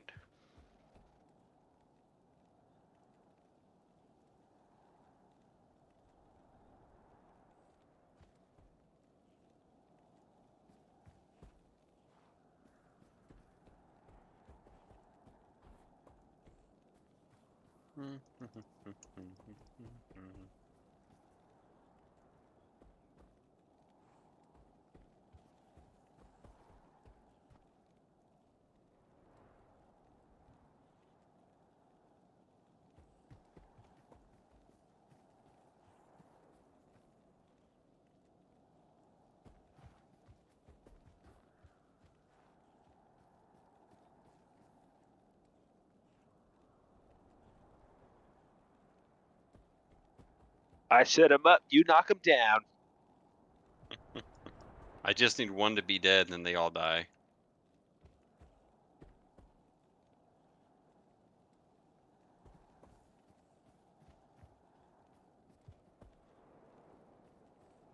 Believe that would be this run.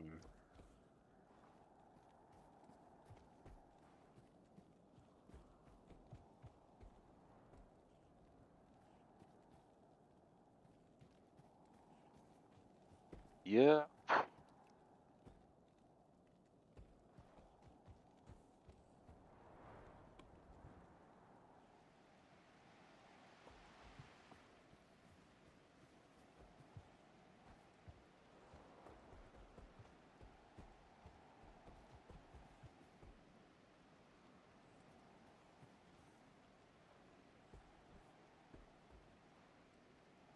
Ah, did you not make 15?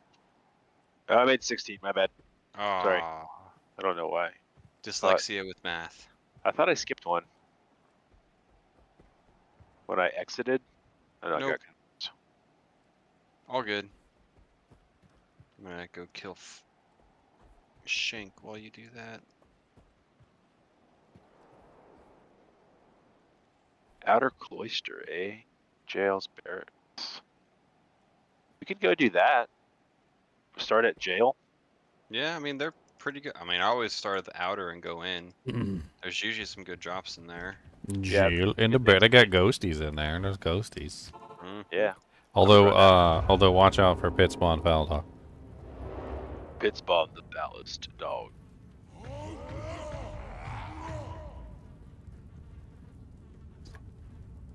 You want to run that for a little bit? Yeah, I'm cool with that.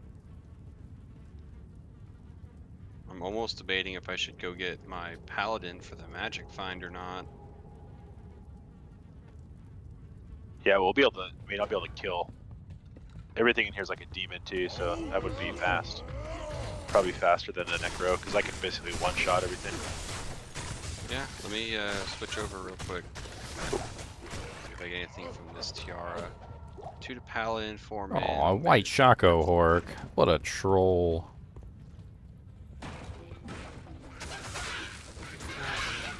Can't believe I just porked a white Shaco.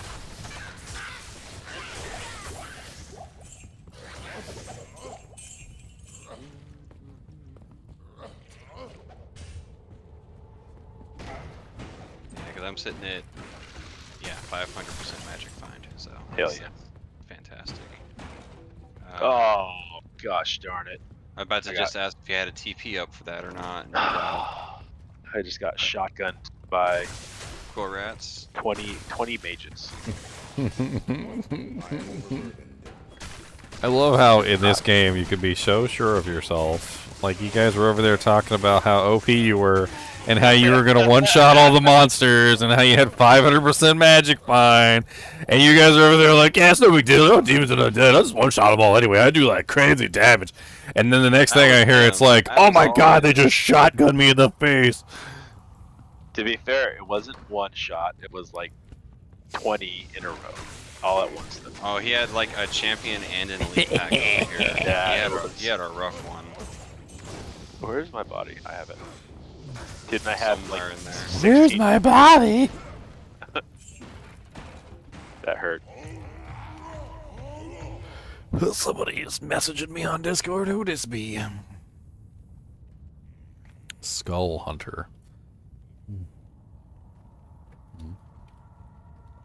People always start conversations with me like I'm not. This isn't meant to sound cocky at all, but like I'm a regular guy who could just chat whenever I want to.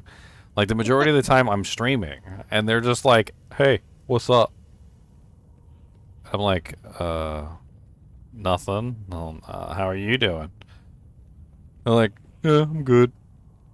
So, Like, just join the voice chat and talk. It's and I'm so much like, easier. well, not even just that, but like half the time I'll be like, I'm streaming, man, I can't really talk, and I'll send them like the link to the stream, and they just keep on going, like it's just a normal conversation, and I'm like, stop it! Dap, not worth. So what you're telling me Ooh, is small some charm. of the time I Yeah. should just start sending you messages like, "Hey man, what's up?" Garbage.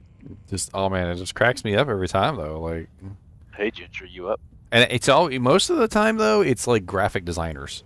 Those are the ones that really like just piss me off. Yeah. I swear they got some sort of script they follow. It's like they have this script and it's like always make sure you say hello, and then always like do this and then do that. I'm pretty sure I could pull one up here. Hold on, let me just pull one up because I got like 1,000 graphic designers that contact me like on a daily basis, and I could literally read you verbatim how it goes. Let's see here. No, There's there's a 5 open one. socket, giant thresher, normal if you want to make your obedient for your golem. My golem. I wouldn't do it on this one. This is a 50 durability Corona. That was a failed roll for a COA. Oh, dude. That hurts my absolute soul right there. Rip. How was it a failed roll? Aren't you doing the terror zone? It is, yes. What level Because are you? level Are you- 90. Shouldn't How be. many- Can't be a failed roll then. That's I my had a point. durability of 50 on a Corona. That's more than double. I don't No, think so. it's triple. So It's triple. when it fails to roll unique, it's triple the normal durability. I also do believe the crown has a base durability of like 50. Yeah, so if it was a failed one, it would be 150. I thought it had a lower durability than that. A wrist sword. Sorry to disappoint you. It wasn't even a failed COA. You're good. Makes me feel a little better, honestly. I need to put my other. I am overburdened. That's why I died. I don't have life. Second. I started using carrion wind and cows because I kind of think that. Oh, the You stun procs are amazing. Yeah, but I like my other non-cows. Put up my cheek face too, since you have all the magic find. So I don't die. Kill stuff. I could show up and kill everything with my 25 magic find. Oh, we slaying things. I got cocky. She is squishy, and I have like real crappy resistances and like 500 life. That's Why do like you the have- biggest downside to a boson is the lowness on that. I've never run the low life bosons. It's not worth it. Well, it's more the resistances because it's hard to get those up all the way to max them out. I don't run the boson. She's not worth it. Oh, it's so much fun though. I mean, honestly, with the resistances, it's not really that big of a deal if you stack some of the evades. No. Meet me in the moor. You want to go? You don't run the boson. He was probably a Telesork and that's all he ever plays. Yeah. I haven't made a Sork in a couple seasons now. Okay. Meet me in the moor, bro. I'm gonna hit you with strafe. I'm gonna hit you with strafe. My strafe is gonna do magic damage. I got bone spears. I just don't think she's worth the price for the output. Bro, this is my build right now is cheap, dude. It's like one high rune maybe. Seriously, it is like one of the better cheap builds I've ever played. I got a G face, I got a Atmas, I got a Hustle, I got a Wind Force with Hiss, real crappy War Traps, Ravenfrost, Razortail, Laying a Hand. And I'm doing 7k. So you can make them really cheap. You can get them really expensive, but yeah, They're playable at many, many levels. I mean, P1 that'll work just fine. P2, P3 maybe. But it'll fall off really quickly in P4, 5, 6. And you won't be able to keep up in P8 in most content. It's I don't know. What's that damage procs? It's like, really the it's really like the whole thing why people won't use that character in like end game content. There's a whole guy, he's on YouTube. He does videos on like the boson, and he sets up. He's like, oh, it does P8 just fine, and then he's got like a full inventory of 320/20s and like every piece of good equipment that he can possibly have. He's running like 300 health because he has all his points dumped into dexterity.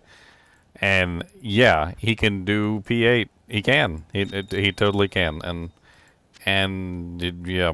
But he gets one shot whenever he gets touched. Oh yeah, when Diablo like barely grazed him with the edge of the lightning thing, he went down to like 1 HP and almost died. Speaking of Griswolds, I just found the caduceus. nice. Did you really? Very nice. Who needs magic find? Already spice. I think the boson definitely has seen a lot of buffs over the past couple patches, though. Definitely. She's definitely a lot better than she was when like Diablo 2 started.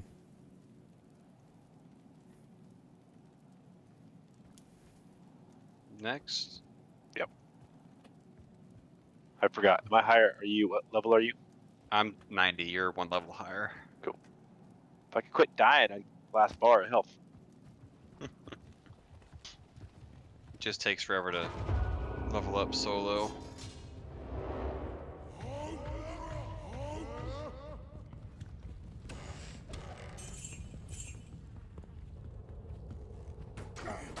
Yeah, I think I went with the boson and I tested out a lot of stuff with the boson, and it was my general consensus that anything lower than 800 HP and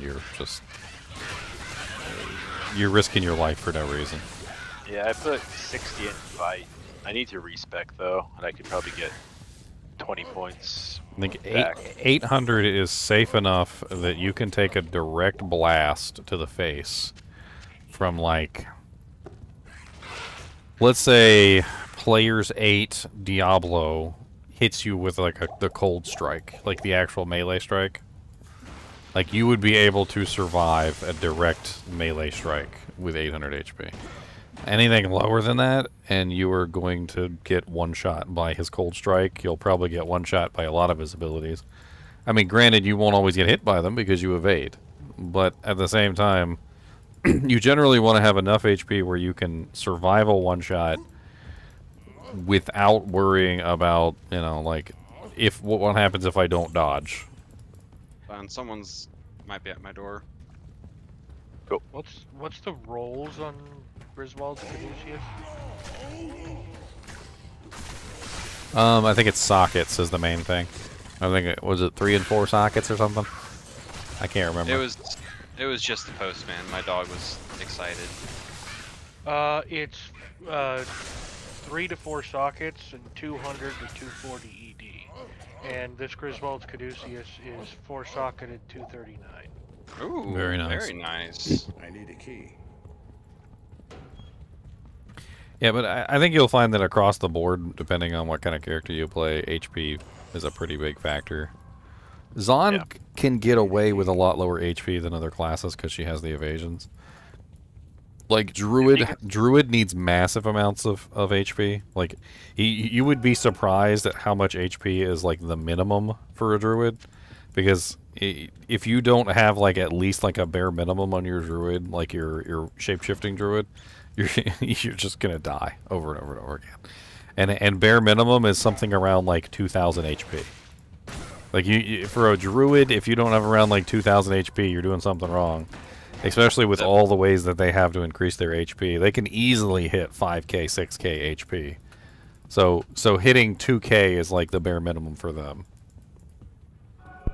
If you can survive the one shot and you're hitting stuff though, like the leech just is ridiculous on the bow. I mean, of course, with your physical damage, you got lots of leech. I guess I'm gonna post this Griswold's because this one sells for fat cash. Thought it was more of a niche thing to have a Griswold's. It is, but apparently the ED socket The almost combo, perfect roll. the almost perfect roll pushes it up into that like 2 ohm low, somebody desperate, too low. Do I think a As a- two-handed as a- Breath of the Dying is viable? As a Honestly, mid-roll, as a mid-price. at this point for Whirlwind Barbarian, you're better off with one-handers. The way that they changed the calculation, the one-handers are just superior to the two-handers now. It is completely viable. I did it. I mean, You will get more damage out of a 2 one-handed weapons, but it is viable. I mean, it's not even just the fact that the one-handers are better damage now. It has to. There's a whole bunch of stuff going on with the calculations, and if you guys remember the Dance of Death from like back in, you know, don't even know the patch that it was added in, but Whirlwind had this thing. It was called the Dance of Death. Basically, what it involved was every time you would use Whirlwind, you would get a free attack starting at the beginning of the rotation, and this free attack, because it was basically just given to you for free, meant that the two-handers always did substantially more damage than the one-handers in Whirlwind, because as soon as you started the Whirlwind, you would get this free attack, regardless of what your increased attack speed was or how slow the weapon was. It could be the slowest weapon in existence, and the Whirlwind would always give you this free attack at the beginning of the rotation. So the Dance of Death was basically a way for the Whirlwind Barbarian to take advantage of this free attack that was given with the Whirlwind, which made it so that the higher damage weapons just did insanely large amounts of damage. But when they changed the calculation, something odd happened, and apparently the one-handed weapons both now get free attacks, which didn't happen before. So instead of just the two-hander getting a free attack, now both one-handers are getting free attacks at the beginning of each rotation, which is 2 free attacks at the beginning of the rotation instead of 1. And depending on how you have your character set up, the one-handers just like insanely bypass the damage output of the two-handers now. And then there's also the factor of the range of the weapon too, which also comes into play. So two-handers just generally tend to be much longer ranged weapons, and they spread their damage out much further than the one-handers do. And so in my testing with Breath of the Dying, like Thunder Maul, Breath of the Dying Warpike, Breath of the Dying, various weapons that have various different like ranges and damage outputs, ranging from things like extremely high damage but slow, or extremely fast but you know, lower damage output, but around the same average. They could not keep up with the shorter range one-handers. The shorter range one-handers outpace them by miles now.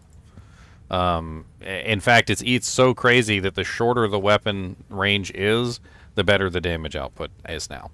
So when you're looking at things like zero range weapons, like daggers and things like that, they seem to out DPS everything.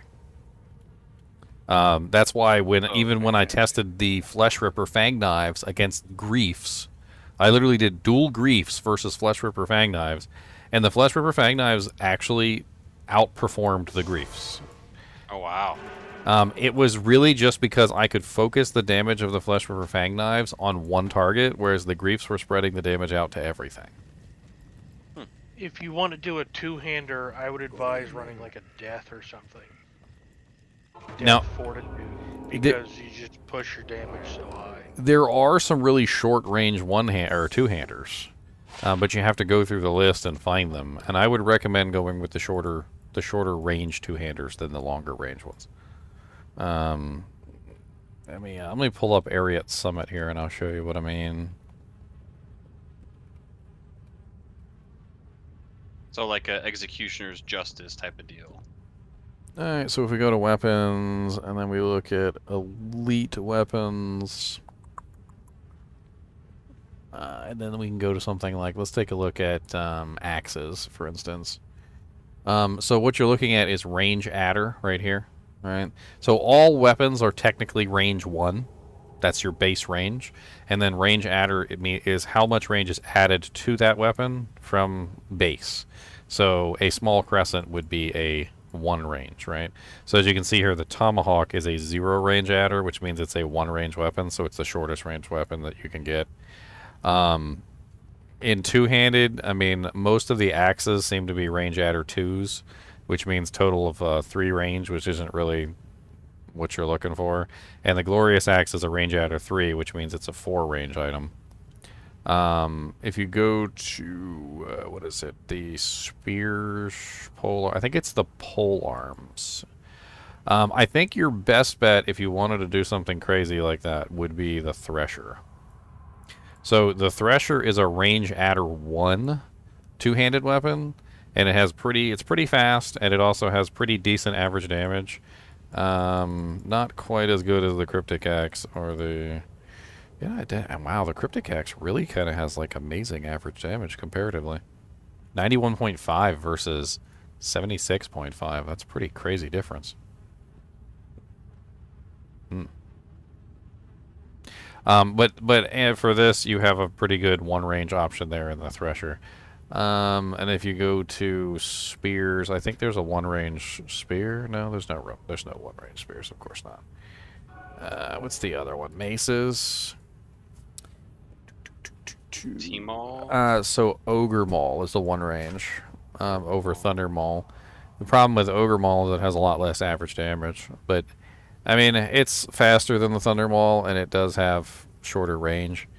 It's just, in general, you're going to find that if you go with these really high-range ones, like, I think what a lot of people like to do, or at least back in the day, what they like to do, is they would go with something crazy like a Breath of the Dying Warpike, right? Which is a 4 range plus.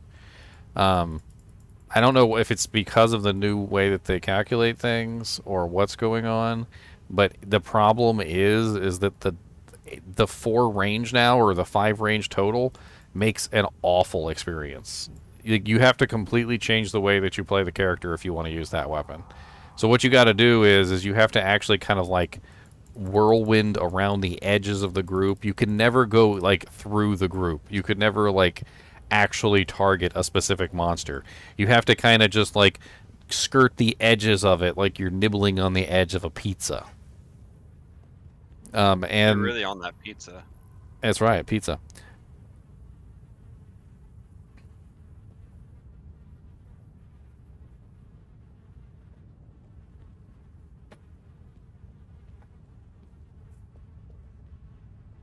How did I get a golem as a barbarian?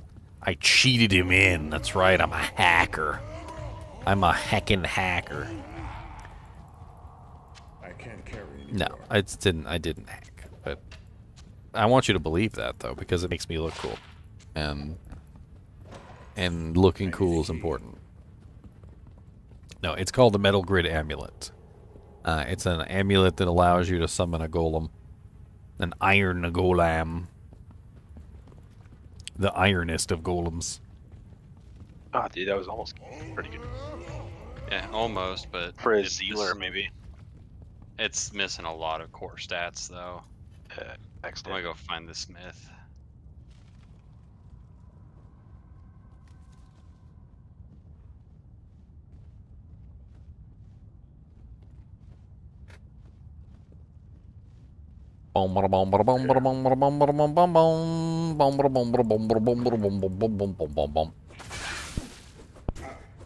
Hack, hack, hack, hack, chop, chop, chop, chop.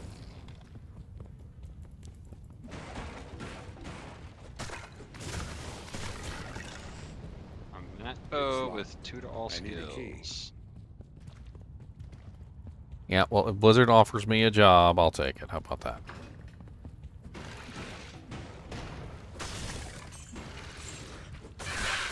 Then I could listen.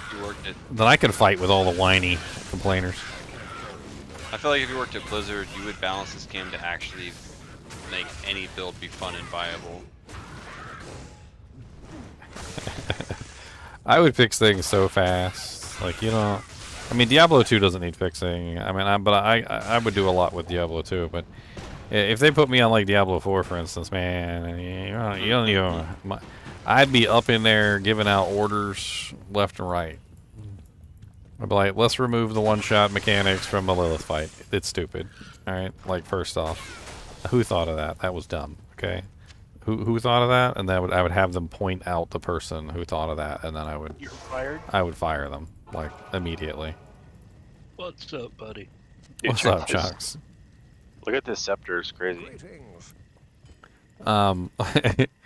I would remove the stupid sockets from the items in Diablo 4 so people could actually see the items and increase the size of the artwork so you could actually see what the artwork looks like. Dude, check this scepter out. It's just kind of nuts. An overlay map. Oh, goodness. Plus 300, 2% damage to undead. That's fun. That's fucking wild. It's locked. The engineers would hate me too because I'd be up in there every day. I'd be like, okay, where are we going?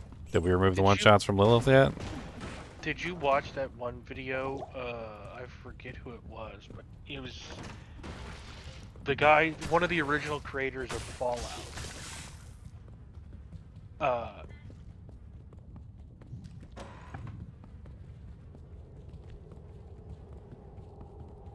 It's locked. Sorry, somebody was talking to me. He puts in a request for a lot for some code that would take him 45 minutes. He could do it real Oh quick. yeah, I think I know what you're talking about. Yeah. And somebody comes back and it says, "I need a month," and it's like, I can write the code in 45 minutes. Why do you need a month? So either people who write the code are incompetent, or they don't want to work. Both? Question mark? I think this is the spaghetti code problem. Yeah. I need a month to do something that takes 45 minutes. I think like, what we're looking at is actually more along the lines of something, a phenomenon that is usually done on purpose, but sometimes happens on accident. So, you know, like in the movies and stuff like that, where they have this, you know, like secret project that they want to work on, like maybe they're making a spaceship or something. You know, they're trying to like build this spaceship, and so what they do is they like outsource the parts to multiple companies, right? Because they can't build the spaceships on their own without, you know, in secret. So they outsource everything into multiple things. They split it up enough so that nobody can get the full picture of what's actually being built. They only know the parts that are being built. And then they take all the parts and they put them together somewhere, right? Well, I think Blizzard has become a large enough company that the pieces of the puzzle are being put together by people. They have it so subdivided out into all these little segments that I don't think there's any one person who actually realizes how they are all going to fit together. And so then once they put them all together and they end up with an end product, and the end product doesn't seem to quite fit what they had envisioned, it's because they didn't actually put the pieces together like at the same time. So the smaller teams, like the dev teams that are, little tiny dev teams, they tend to be better in this regard because the overall vision is more cohesive and more understanding, right? It's And easier to communicate your idea to 30 people than it is to 300. Exactly. So we run into this situation where we're sitting in this, like, everything's breaking up all these little pieces into all these little stuffs, and nobody knows what the hell's going on. They're like, hey, make this. And you're like, well, why? What is it for? You're like, just shut up and make it. Like, we need this. Do it now. And then they put it in the game, and it's like, well, that doesn't match what we wanted. It was like, well, what did you want? You didn't tell. You just told me to make it. You didn't say what it was for. That'd be like if I walked into a room and I'm like, give me a drink. You're like, what drink do you want? Just give me a drink. I come back with a tea. I don't want a tea. I wanted something else. Well, what do you want? Right. Just give me a drink. I'm going to pee in your cup. Like, what's the drink for? Is it for you? Is it for your boss? Like, Ring. see, you don't even know. You can't even pee in the cup because maybe it's for his boss, and maybe now you're fired. D-Star. Yeah, but you also got fired already for twerking on your boss. I mean, at some point or another, you need more details. You need to know what's going on, right? I think I remember a long time ago I was at some place and I asked a question, and the guy was like, he's like, you don't need to know what's going on. You just need to do your work. And I'm like, and that actually is a legit real thing that happens at places like this. All like, the time. And so when you get into situations like that where they're telling you to do something and then they don't give you the pertinent information, of course your job's going to end up getting done wrong. And then they come back and they're like, why'd you do it this way? And I'm like, well, what other way was I supposed to do it? They're like, well, first off, the drink was for a child and he doesn't want alcoholic beverages. Well, if you'd told me the drink was for a child, I would have gotten a sippy cup or something. Hey, Chunky. Yeah. What is Griswold's redemption predominantly used for that makes it so expensive? The caddy? Yeah, he found a really nice one. 4 sockets with good ED. 239 ED. It can be used for like so many things. It just depends on what you want to put in it. And it's, like one of the rare pieces. Yeah, and if you're gonna invest, the thing is if you're gonna invest the runes, you're gonna invest, the gems or the jewels. You're gonna want a nice one. Okay. I was just wondering if it was like a dueling item, and it would be broadly worthless on the ladder. So who did the Astrions end up going to? Me. You? Yes. You don't got a North Star Smiter. I have a pally. He does now. He does I don't now. have a North Star Smiter. He does now. I've never made a North Star Smiter. Oh, well, you should. They're amazing. Well, I know. You've always made. You make your pallies, and I make my variation of it. It's just the way I've always done it. You know this. I'm like you. I just thought I don't follow Bill. I just thought it would have gone to one of the North Star Pallies. No. I can actually kill Vidine the said he boss makes now. South Star Pallies, so. I just make pallies. Oh, I got a freaking raid. Oh, 787F lacquered plant. That's not nice. What's up, Rocco Goblino? How's it going? It's Rocco Goblino. What were you guys playing?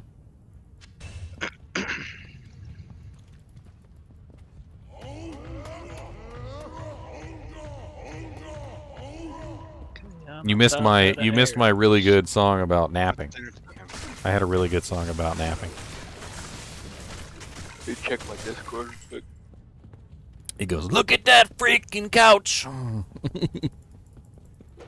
I could just take a nap. I'm gonna lay right on down. And then there's a whole other verse that goes like, it goes, look at that freaking bed. Oh my God, what a spread. A pillow to lay my head. I'ma sleep till I'm dead. It's great. It's absolutely great. Is that a Nickelback parody? Pretty much, yeah. Sounds like it. Yeah, look at this photograph, whatever the hell that song was. That's why I was doing the raspy voice. If you're gonna do it, you gotta commit. It's freaking mosquito trying to eat my face. You can't wait to wear your Shaco beanie? You got one? Which, by the way, if any of you guys are interested in one of my Shaco beanies on the shop, if you are a member of my Discord. well, not Discord, but if you're a member of the YouTube channel, I believe there is a discount code in there for you if you're a member of the YouTube channel. I think it's like 10% off. So. Chunk, you're making a pally this season? I've already made him. He's done pumped me out 2 stars, a towel armor, and a gold rune in 2 days. Dang, Nice. hacks. What shield are you using? Or I assume you might have already dumped your belt in Hawes. I have a Hawes and I have a Spirit 44 all res. That's not a 41 Suguru shield Spirit. It's just a protector shield. I need to get this frickin' Necromancer build theory crafted up. I'm kind of excited about the Summon Necromancer. They made him all honky or skronk in Diablo 4. I think he might actually be fun this season. That's what I was messing with. Like, Summon Necro? yeah, the army one. I mean, it looks like you could go a bunch of different ways. I mean, they consolidated all the Thorn inherit armor buffs into one, so you can build a Thorns Necro much easier now. I mean, that could be fun. Maybe that's what I'll do. Maybe I'll try a Thorns Necro out. I'm not really sure how that would work out though, like gear wise. I mean, I guess I could use Razor Blade. I don't know. You'll probably want Iron Maiden. Oh yeah, definitely curses. If you're going minions, I think you kind of just like want to go with the curses, just in general. Unless they're just there to block bodies. It's locked. Well, there's a lot of good things that the curses do. Decrepify specifically has that effect where every single time the monster's hit, there's like a lucky hit chance that it reduces the cooldown of your active ultimate. So you basically... Does that actually affect your Necromancer? Because they only inherit a small percentage of your... well, they inherit 30% of what you get, yeah. So their lucky hit chance is probably tiny. No, it goes pretty quick, actually. I tested it. I've tested it a couple times. The Decrepify thing is actually kind of insane. If you're running a full army and you have the full army wailing on something and you hit it with the Decrepify curse, it's pretty nutso. I think I'm actually surprised. I was expecting this to be a complete disaster, but they really pulled out all the stops. So I'm gonna go try them. Well, I mean, let's not give them that much credit. They told us. They said they did. They told us Yeah, for that's seasons fair. and seasons, like literally for season 0 and season 1. They were like, "We'll get to it in season 2.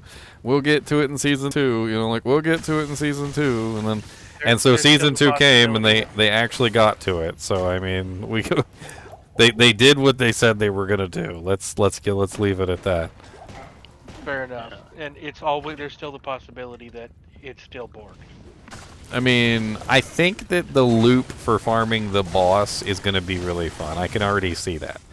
My worry is that if Duriel is too difficult, then nobody's going to want to do the loop. Like, so imagine instead of Duriel at the end of that loop, imagine it's Uber Lilith at the end of that loop. How many people do you know that are going to farm those mats to fight Uber Lilith? not many people are going to want to actually farm the mats to fight her over and over again, are they?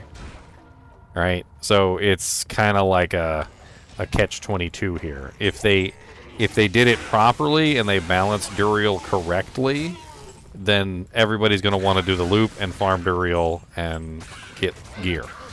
But if he's too difficult, nobody's going to want to do the loop. I mean, it would be like, imagine if, let's use Ubers as an example.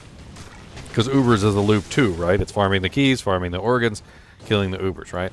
So imagine you farm the keys, you killed the guys, and you got the organs, and then you go into Uber Tristram and you get one shot.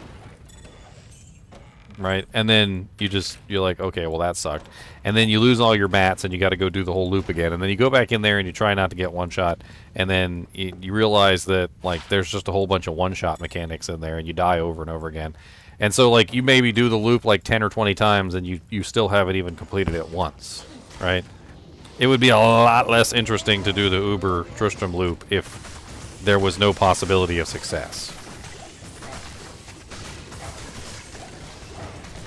So Dine has found the perfect item. They know about it. Oh, Chunks, guess what I found? What? I found a frickin' 15% IAS plus 3 mana after each kill jewel. That's a couple bar right there. Yeah, that's a spurnsive. That's a spurnsive boy. Mm-hmm.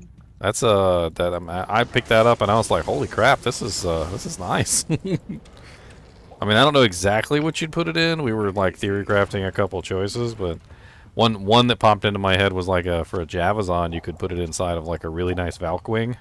Mm-hmm. That would be a really good choice. And then because that's what Valkwing tops out at 5, right?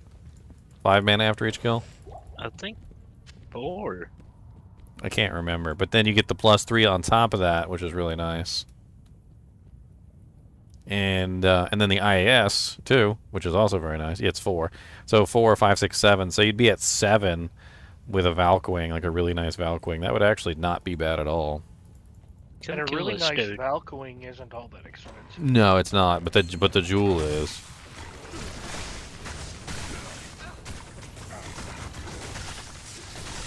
Yes, so that's a good point too, Prima 3. So Prima 3 brought that up as well, and I was talking about that earlier today. So in Uber Tristram, this is another thing that I think is also something that they're going to have to balance is in Uber Tristram, the torch is guaranteed. So you are guaranteed to get a torch if you complete Uber Tristram, right? Which is another reason why people will farm it, because they know that if they can complete it, they will get something good no matter what.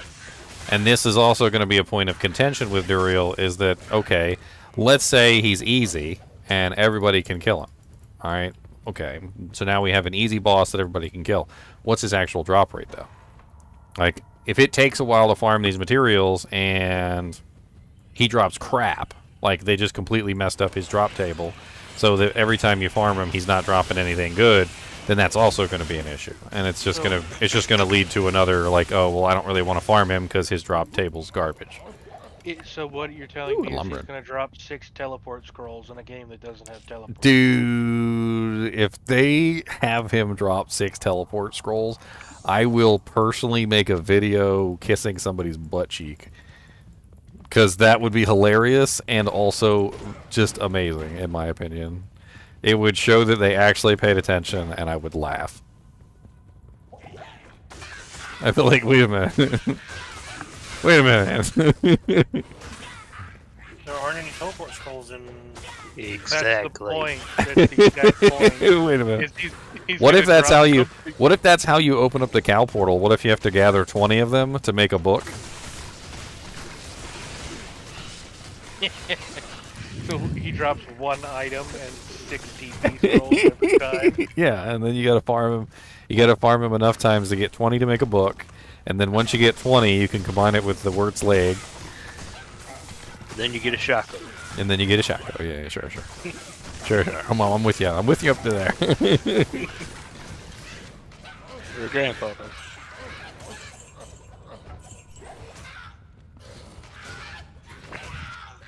You see my old school bow I made? What'd you make? Old school, man. Old school. Oh, Breath of the Day? Hydra bow? Okay, alright. I see you over there. Shaking that thing.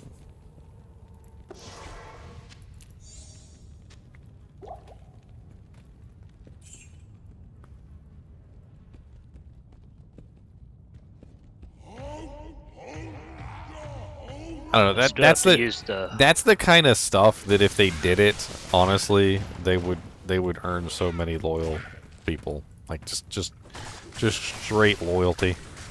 They'd be like, "Holy crap, Duriel just dropped 6 TP scrolls."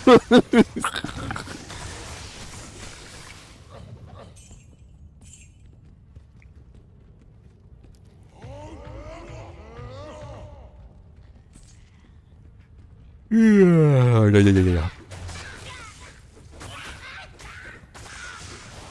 Dine, are you telling me the summoner dropped you an entire present moon set? Oh, I can't. different crescent moon. Impossible. I heard that this situation on Eternal Realm is already like completely untenable. That apparently there's just they just have so much gold and everything's been duped to all high heavens and back. Apparently, like the gold is worthless. Like people have full accounts of gold at this point.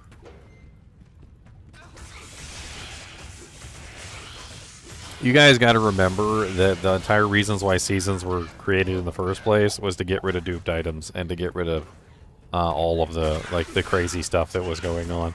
It was a cheap and dirty way to reset the game to basically remove the advantages that other players were having over everyone by utilizing those duped items. And fixing a hole in the boat doesn't remove the water that got in. You have to remember that. It doesn't matter how many times they fix these exploits. If the game is permanent and the consequences of the actions, you know, don't just simply disappear with the fix, then, you know, the water's still in the boat. It doesn't leave just because they patched the hole. Or built a bigger boat. So the only way that you're going to fix things is seasons, which is literally to make a new boat. And that's why seasons is so important in the Diablo franchise, because no matter what cheats are there, no matter what exploits are available, no matter how many items they do, at a certain point, when the season resets, everything goes away. And if they patched enough holes in the boat for the next season, then the next season might be a little bit more fair and balanced. But usually it only takes a matter of time before everything starts to get effed up again. Because even without exploits, and even without duping, and even without cheats, you still have bots. And you give the bots enough time, and they will literally farm the ever-loving crap out of the world until nothing has value. It's the inevitability of Yeah, anything that has an eternal realm where all that wealth just accumulates. I mean, the Eternal Realm still has a place. I mean, you can go on there, and you can basically just, you know, have like an infinite number of new janks. I mean, it's not really that big of a deal.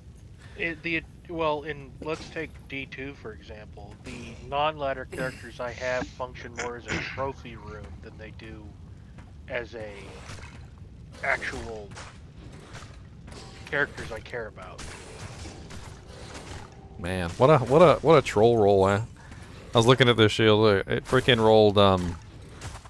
It rolled of deflecting.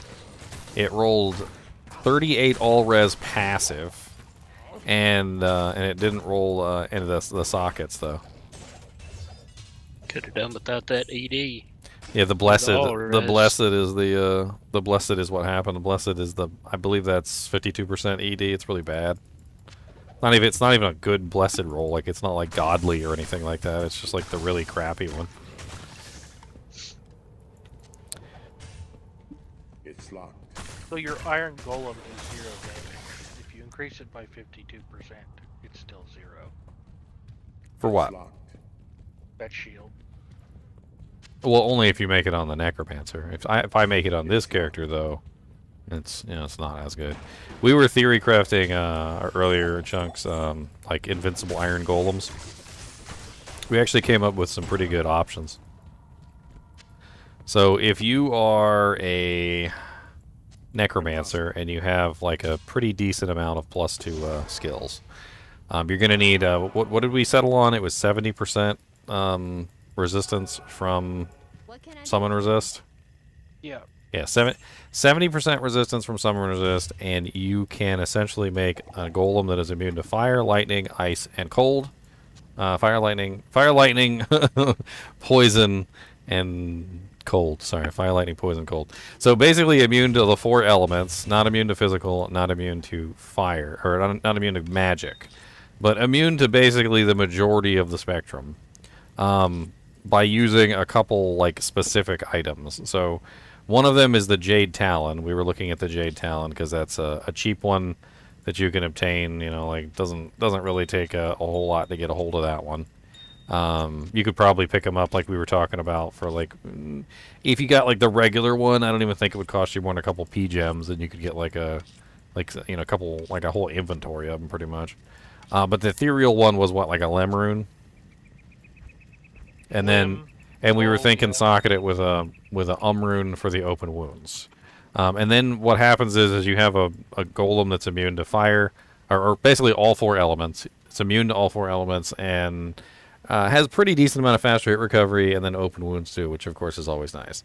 Another choice was the obedience, but the obedience has to roll 30 res, which is a downside because it requires. Well, if you have a little bit more plus the skills, you could potentially get higher, but you don't really get much higher than like 73% on that summon resist anyway. So if you hit the immune breakpoint, which is 100%, then obedience Manchexture works very well. It does offer crushing blow, but it doesn't have open wounds on it. And your merc gets your Iron Golem gets a faster hit recovery and stuff, which is nice. And then the last option was Tomb Reaver. So Tomb Reaver also has it's like 30 to 50 all res, so it doesn't require as much like summon resist, so you wouldn't have to have like capped out summon resist. And that one has 3 sockets, so you could potentially customize it. It would make him immune, so it would make him immune to all 4 elements, just like the other ones would. But then you could maybe throw in like an Umrune for open wounds. And if you're feeling bougie, you could throw in like 2 burr runes for some crushing blow. I don't know. It seems like the best golem, the best immune golem, would be an ethereal Tomb Reaver with an Umrune and two burr runes in it. He would be immune to all elements except for physical, and then he would dish out some pretty sick damage, crushing blow, open wounds, the whole 9 yards. Be a very useful golem overall. Another one we were thinking of that would make him almost completely unkillable, but he wouldn't dish out any damage, is a Storm Shield with an Umrune in it, because the Storm Shield with an Umrune would put him over the top on all the reses, so he would be immune, and then he'd also get the 35% physical damage reduction too, which would help with that other element that he's not protected against. I mean, it looks really interesting, like if you set it up right, and then of course you'd max out like Golem Mastery on the Necromancer, give him as much HP as you possibly could. I mean, he'd probably be next to invincible. I would assume it would be more likely that you would die as the Necromancer, and then him along with you, than him dying. Well, we're gonna have some Golem duels. Well, they're all physical damage, right? So that wouldn't help with that, but... There are some weapons that do have physical damage reduction on them, like Craint Vomir with an Umrune in it probably would be a pretty sick like Golem versus Golem weapon. Golem versus Golem Malice is king. I don't know. I think Craint Vomir with a Umrune might work just as well. It's Malice will eat it. It's got physical damage reduction, negative monster defense per hit. 100% open wounds. It's got 35% slowest target. And you put an Umrune in there, you'd have 20% open wounds. Like Bone Flesh is a really good one.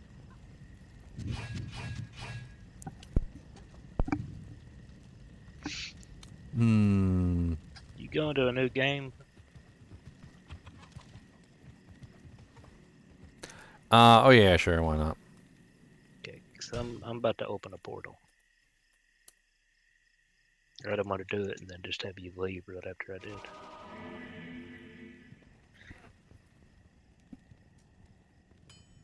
I like to watch the Novus. Yeah, fire is really important though. He's got to have 100 fire.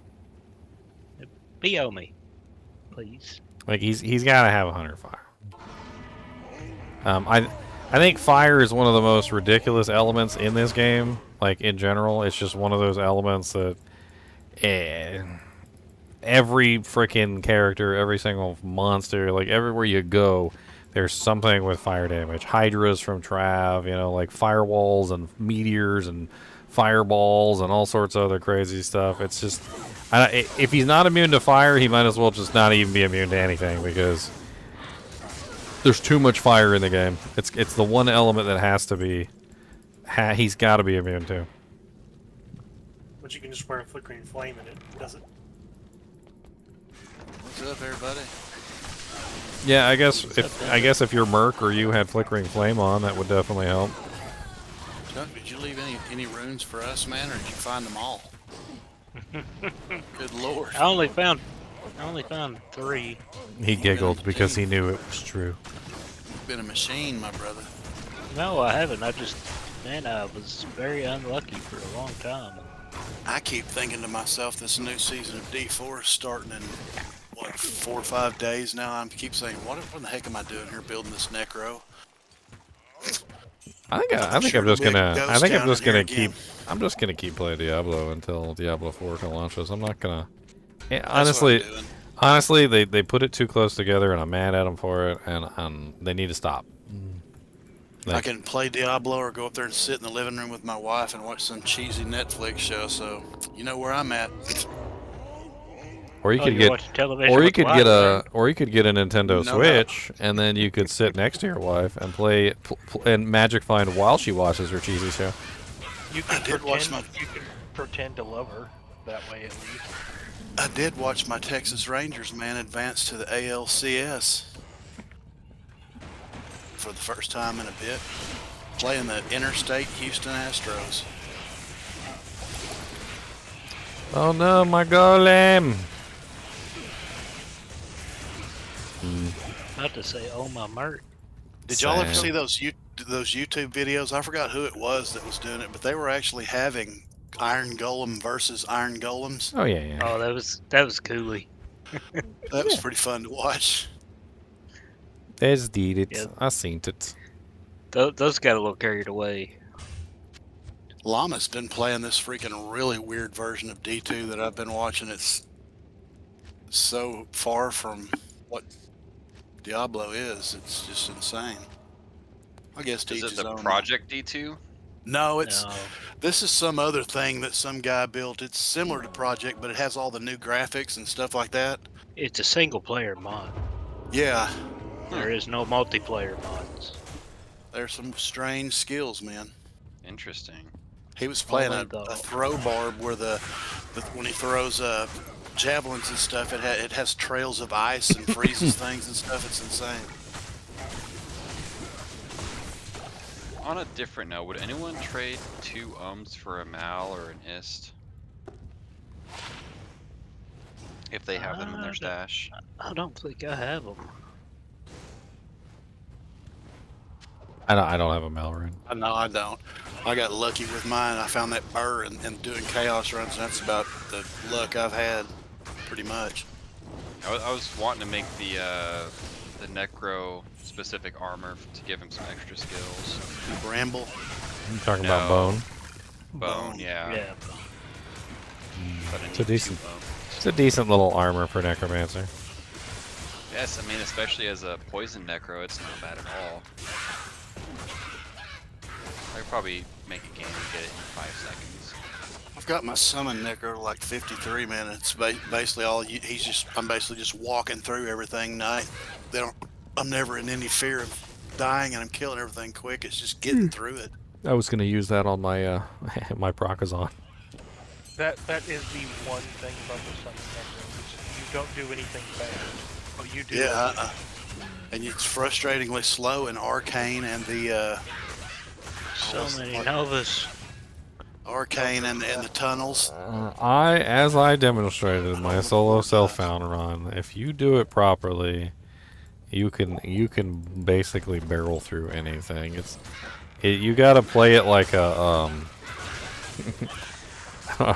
I don't even know. I don't even know how to explain it. Like okay, so the whole leashing thing is very, very effective if you use it right. But to use it right, you have to constantly maneuver the necromancer. So the necromancer acts as like the central like fulcrum of the army.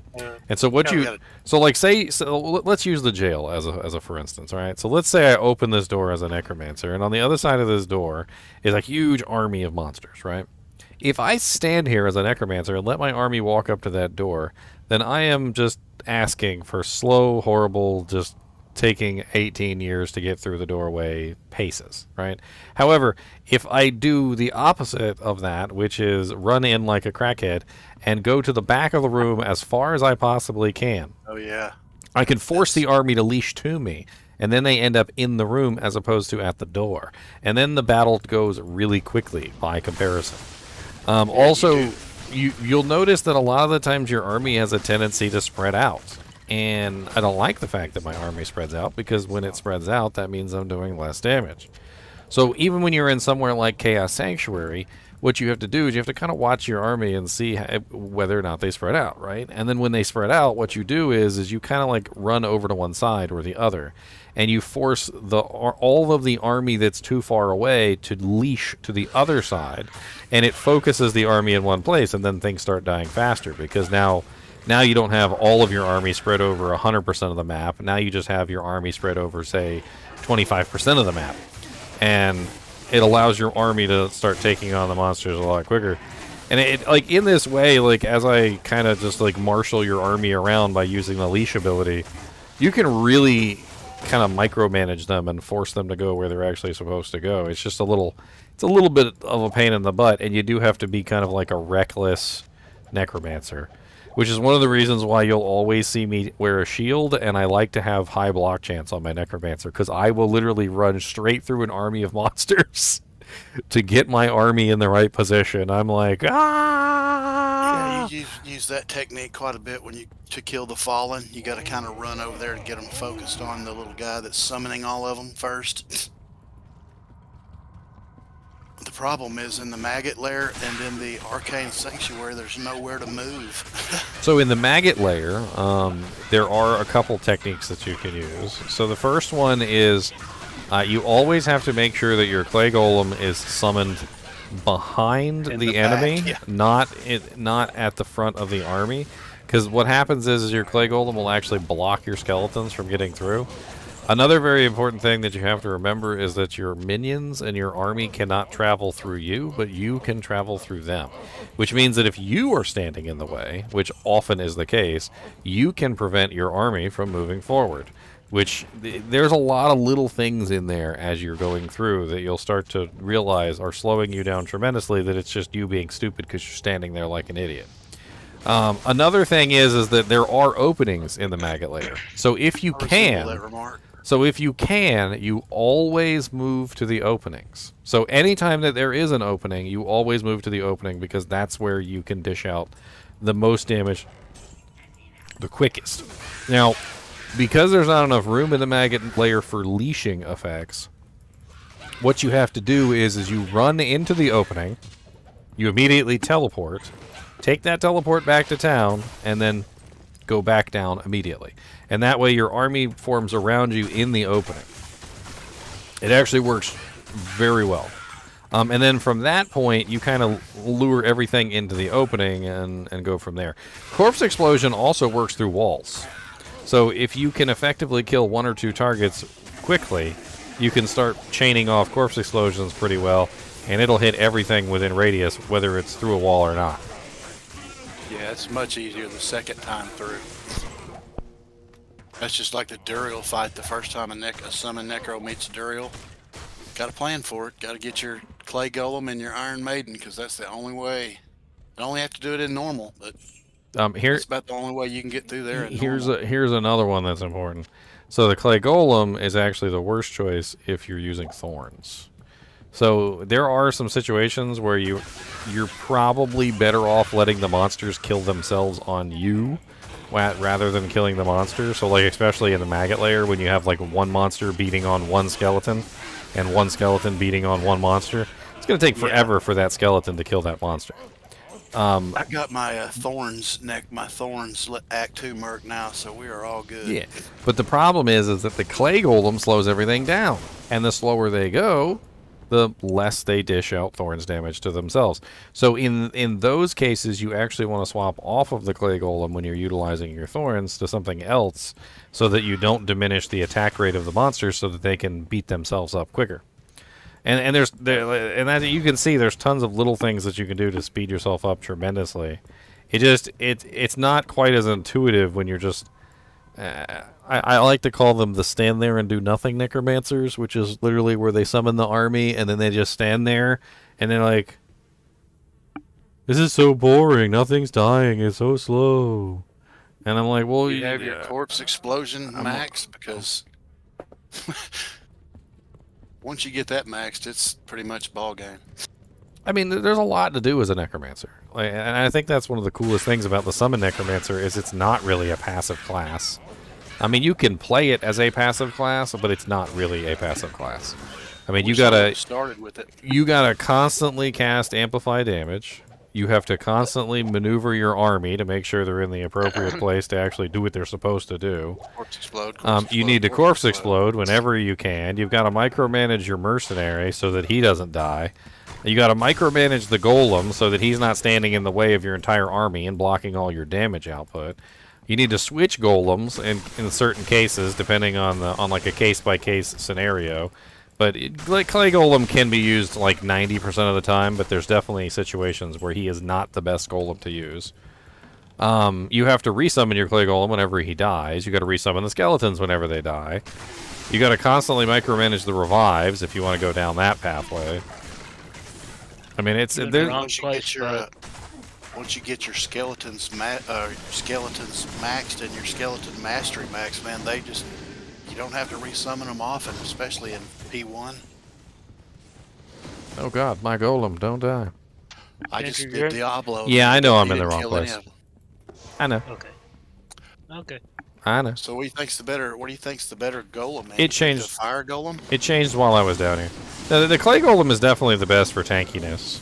If you're just looking for a pure beefcake of a beast, the clay golem is definitely the beefcake. But the problem is he's not the best for thorns. Yeah, so it slows them down. They can't attack, and you don't get full output. Yeah, and the monsters already attack slow enough already, and slowing them down even further just means your thorns damage output goes down even lower. So what you're looking for with the thorns one is something like the blood golem or the fire golem. And from what I've been told, the fire golem's holy fire aura has a tendency to not to taunt, because some people say taunt, which is not the correct term.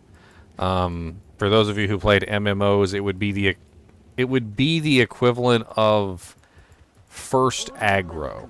So for those of you who play a lot of MMOs and you tank, you know what I'm talking about.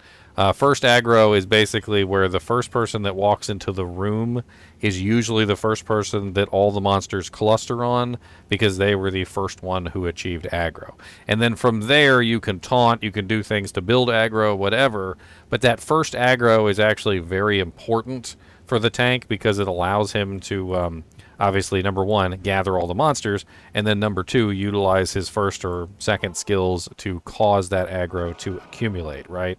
So in the case of the fire golem, because the holy fire aura is constantly hitting everything around you, it's very likely that he will get first aggro. So first aggro is common with the fire golem, which makes him a very good thorns target. The problem with the fire golem, though, is he's not very tanky. I don't know why he is so weak, but he dies so quick. Yeah, I ain't much for that. But he is, I think, the best one for thorns. You really have to like cap out your golem mastery to make him have enough HP to really tank it. Costs a lot of mana to summon too. Well, you don't really need to cap him out. Corpse explosions, mana is the mana burner. That's the really interesting thing. You just 1 point the fire golem, but if you're gonna use the fire golem for thorns, you got a 20-point golem mastery. What I typically do is I'll put maybe 1 or 2 hard points in the golem itself, and then maybe almost max out his mastery. Yeah, it's what I've discovered going over all the golems is that the golems really aren't worth putting points into. You can literally just 1 point all the golems, and you can put 20 points in the golem mastery, and now you have, what, 4 or 5 golems that you can just use whenever you want to. You drop a hard point and summon resist, makes them a lot tankier. Yeah, too. 1 point in summon resist, 20 points in golem mastery, and then you have multiple golems that you can use anytime you want.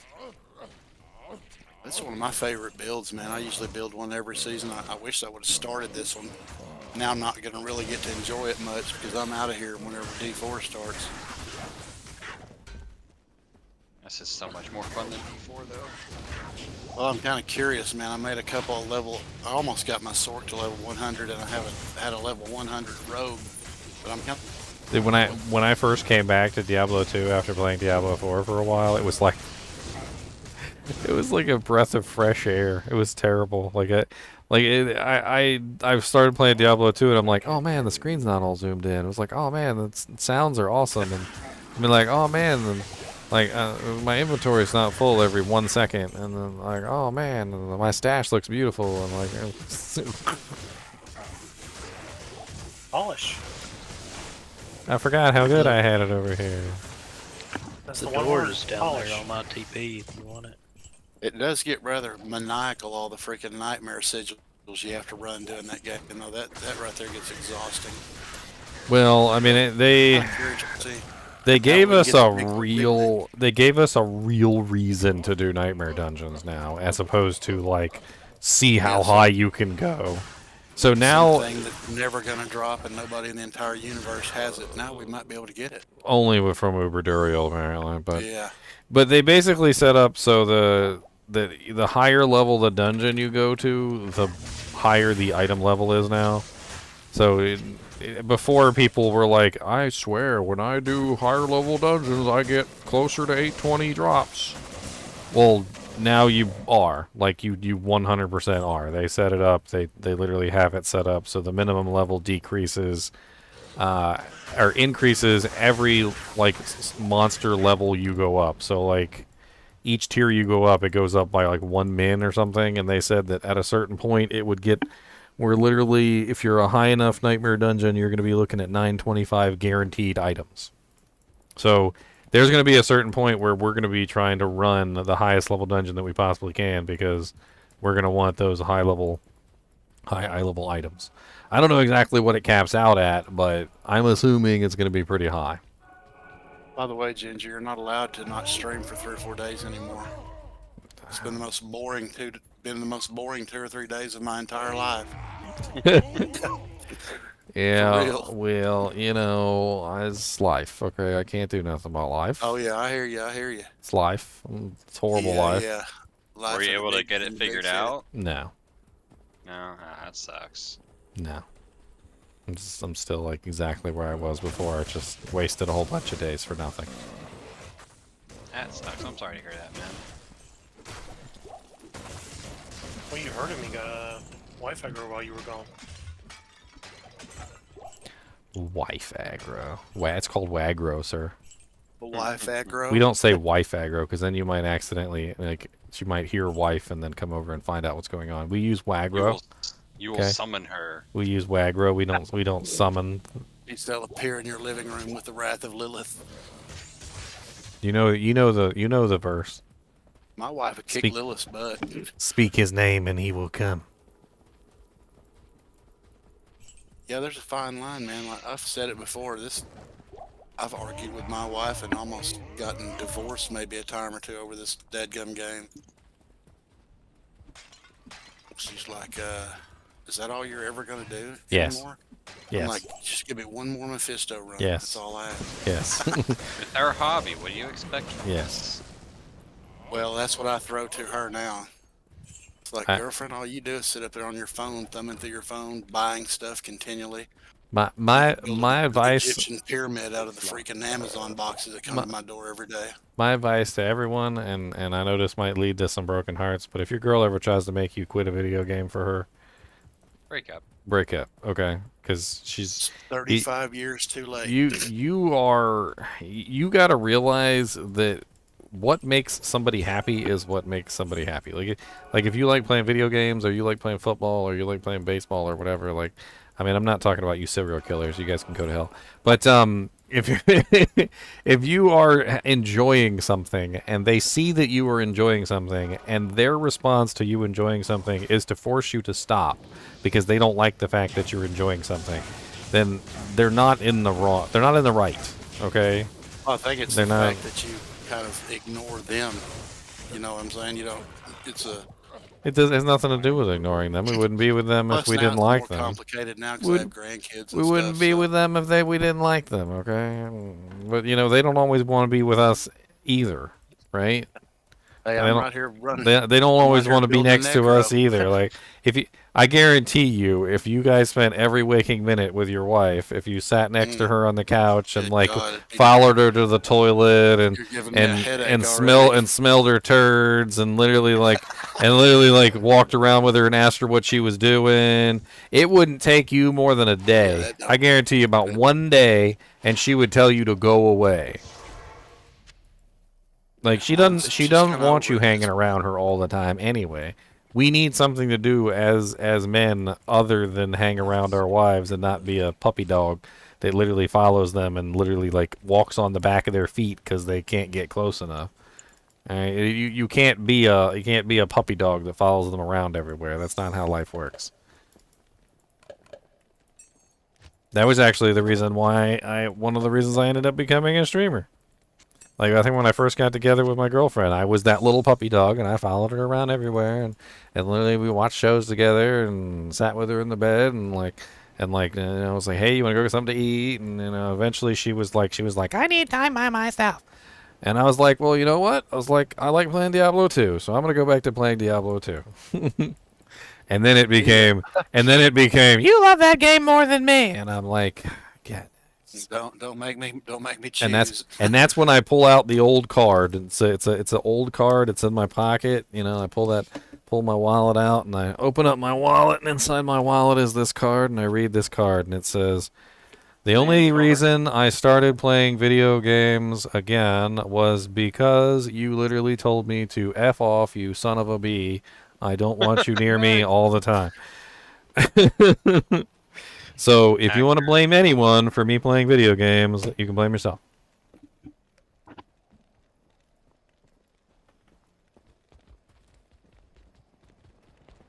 Well, I won. Moral of the story. Did you win? Did you really? He thinks he won. I don't think there is such a thing as winning with women. I really think you're right. I really don't. I really don't think there is such a thing as winning. Dire Prism said, I see myself so much in this discussion.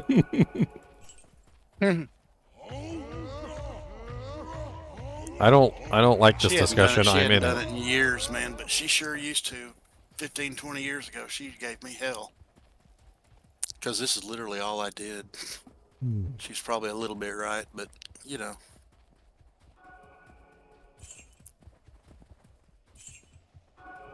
We persist. I mean, as some people have pointed out to me, it's better than going out and drinking every single night, or a boyfriend who frickin', you know, like, I mean, there's 100 different like little hobbies and things that you could have that are a hell of a lot more dangerous, or a hell of a lot more what's the other term beside dangerous? Expensive. Well, like Reckless. what I mean by is, like, you know, exposes them to like women on a regular basis where they could potentially cheat on you. Scandalous, like a little less, well, you know, yeah, scandalous. I think that would be a good one.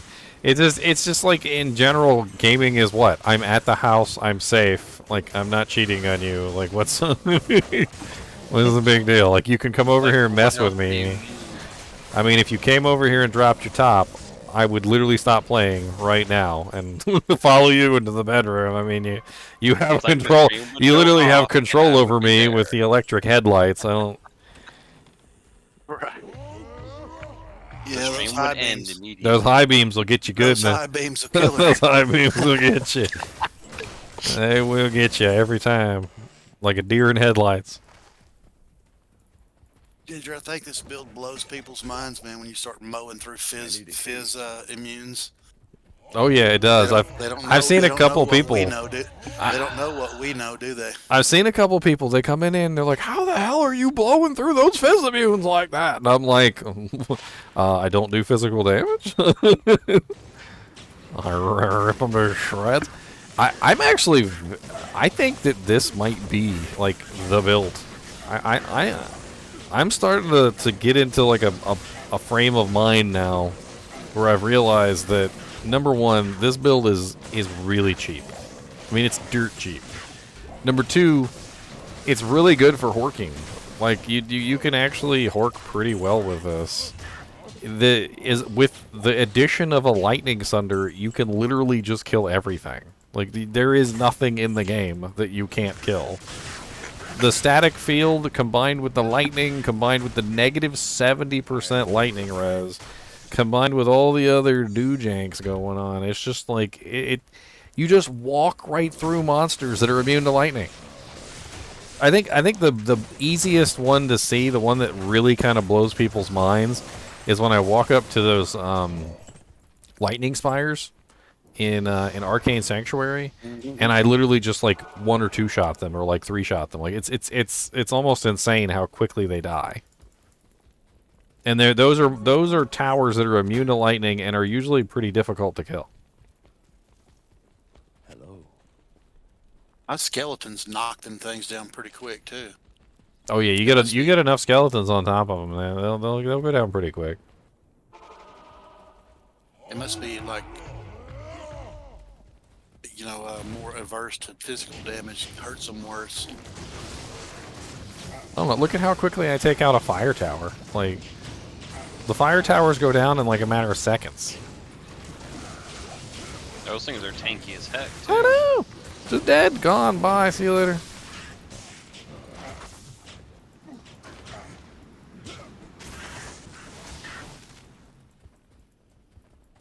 I mean, and I have a pretty hefty amount of Magic Find gear on, too. I mean, I'm running 242 without my my Magic Find swap, and then 333 with the swap.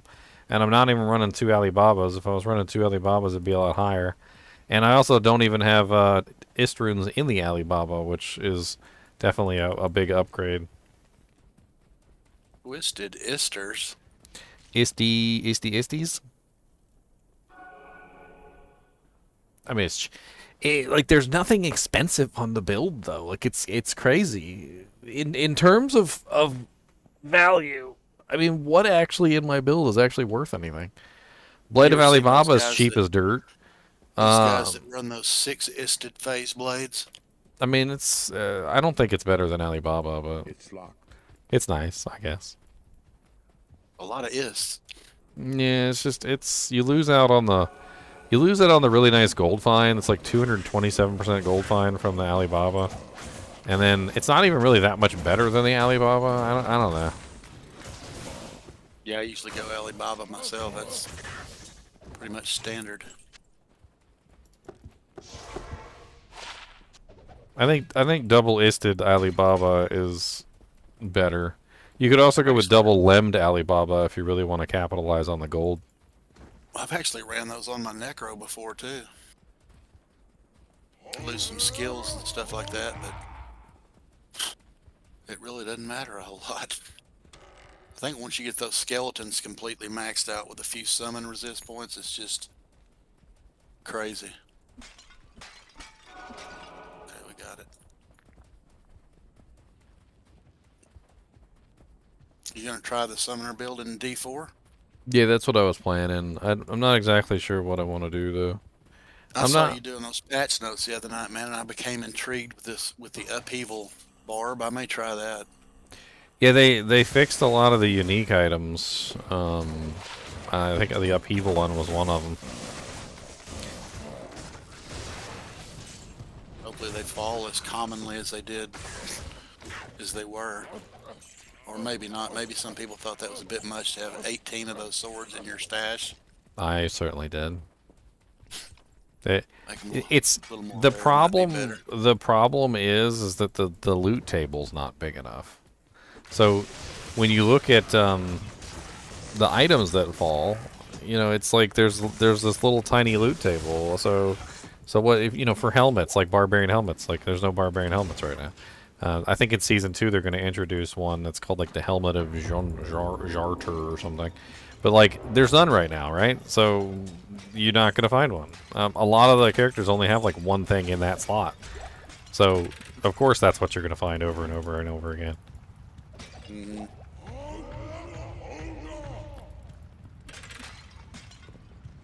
I mean, freaking Chunks. Chunks is gone, but Chunks was trying to get the gloves of the Illuminator or Staff of the Endless Rage. I can't remember which one for like forever. I don't think it ever. I don't think it ever fell. Remember when you were chasing that dadgum Ramalama Ding Dong around? Yeah. Oh, they beefed up Ramalodni's Magnum Opus too.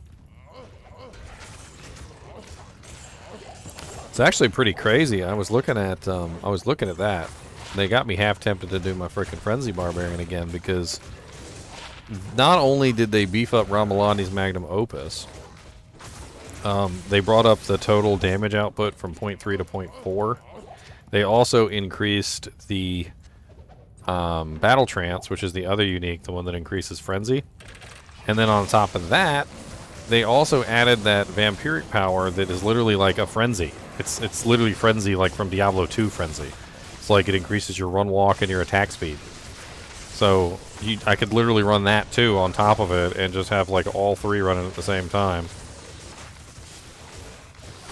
Be running around like a freaking Frenzy Barbarian from Diablo 2.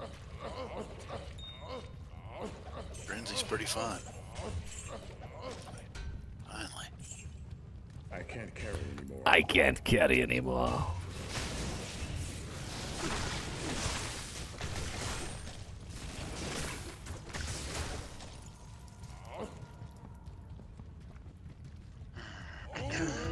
Can I show you my gear? Sure, Jim McJohnny. One thing that's fun about the summon necros, there's literally not a lot of places in this game where you can't go. Even the Golems are not near as scary. That's how I feel about the poison necro, because you have things in those- front of you, and You get those Golems with Decrepify and they just kind of... they stop Really? doing damage. And then one of them dies and your corpse explodes and everything on the screen dies. Lather, rinse, and repeat. It's the most satisfying thing to see everything just go boom. That's one thing I liked about my Trapper too, that Death Century. I found myself playing it like a necro a lot, especially when I was running with the group. Oh, that's all I was casting. Everybody was killing stuff, and I'd cast that, and it's just pop, pop, pop, pop, pop. Works great in a group. I couldn't summon my Shadow Master because she likes to mind blast things. Yeah, it's a good single player skill. Boy, that is a lifesaver, man. If you ever get stuck in it. Oh yeah, I know. I've played a lot of Assassin in my day. That is It's a really good overpowered fantastic skill. I'm thinking maybe Shadow. I think I want to go Shadow. I think Shadow Necromancer with like Shadow CE might be very interesting.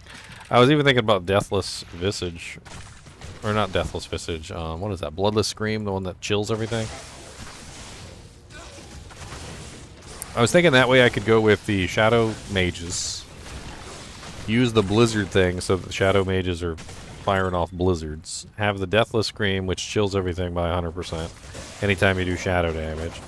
Use the Shadow key passive so that the minions, the Shadow Mages, are also applying the Shadow Blight.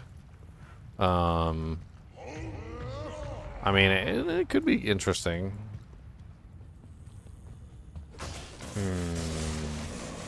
Might have to do a theory craft here.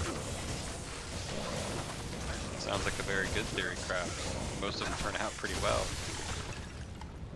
Steady. The theory craft.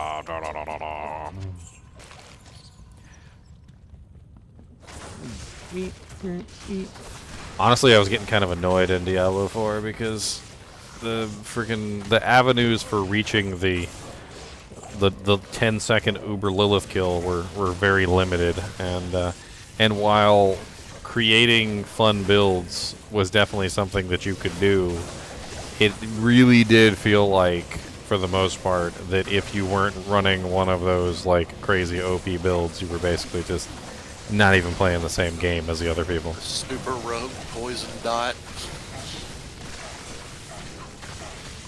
I mean, I kind of hold...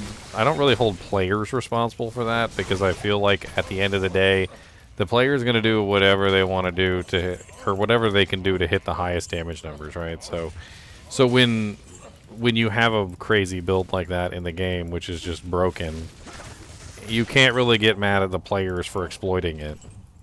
But I can get mad at the developers for just designing a crappy game where that's possible in the first place. Yeah, it seemed like they were in that last stream they had. It seemed like they were looking to get that a little more under control by.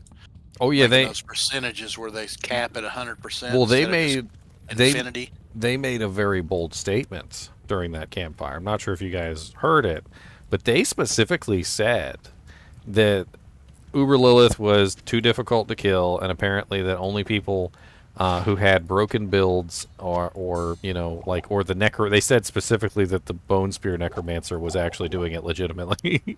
And the Bone Spear Necromancer was just overtuned. But they specifically said that the people that were accomplishing the 10-second Uber Lilith kills were doing so by using exploits, and that it was not within the legitimate means of the game. They went out of their way to call all you guys cheaters that were killing Uber Lilith in 10 seconds. With the exception of the Bone Spear Necromancer. That was the only one that they didn't say was actually cheating. They said he was overtuned and that he needed to be dialed back. But everyone else, they basically called you all cheaters, by the way. Which I totally agree with. Which I totally agree with, by the way, because it totally is cheating. But it kind of cracked me up because they finally realized, they're like, hey, you know, maybe we shouldn't like set up the game so that people can exploit and have like 9 trillion damage. Maybe that is a bad idea. Maybe that's not a good idea. I never even fought Lilith.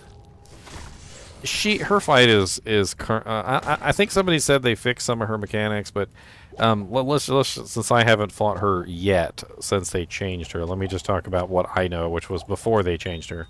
So before they changed her, she was basically unkillable unless you had a troll build, essentially. So if you weren't using one of the cheese builds that could kill her in anywhere between like a minute to 10 seconds, you were probably not going to be able to do it. I saw some of those werewolf druids trying that with the slash or whatever that attack was that's so broken when it was broken. Well, sharp cheddar, obviously, we done. But the thing is that her mechanics were so broken that literally you couldn't tell what the hell was going on.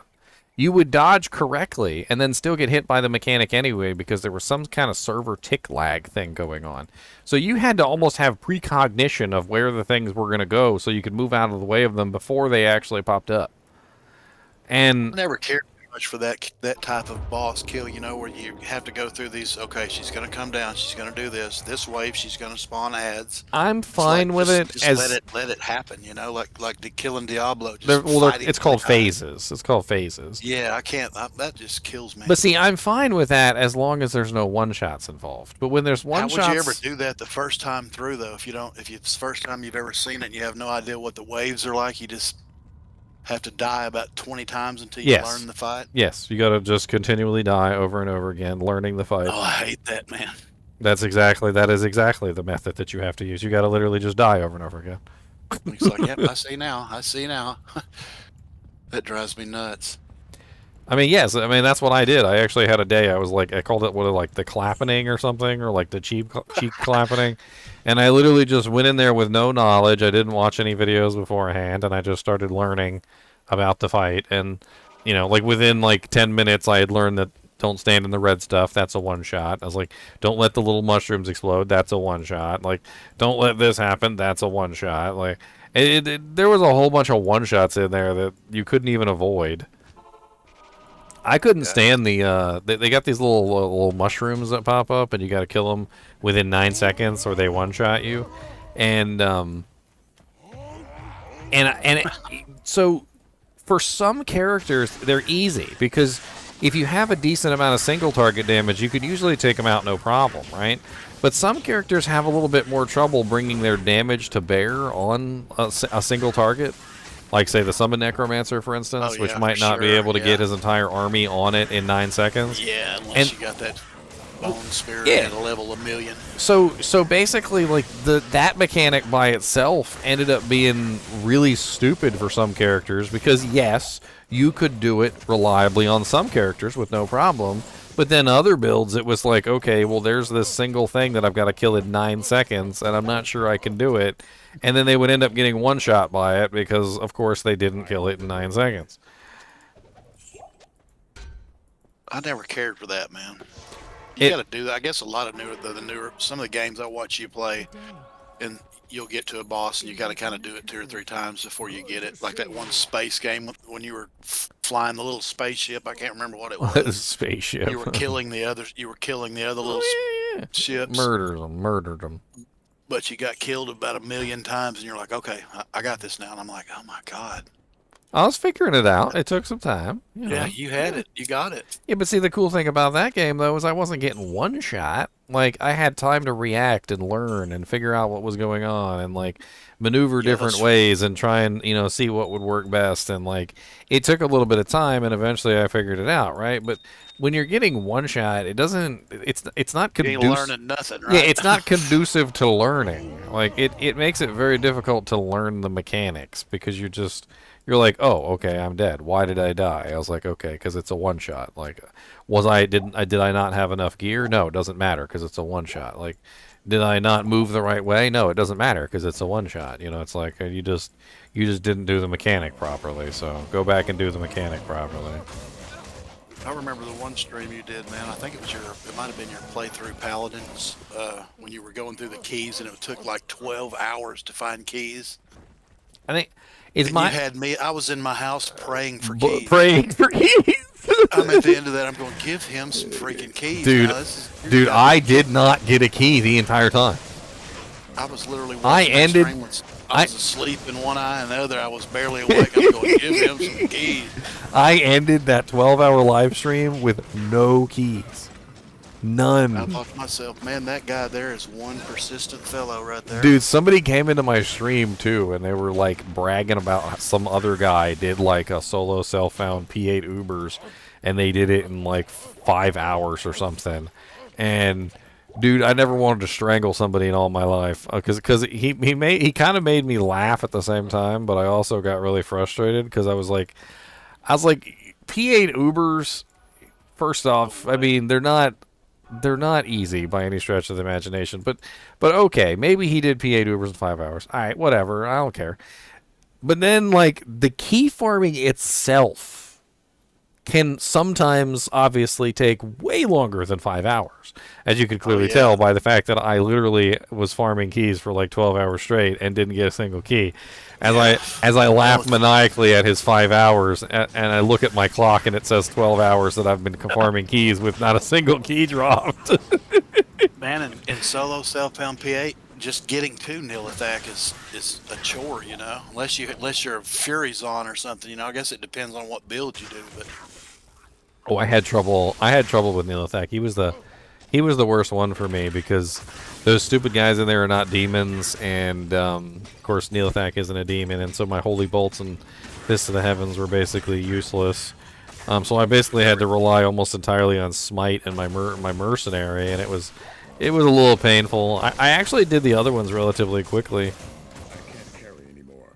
The next day, so when I logged off and came back the next day, I ended up getting like all my keys in like pretty much that one day. About 6 hours into that stream, you had me wanting to go to the liquor store, man. Every time I kill them, there's no key, and they're just like, oh man, I even told you guys too. I was like, I'm not spending like 24 hours farming these keys, and then if I like do something stupid and like accidentally save an exit, I'm not farming all the keys again. I'm like, I'm just gonna give myself the keys back.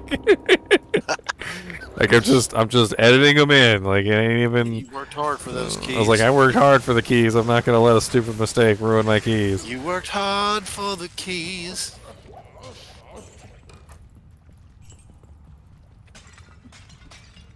What's that mean? I don't know if you saw, but I put that torch to use too.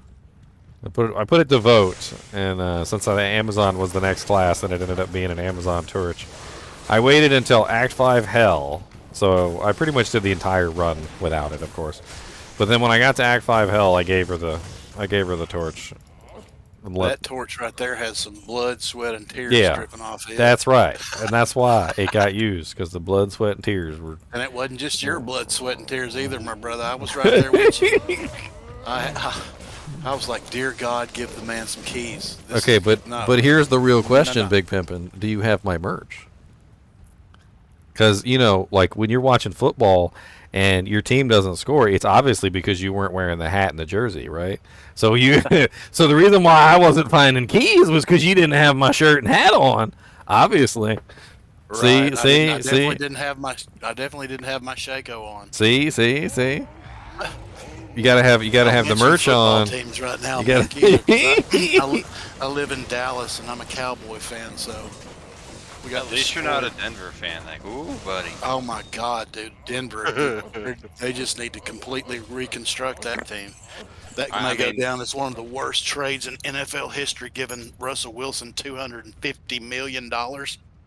You got to be kidding me. It's not just him though. He has a bad O line. He has a bad receiving core. Like they've dropped so many balls. And those big play receivers that they got don't necessarily make a lot of the big plays they were. I like their receiving core, man. The Cortland Sutton and Jeremy Jeudy are two great. I wish we could get them in Dallas, but. Lantinus says, "Does my build work good without my lightning damage charms?" I don't know. Let's find out, shall we? Here, let me take all my lightning damage charms out and let's go test it, shall we? No, but I feel the pain of a crappy team. I'm a Bears fan, so. There you go. Man, all I'm my beginning to believe that all my Dallas is lightning right there damage with all the other charms ones. out of my inventory. Let's see how well the build works without my lightning. Probably pretty good. Well, you'll have at least minus 70, right? I'll still have 970. I'll still have static field. I'll still have the chain lightning. I'll still have a bunch of stuff. I just won't have the massive amount of lightning coming from the charms themselves. You'll be able to whack immunes. I mean, honestly, though, as a Hork Barb, are you really going to have trouble finding the lightning charms? I mean, you're not going to be able to get like every single lightning charm that with the maximum damage output or anything. But as a Horker, you're going to be finding lightning charms the entire time you go up, and you're just going to slowly and surely upgrade them charm by charm. So you're just going to you'll be like, oh, now I got 1 to 3 lightning. You're like, yeah. And then you're like, oh, I got 1 to 7. And then 1 to 10. And now I got 1 to 15. And I got 1 to 9. Remember the great Sunder debacle when all the barbs were, every time they Hork, they were getting a Sunder charm? Yep. I do indeed. I do indeed remember them days. Big Those are the pimpin', same I guys that remember. did D4 right there, I'm assured of it. I was there. We were there getting the Horkin them freaking Sunder terms too. We got to hell. That did that put the put the super uniques in the Helltide chest, and everybody was getting them for just a few minutes.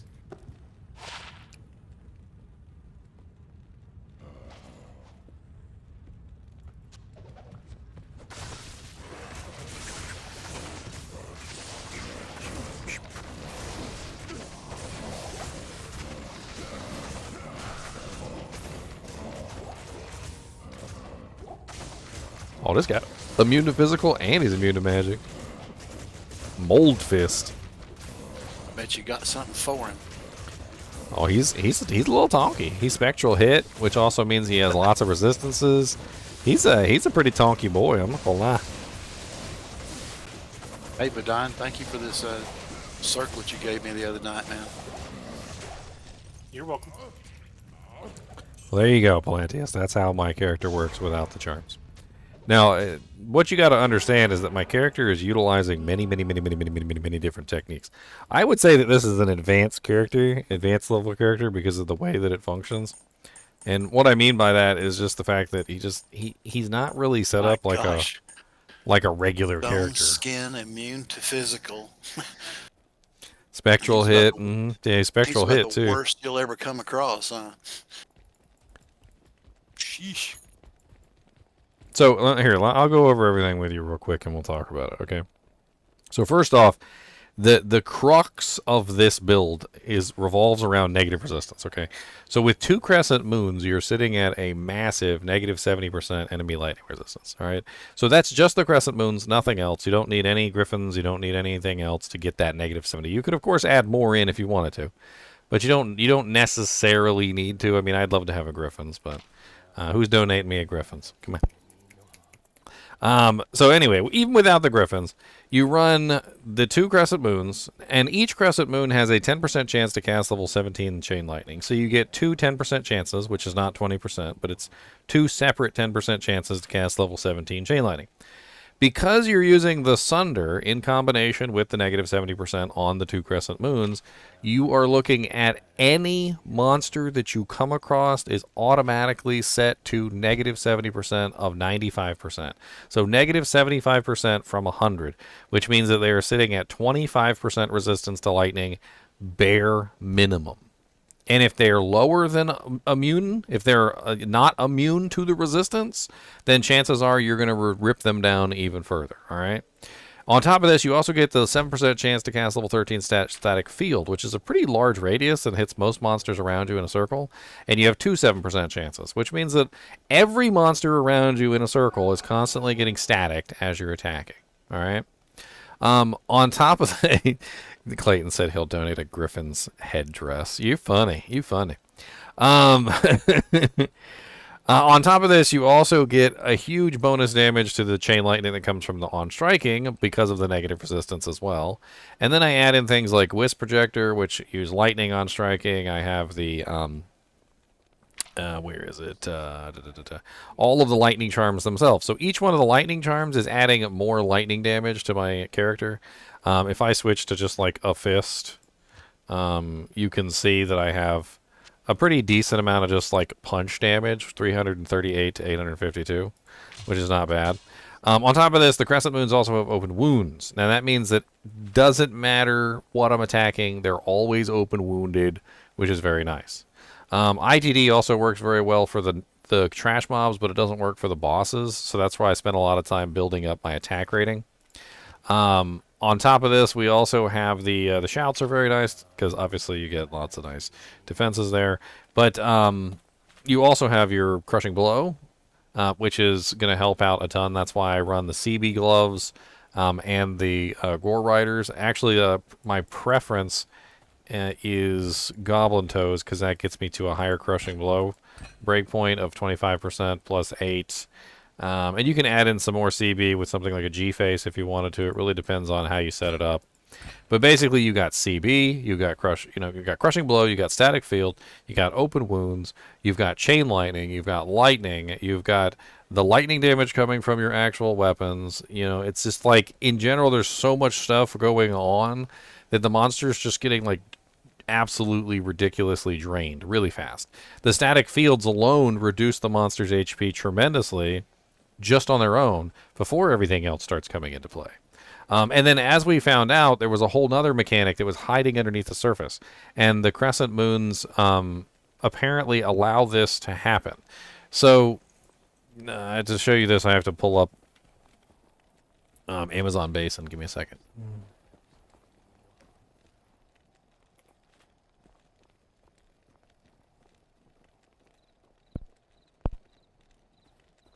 All right, so this is Static Field on Amazon Basin. Pardon your eyes. Now you guys are going to be blind. Static Field has an interesting equation that involves negative resistance. And what it does is, as you guys all know, in Hell difficulty, the cap for Static Field is what? 50%, right? 50%. However, when you add enemy lightning resistance negative to the equation, the percentage that you can bring a monster's HP down starts to decrease. What you'll notice is that at negative 70%, you're looking at 33.06.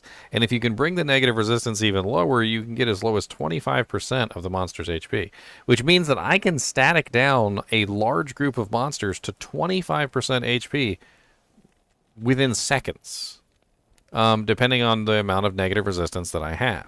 Okay? So there's oddities, though. So I actually started to encounter the weird things about this, which is apparently when you add in the lower resistance or the conviction, it actually increases the percentage instead of decreasing it.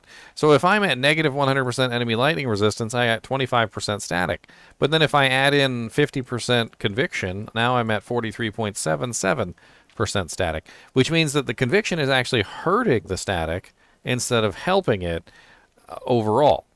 So I realized that adding in conviction or lower resistance into the build was actually a negative to things, not a positive. And I started running just the negative enemy lightning resistance, and the results that I saw were kind of insane. Beep, beep. Am I missing one of my charms? I am missing one of my charms, aren't I? Poopity poopities. Where are you hiding at, sir? Oh, well, I mean, it really doesn't matter all that much. I'll just throw you over there.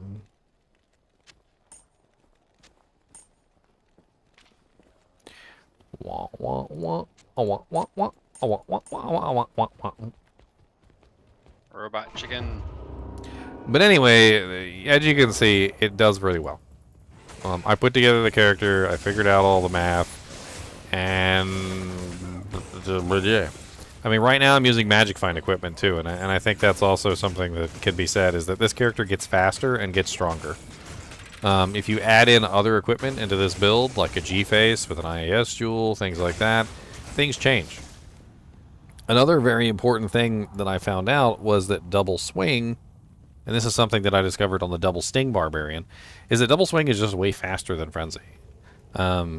And so I ended up using double swing instead of Frenzy, and I didn't even put any points into the synergy to increase the damage output because I wasn't focusing on physical damage. I didn't care. So I ended up saving tons of points. I only put 20 points into double swing, 1 point into leap, and 1 point into frenzy, so I only spent a total of 21, 2, 3, 4 points in the combat ray.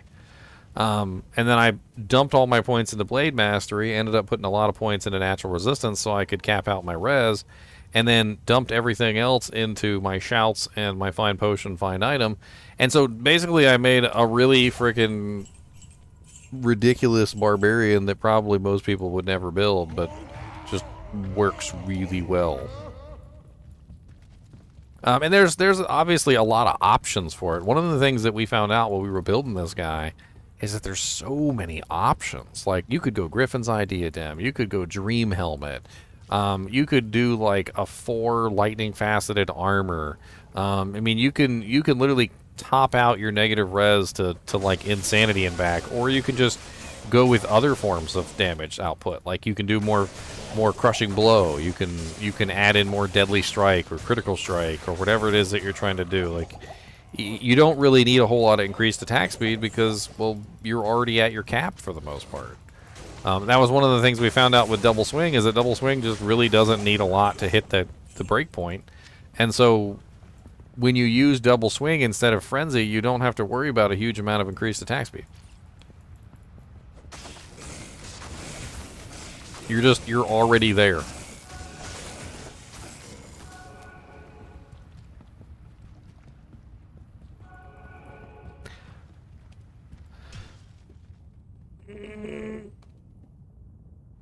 Do the charms add to lightning damage from procs like they do on Exploding Arrow? No, they don't. Spells don't get lightning damage added to them. The arrow effects like Freezing Arrow and Exploding Arrow can add the appropriate element to the explosion, but that's because they're ranged abilities, not spells. Spells don't get affected by those charms. But it doesn't really matter anyway, because the chain lightnings that come out of the weapon, I spam so many of them, and the negative res combined with the sunder and whatnot, it really kind of makes them just Good day. annihilate stuff. Yes. I went ahead and put 1 point in Frenzy to charge up for double swing. You really don't need anything more. We tested it. You don't need anything more than 1 point. I mean, it's kind of fun for the run walk speed if you just want to grab the one run walk speed bonus. But I always found the run walk speed bonus on Frenzy to be a little underwhelming, mainly because it's so short. So yeah, you can get the run walk speed bonus, but you still have to constantly spam Frenzy to utilize it. I don't know. And then of course, if there's no monsters nearby, it's gone, and then you don't have it anymore. So.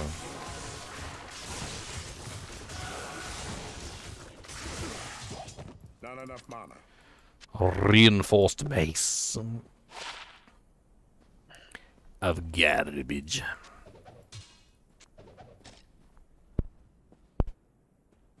Yeah, it's one thing I do kind of wish they would do to this game is kind of have some like minimum rolls.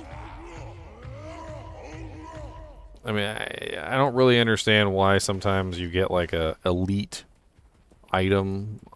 You know, like let's just say like a rare Thunder Maul drops, and then it has like one of the worst ED modifiers on it known to man. Like it rolls with like 14% ED, and you're like, it's a freaking Thunder Maul. What?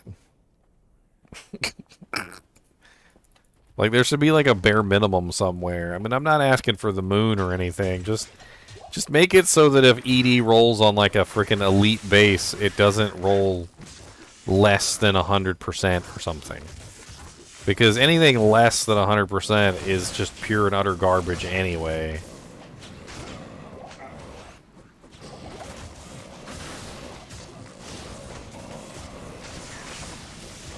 If I use 2 griefs, do I melt everything?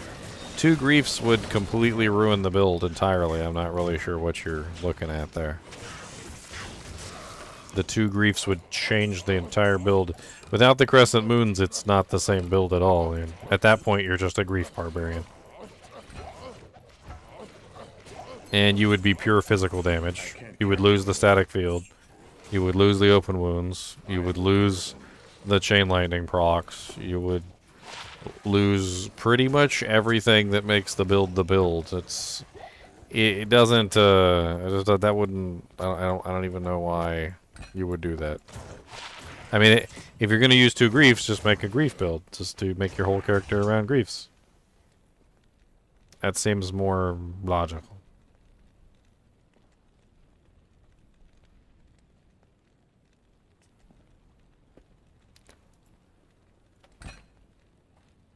I am overburdened. Also, I'm going to fight you for suggesting 2 griefs.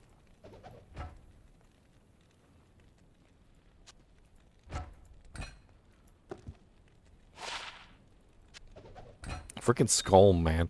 I made my North Star Smiter build and I posted it on the internet, and like the first thing he did was message me and was like, "Do you think this would work if I replaced the Astrions with a grief?"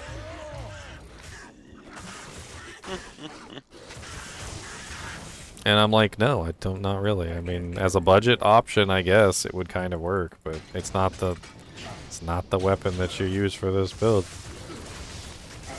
That's funny to say that, isn't it? To say that for the North Star Smiter, the grief is not it's not the best in slot. It's a budget choice. That's your budget weapon. You know? It's not really a thing, right? But it's your budget weapon.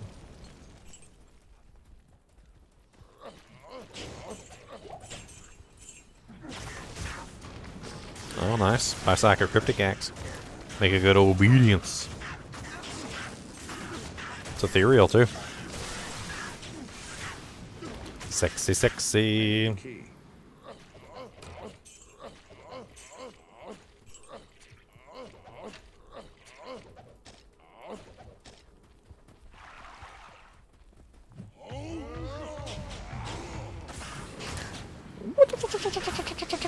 What's up, Stone Skin? Viper Slime Neon Holy. I don't care about your Stone Skin.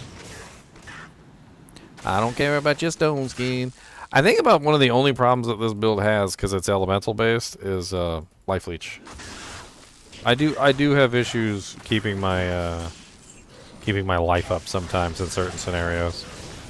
But as an item find barbarian, I find myself overflowing with full juvies, so I usually end up just waiting for my HP to slowly decline, and then once it reaches a point where I don't feel comfortable anymore, I just pop a full juvie. I mean, it's tenable with 3,322 life. I mean, it's not like I'm in danger most of the time anyway, so. Do I mind going over my favorite stats on weapons specifically? Not super knowledgeable. Oh, thank you for the $5, Clayton. I mean, what are you looking for specifically? Like, are we talking about special stats from special items, or are you just talking about generalized things like what you would see on a rare item? I mean, if we take this Soul Smasher here, I mean, it has enhanced damage, which rolled very low. Enhanced damage generally can roll, what, as high as like 300 plus percentages, which is really nice, but as you can see at 13%, it's basically garbage.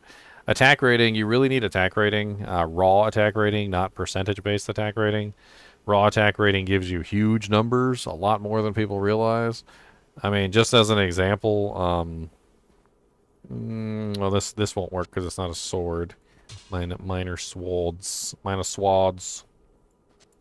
It won't show the attack rating increase because I'm missing all of the attack rating from Sword Mastery, which is not present for the mace.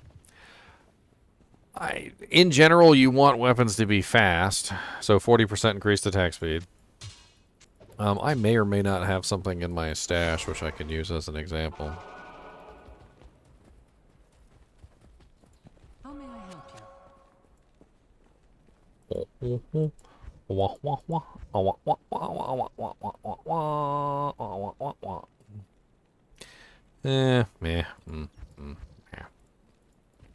Meh.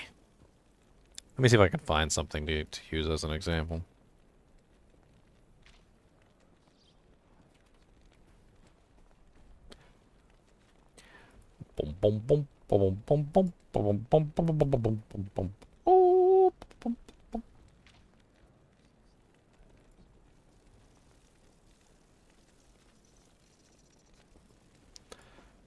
Alright, here we go. This is one item in particular. This one can do well to show what we're looking for. Alright. So this is a fang knife that somebody found, and it is ethereal, as you can see. Ethereal gives a huge damage bonus to rare items, which is massive. Alright. This also has the added benefit of having the repairs durability mod. As you can see, it repairs 1's durability in 33 seconds. So massive bump to damage right there. Just having the ethereal with the repairs durability mod, which means it can just dish out tons and tons of DPS. Okay. The next thing is that it rolled with 40% increased attack speed. So 40% increased attack speed is massive on a rare item, and it's something that you definitely want. You can get up to 40%, nothing more, and that's one of the mods that you always want to find on something like this. Another one is the enhanced damage. So as you can see, this one got 252, which isn't too bad. 252% enhanced is not as great as it possibly could be, but it's a really good roll considering that it got a lot of other good modifiers. You also got the minimum damage on there, which isn't really like insanely good. It's only +1, but extra damage is extra damage. And then it rolled the Fool's mod. So Fool's mod is the plus maximum damage combined with the 1584 attack rating. That is a double mod, and the double mod is something that can roll on items. So 40% increased attack speed is called of the quickness. When you see it on blue items, it's usually of the quickness. The 252% enhanced damage is usually called cruel. So that's cruel of the quickness. The 48 max damage and 1584 is usually called Fool's mod. So this would, in particular, would be a Fool's Cruels of the Quickness rare item that also rolled Ethereal and repairs durability, which is insane. That's like the holy grail of rare items. And then they socketed it and they put a low rune in it for the 20% deadly strike, which wouldn't have been my specific choice. I probably would have thrown like a Ohm rune in there. 50% more enhanced ED would have been a pretty massive bump there. or maybe even some more maximum damage or something, you can get Deadly Strike anywhere. The low rune in the weapon doesn't really seem all that valuable. But this particular weapon is a very good example of a nearly perfect roll on a rare item. And that's the kind of stuff that you look for. Now, there's also some really other interesting things that you can do. Like, and this is something that a lot of people look for, is they look for ethereal crystal swords and ethereal dimensional blades. Because if you find an ethereal crystal sword or an ethereal dimensional blade, you can potentially upgrade it into a phase blade, which is indestructible. And that means you do not have to roll the repairs durability mod. And this lowers the requirement basically for finding this tremendously. Because you have to think, finding a rare item with 40% increased attack speed isn't hard, right? But finding an item with 40% increased attack speed and cruels is hard, right? And then it gets more difficult when you add in the Fool's mod. So now you need 3 mods to roll on the item. And then eventually you also want it to roll ethereal, right? So now it's 4 mods have to roll in the perfect order. So adding in the repairs durability mod means that is a 5th next to impossible mod to find, right? So if you can find an ethereal crystal sword or dimensional sword with 4 mods and then upgrade it into a phase blade, now you have the 5th mod that didn't have to roll on the item. You just basically get it for free because phase blades are indestructible. And then you have a godly ethereal phase blade, you know, like of the cruel quickness. I wonder if anybody has anything like that up here.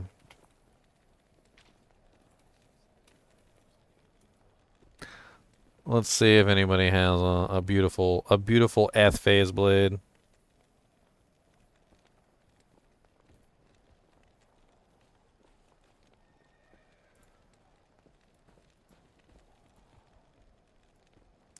There we go. Here's one.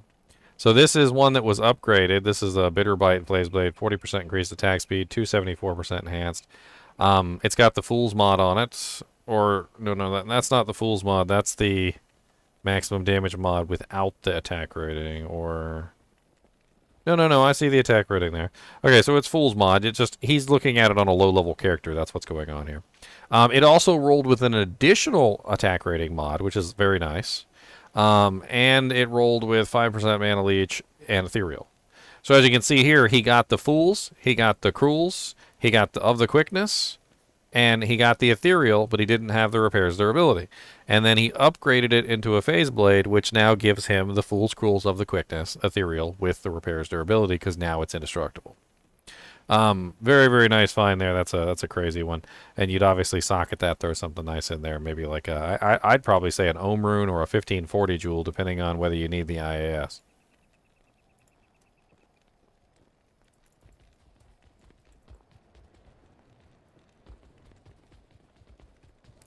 You don't really understand max damage, min damage, or ED. Enhanced damage is basically only physical damage. Min damage is only physical damage, and max damage is only physical damage. So when you add min damage, max damage, and enhanced damage, they are modifying the weapon itself, right? So when you look at a weapon, any weapon, even just like a white base or something like that, what you're looking at is the base of the weapon's damage is 32 to 60. Anything that is on a weapon affects the base of the weapon directly. All right. So if you have maximum damage, say plus 50 maximum damage, then that 60 that's written there on this weapon changes from 60 with plus 50. So it goes to 110. So the maximum damage, the base maximum damage of the weapon increases. When you have enhanced damage on a weapon, like for instance, the 206% enhanced damage that's on my Crescent Moon, it's enhancing the base of the weapon. So adding in minimum damage and maximum damage directly to the weapon enhances the enhanced damage that what it's giving you. But there's a catch, okay? Minimum damage and maximum damage in the form of charms or items that are not on the weapon do not apply to the base weapon of the damage of the item. They're only going to apply afterward, all right? So the weapon damage itself is important because that's the base where everything else is being modified from. So when you have maximum damage, when you have minimum damage on the weapon, it's going to be much more beneficial than if you have maximum and minimum damage in other places. Now, or well, ED in other places.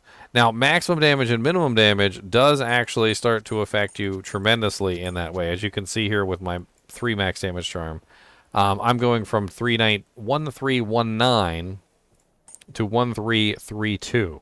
So 3 max damage suddenly becomes, what is that? 20, so 23. So 3 max damage becomes 23. And this is because it's actually adding the damage to the weapon. Think about it like this, okay? Minimum and maximum are affecting the base of the weapon so that the weapon is being modified higher. Enhanced damage, if it's on the weapon, is modifying the base, and then any enhanced damage that you have from other sources is modifying after that. It's a chain of events, right? So it's like I'm trying to think of a good example. A good example would be something like this. Imagine if you had $1, okay? And your mom said, whatever is in your piggy bank, I'm going to give you 10 times what's in there. All right? Now, if you don't do anything to increase your dollar, you're only going to get $10 when she comes to check your piggy bank because you only have $1 in there, right? Well, she's going to multiply your dollar by 10. So if you can add a fine small charm that adds 3 to your dollar, right? Now you got $4 instead of 1.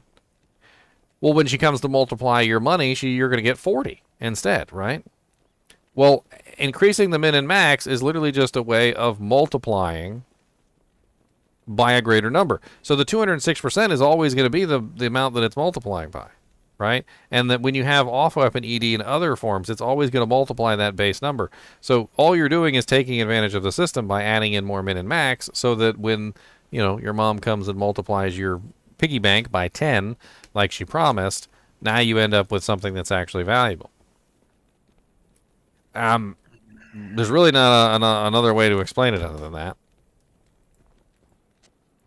Take advantage of your mother. That was the moral of the story, guys. Take advantage of your mother.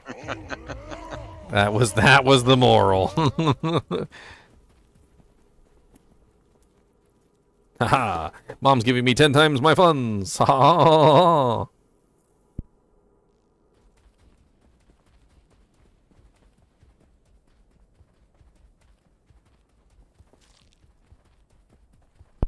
That's when she starts, like, the next time there's a stipulation, she's like, I'll multiply it by 10, up to $100.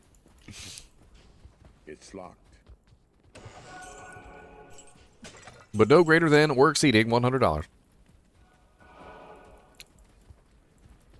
Yes, that's why War Travelers is so ridiculously crazy, because War Travelers gives min and max damage, a rather large amount of it, too. And then you can multiply that min and max damage by rather ridiculous values. Hey, you paid $5 for the tutorial. I just gave you your money's worth. I just gave you what you paid for, sir.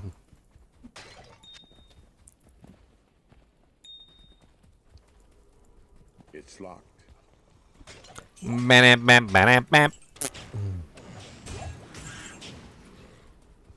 Let no man say.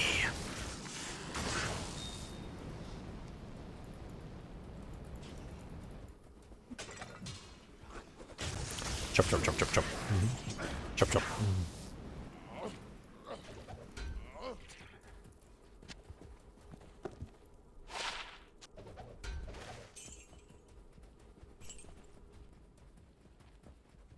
Where the hell is the doojank, the doojank, the doojank? Well, where the hell is the doojank, the spank? I would also suggest, Clayton, that if you really want to understand the difference between on-weapon ED and off-weapon ED, that you go take a look at my video on the Might Aura. I actually did a very deep dive in that video on the Might Aura, And since Might Aura is literally just off-weapon ED, I spent a long time explaining how off-weapon ED works, why it is not exactly the best thing in the world, you know, like how you can get the most out of it, you know, blah. I even go over the math in detail so that you can see the inner workings behind how everything interacts, and it kind of explained the difference between on-weapon ED and off-weapon ED, so you understand how much better on-weapon ED is than off-weapon ED in general. And I'm not talking about erectile dysfunction.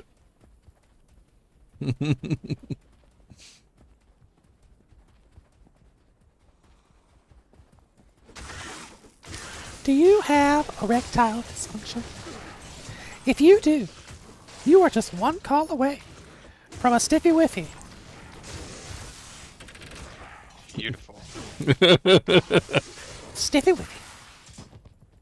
Just made my bone armor. I am very happy with it. Whoa. Whoa. We were talking about stiffy whiffies and you pull out your bone, sir? Sir, this is a public establishment. It's all about the timing. Nope, I found a random 3-socket archon plate and used that. So, very, very happy.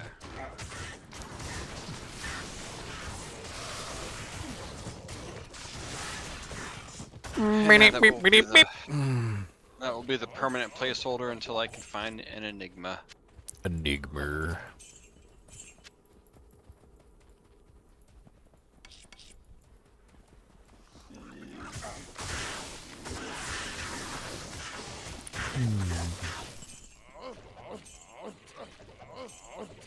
I always preferred Scalders on my Necromancer.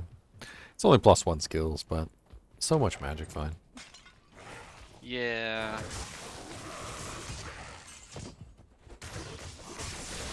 So much magic fine. You get a nice ethereal one and upgrade it.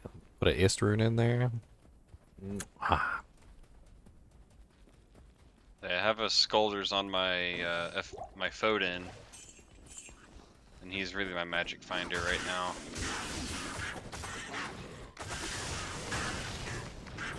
He hasn't found me any runes though, which sucks. I mean, Magic Find doesn't work on runes, so... I know. Hopes and dreams though, hopes and dreams. You gotta be a raccoon. Have you embraced the way of the raccoon? Oh yes, Have you- 100%. Have you taken the raccoon into your home? Has he stolen everything you owned yet? He hasn't stolen anything, but he has gifted me a few things from baskets.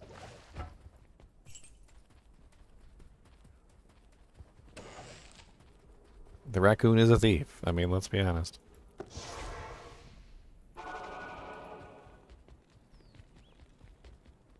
You literally just found war traps 5 minutes ago? You've been searching for them? Wow. It's almost as if I made it happen. War traps, war traps, war traps.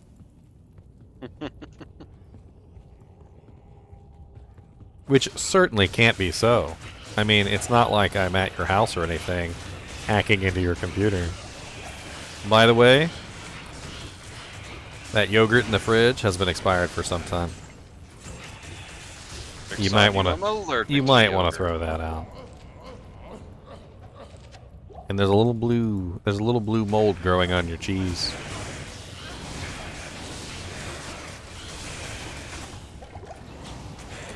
Did I consider one crescent moon and a storm lash? I did not, because that would reduce my negative resistance to only -35, which would completely neuter pretty much everything. You got to understand that the negative resistance is the key to everything. Without that massive amount of negative resistance, you're not going nowhere. I mean, you could potentially get the negative resistance in other places if you utilized, say, a Griffin's Eye Diadem, maybe like a 4 lightning faceted armor. Perfect ones, of course. I mean, there's ways that you could obtain the negative resistance, and but how are you going to get any cheaper than 2 crescent moons, really? I mean, I can't think of a single method to get the negative resistance that I would need that would be cheaper than 2 crescent moons.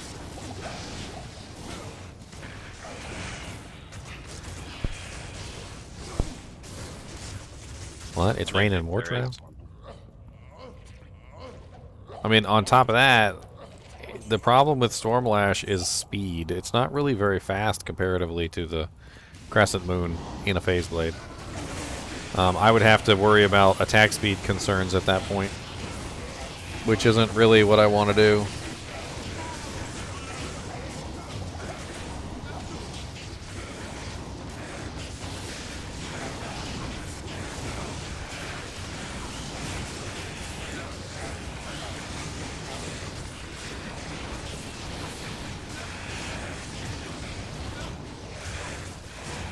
My favorite thing is killing the ghosts, because they just like pile up. They dog pile on top of me, and the static field just rips them all down. And the chain lightning rips them all down. It's glorious. You just go like this, before you know it, they're all static, and then they're all dead. It don't need to take that long. Trying to rip the Burroon out of them. Oh yeah, I'm gonna rip a Barbarian out of you. Watch, I'm gonna rip it. I'm gonna rip it good. How about the Merc? So I had originally considered something like low resistance or conviction, right? So I considered Infinity, I considered Plague, I considered those options, all right?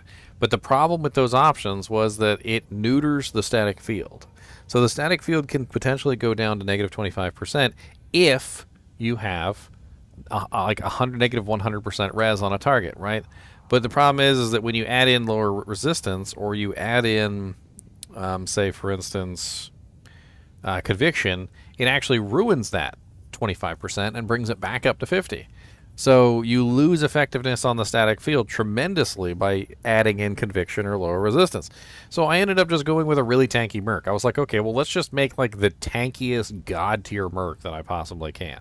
So I outfitted him with an ethereal wallwork, super cheap, shaft stop. I don't have an ethereal one, but an ethereal one would be even better. Upgraded to a bone weave, and I gave him an ethereal obedience man catcher. Super cheap setup, to be honest. You can get all those items relatively easily, and then with this setup, he's sitting at maximum all resistances. And I even went with the Defiance instead of Might, because I wanted him to be like super tank beast. He is sitting at 19,731 defense with my shouts. Good lord. Good luck hitting him, right? He also has 45% physical damage reduction. He has 60% faster hit recovery and 40% crushing blow. He literally just, like, in the cow level, he can literally just stand there and tank, like, all of the cows by himself. Got to love that. It's locked. And ethereal 4-socket man thresh. And catcher the other day. Honestly, his damage output is insane. Like, it was one of the things that I noticed about him the most is that, like, he can chunk out some fizz damage. I may not be a physical damage, like character, but he is. So if I ever need physical damage for whatever reason, like he's there to pump it out. He's also got the crushing blow for me, which I definitely enjoy. I like a little CB.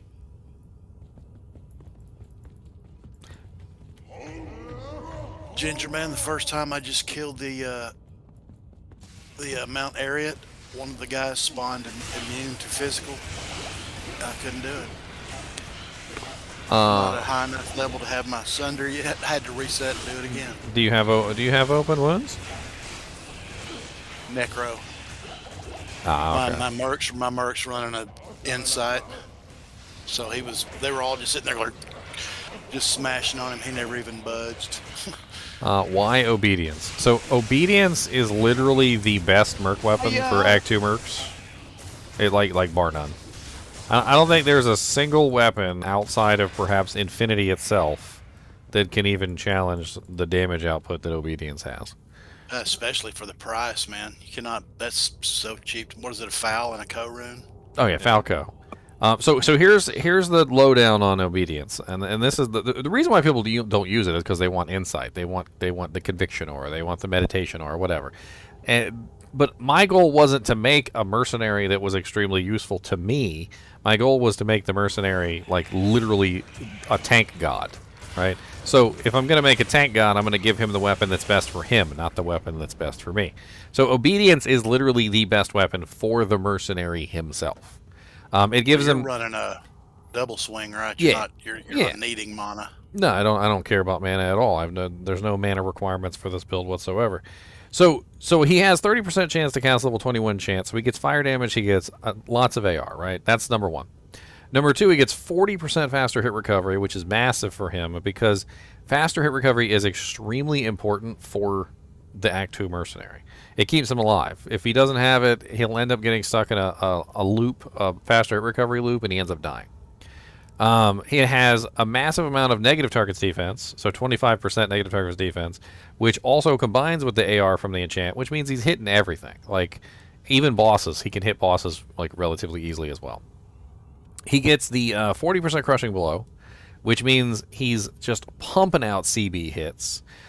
He hits really fast, by the way, Yeah, which it's a nasty weapon. yeah, man. which I put an IAS jewel in his shaft stop also.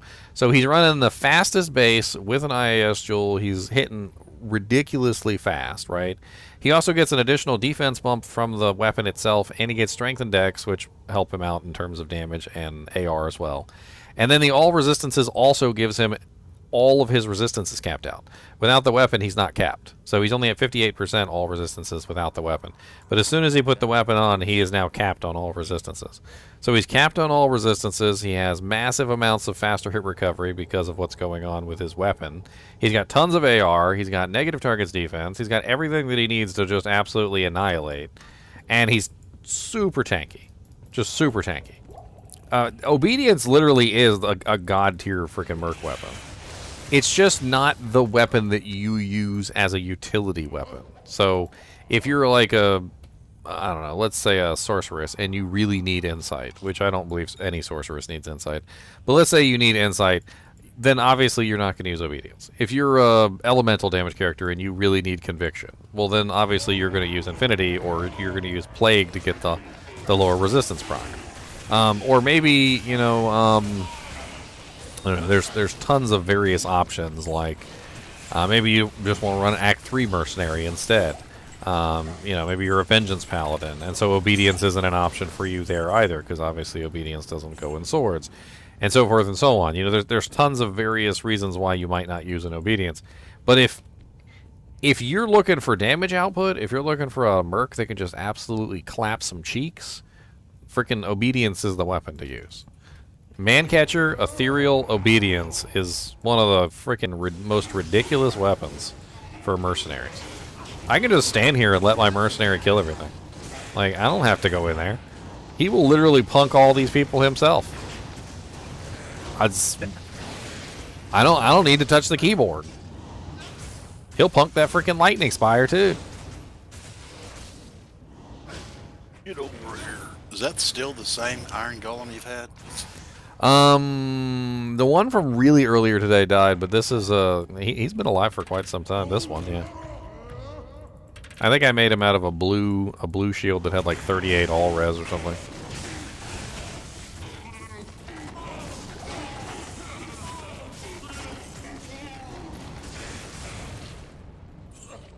It's kind of a fun little combo because I have so much AoE damage on this character. And I set him up for such a nice physical damage, like, murderer, because he does really good at killing single targets.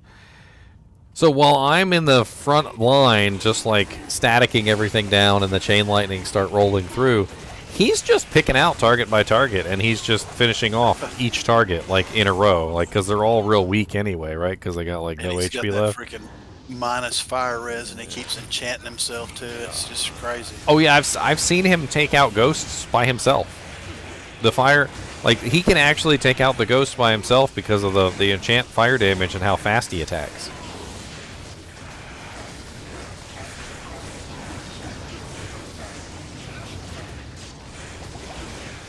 You want to merc like your merc. The best bases for obedience, Mancatcher. The faster bases are the best ones. Honestly, though, any ethereal 5-socket base that obedience can go in is actually pretty good. But you generally want to go toward the faster bases because of the 40% crushing blow. Because, of course, crushing blow goes off obviously a percentage chance on each hit. So the faster he attacks, the more chances you have for crushing blow to trigger, and the more chances you have for crushing blow to trigger, the more damage output that you can get. It's just a natural consequence. Oh, you had to say something about my golem too. Now he's dead. I wonder how well a infinity would work. For what? Just because you're doing so much lightning damage, you know. Well, as I talked about earlier, it actually makes my static field worse.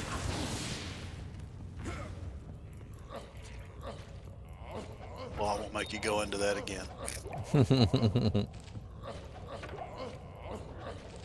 Common sense says, hey, I guess it's not so common.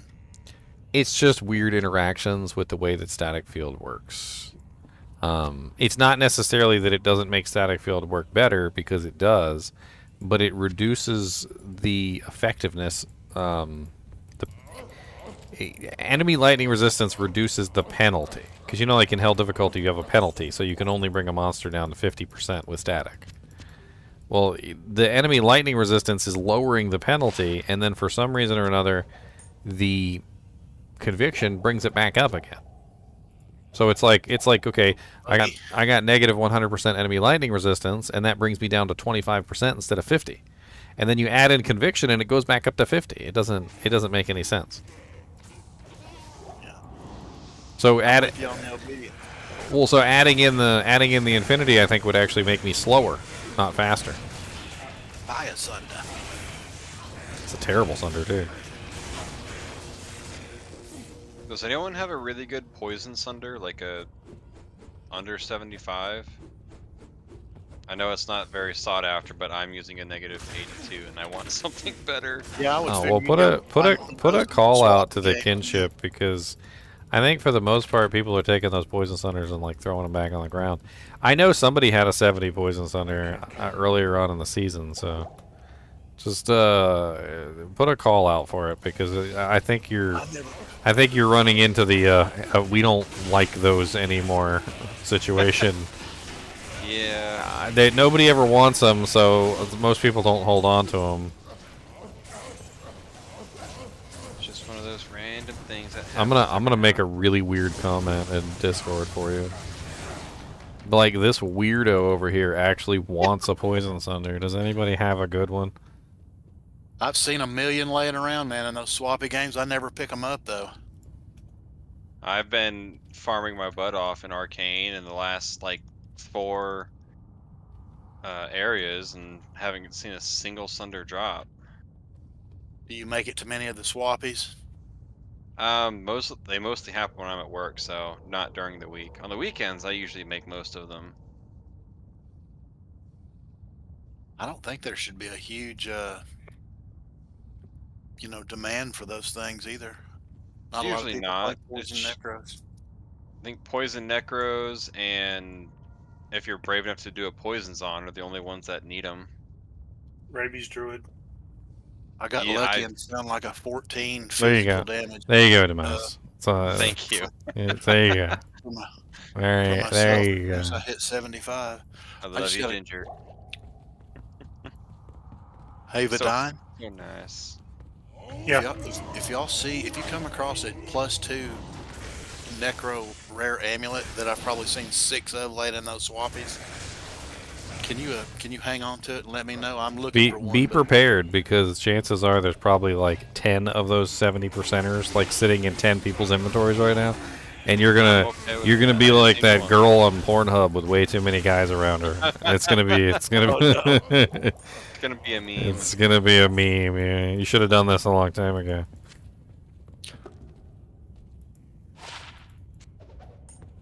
I've seen a blue one or two I dropped in the swappy, but I'll look for a rare. Oh, it does. I don't even really care if it's blue, as long as it's got +2 to skills. I'm good with it. I really never pick the blue ones up when I go on those swappies. I guess I should. I've actually picked up 1 or 2 rare +2 necro amulets when I was running my assassin, so I didn't think much about them at that point. But now I'm going, dang, wish I'd have picked those up. Got lucky and you gave me that coronet. That hit the spot for real. What level are you right now on your necro? I am level 50, about to be level 58, and I'm right on Nightmare Bale's heels here. I have a decent Curses amulet with a level 2 teleport charge on it if you want that. Really? Yes. That's interesting. I'm How do only keeping it because it has TP charges. Do you want, is it free, or do you want Yeah, 6 burr runes and no, a it's cup of coffee, free. or what? I don't need anything for it. It's one I was using till I found the one I currently have, which is a +2. Sweet, man. I'm going to bounce out of here and make a game.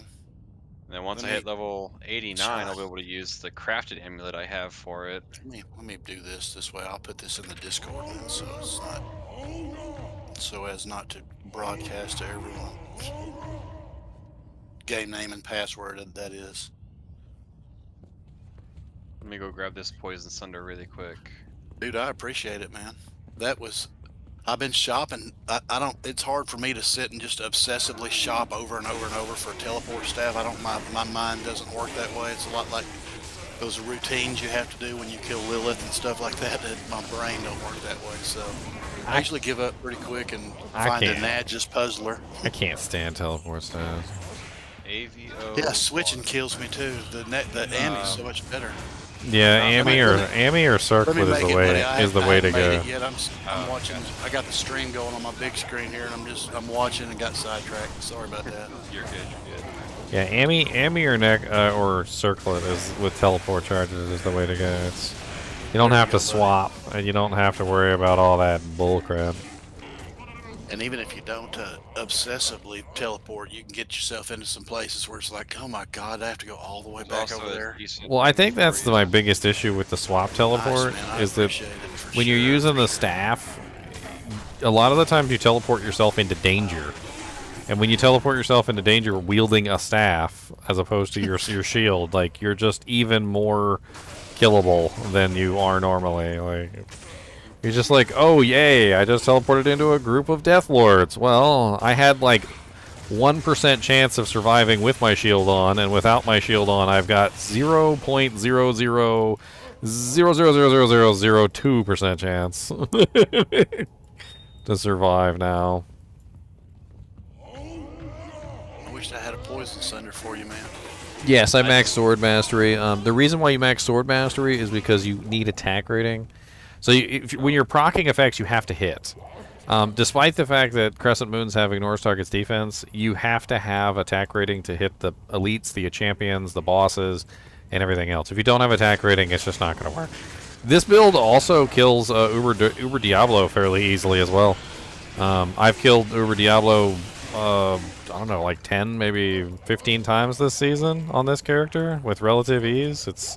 I was actually quite surprised at how easily this character kills Uber Diablo.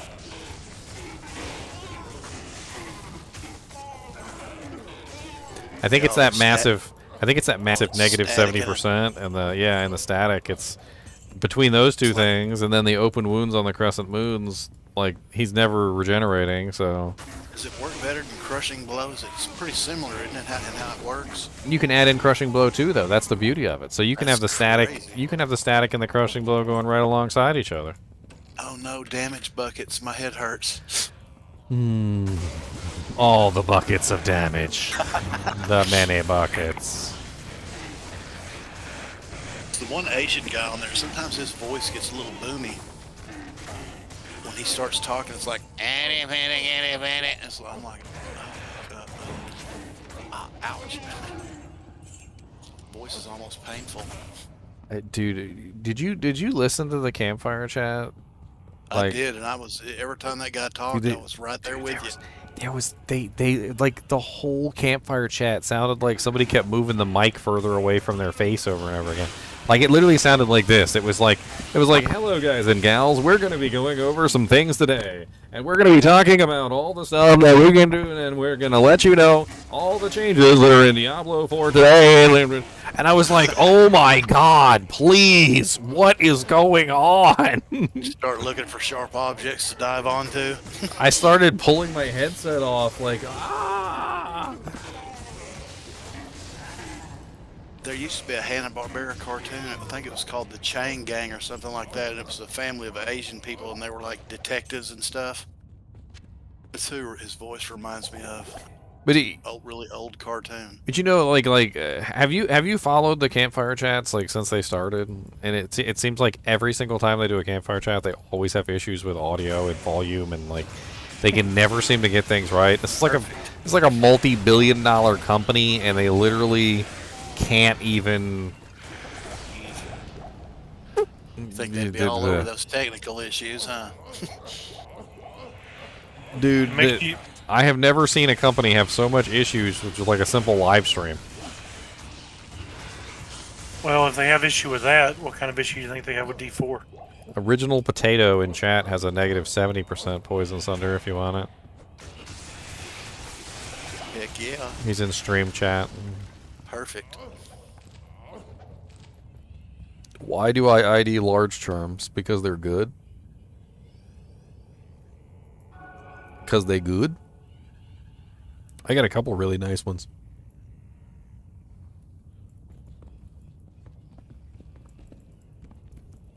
Yeah, but it's like there's always something different wrong though. Like they have intern number 6 working on the stream today, and then yesterday it was intern number 5, and then the next stream it's like intern number 7 is working on the stream. Like it's like there's no correlation between the two. Like the last guy already learned this problem and he fixed it, but he's not the same guy that was doing the stream as last time, so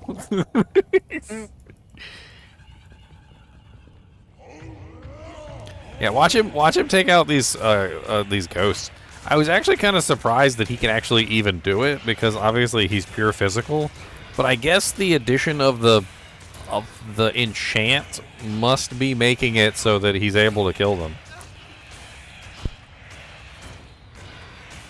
I mean, granted, it's not super fast, I'll admit, but he can still do it, which is funny. Well, he's a pretty good compliment to what you're doing as well, too, you know. He kind of takes up where you're leaving off, if there is such a thing.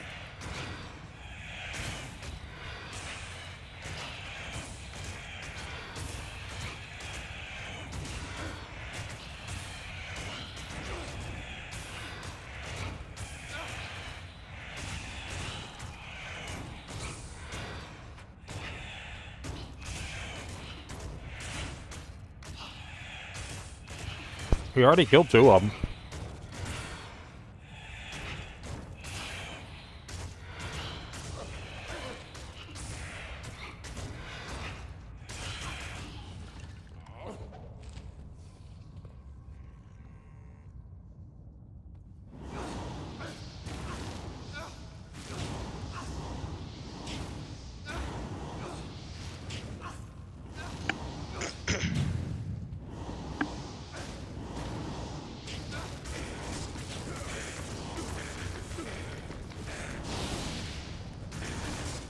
Arcane is slow without a teleport, but simple for bow paladin.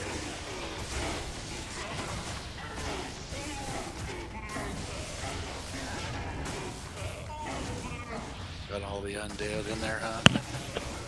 And the holy bolt just shoots in a straight line, so. Oh yeah, Poe Paladin has no problem whatsoever. Arcane Sanctuary is his bread and butter as far as I'm concerned. Granted, I went the wrong way every time. It has been the last direction I've went every single time. How many HPs?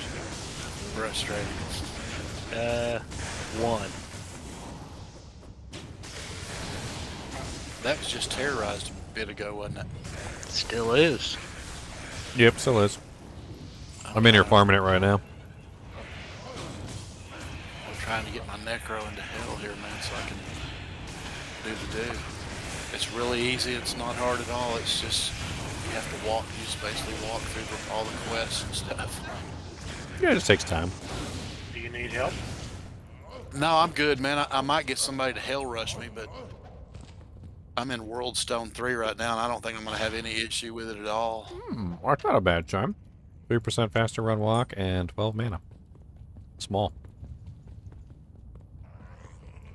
That's only what, it's only 5 points off max mana. Yeah, 17. We're not bad. Highest. We're not bad. Only thing that'll scare you is spirit cats and golems. Oh my! Honestly, Spear Cats is my most hated enemy on the Necromancer, and it's because the attacks go through your army. Straight through, and you can't see them. Unlike with the Golems that go straight through your army, at least you can see the lightning bolts and you can, like, play a game of dodge. The spears are almost imperceptibly thin, and in certain maps and in certain cases, you cannot see them. Like, you just can't. So you end up in, like, these situations where you'll have spears coming at you from all directions, and you have no clue. You have no clue where they're coming from. You're just, like, dancing around, like, hoping you can dodge them. It's a very, very frequent issue. Demised gorilla potato.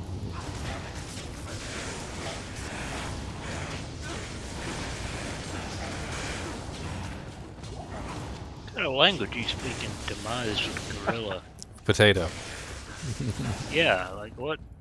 English? Are you having a stroke? English? Cowabunga. Inglesius. What do you know? It's not the third direction I went this time either. That's what you get for making fun of me. So ha. You haven't been around, so. Well, I'm here now, Up to do. and I'm here. Wah.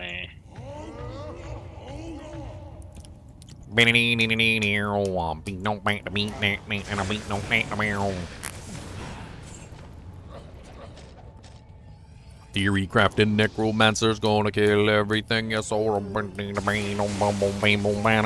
you do that for, Cody? You don't like my song? Was that my buddy? He's like, What's up, buddy? do I gotta sing the Kubus Abubus song? Is that what you want me to sing?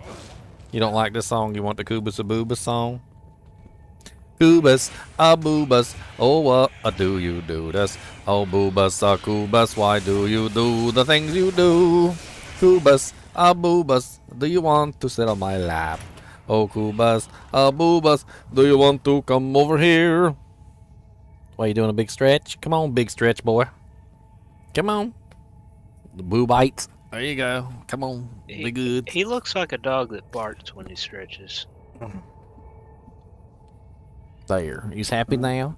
Are you happy? Don't put your paw on my keyboard. That's rude, sir. He wants to play. Don't put your paw on my keyboard.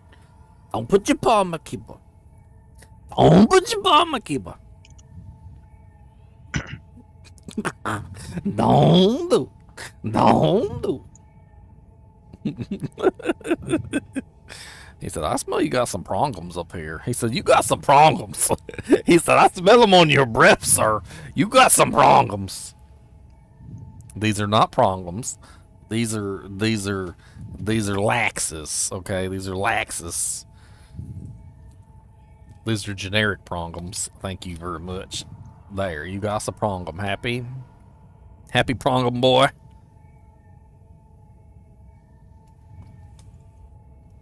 Every now and then I give him something to eat and he gets it stuck in his jowl meat and it's hilarious and he can't get it out and you see him like shaking his head and like pawing himself because he has like a chip stuck in his jowl.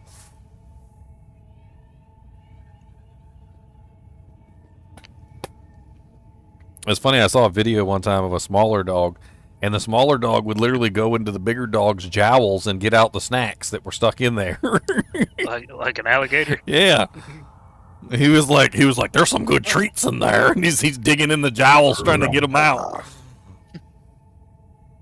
He's like, there's a whole prongum in there. A whole prongum. Can't let it go to waste. That's right, can't let it go to waste. What's in here? I got some doojanks in here. Why are you looking at my Get back on doojanks? D4, man. Get down then, sir. Get down. Get down. Yeah. Oh, step on my winter. I'll check it out. God dang. But, I paid for it, so. I mean, yeah, we already paid for it now.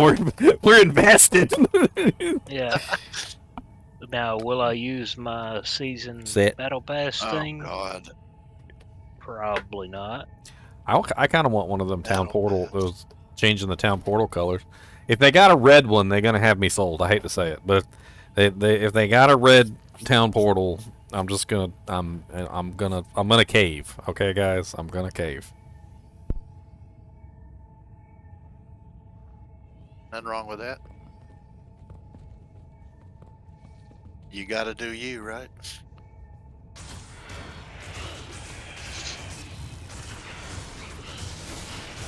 I mean, I didn't activate the battle pass for first season because I had a bad feeling about it. Turns out I was right. I kind of like the equipment. Like, some of the cosmetic stuff was nice. Like, if you play Druid, the Druid's equipment looks terrible. Like a rabbit, it looked like a rabid raccoon. And the armor that they had for the cosmetic for the battle pass for that season was like a generic all across the board armor. And so it was set up to look good for all the classes, and it wasn't like a raccoon pelt tied to your butt cheek. It was actually like real armor on the Druid for the first time ever. And every single Druid that I saw that was playing in that season was using that armor. You know why? Because it was the only one that didn't look like a raccoon tied to your butt cheek. So for that reason alone, like if you played Druid, it was worth doing the season pass in season 1. I played Druid. Because now you got some armor that don't look like you got a raccoon tied to your butt cheek. I've just never cared anything about the cosmetics. I'll take that raccoon tied to my butt. Oh, he likes the raccoon tied to his butt cheek. You just like raccoons tied to your butt cheek. That's all it is. I mean, he could look like a turd for all I cared. Oh, he is covered in poo. He's a poo covered raccoon. That's okay. There's a poo covered possum in there too. You want one of them? Wouldn't bother me as long as he can throw lightning. I don't think he's throwing much anything no more. Except for some bad smells. Or tornadoes. Tornadoes work. Back when I played D3, I used to play around with the transmog system in there. It was kind of fun. So, did you see Chunks stuff. Did you see the boulder hurricane build? The bowler. I think so. They had it in the campfire chat. They showed a picture of it. That there's going to be a new revolve around you. Yeah, it literally the freaking. Oh, the one that looked like a hammerton. The boulder literally goes around in the hurricane.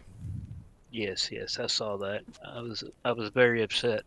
Why? Because it looked like a hammerton. Because it looked like a hammerton. It's not a hammerton. It's a boulder. And you can be a rock spinning around in a circle instead of a hammer. It's only one though. It's one big rock.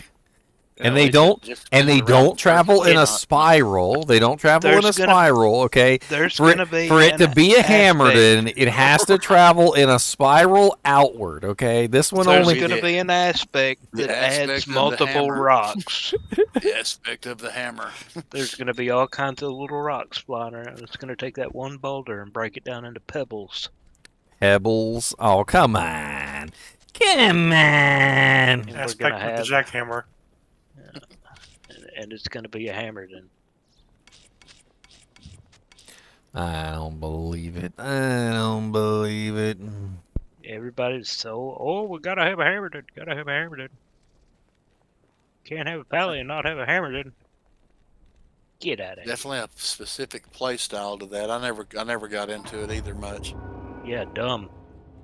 You could be dumb. Really positions. I don't know. It's just my opinion. I don't like them. Never liked them. Never will. I don't see. You don't like them either. I don't. But yeah, I don't. But I don't see the correlation.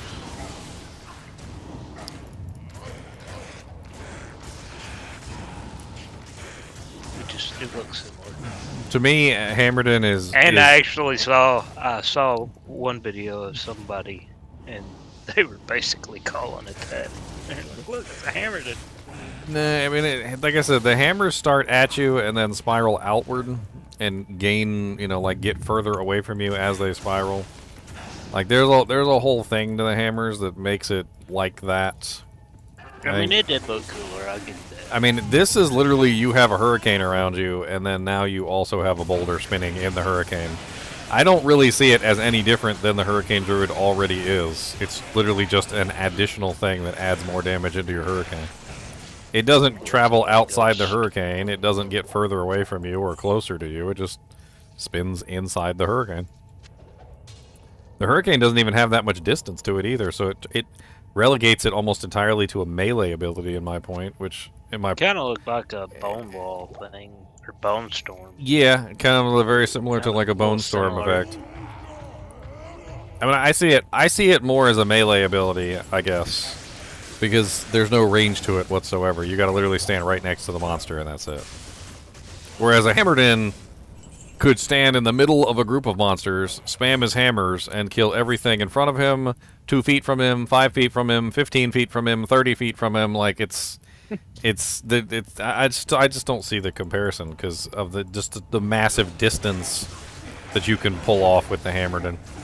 I don't know, I guess it was just that video to where that's what you were saying. I think the other big difference between it, and this is just my opinion here, but is with the hammers, they're stationary, right?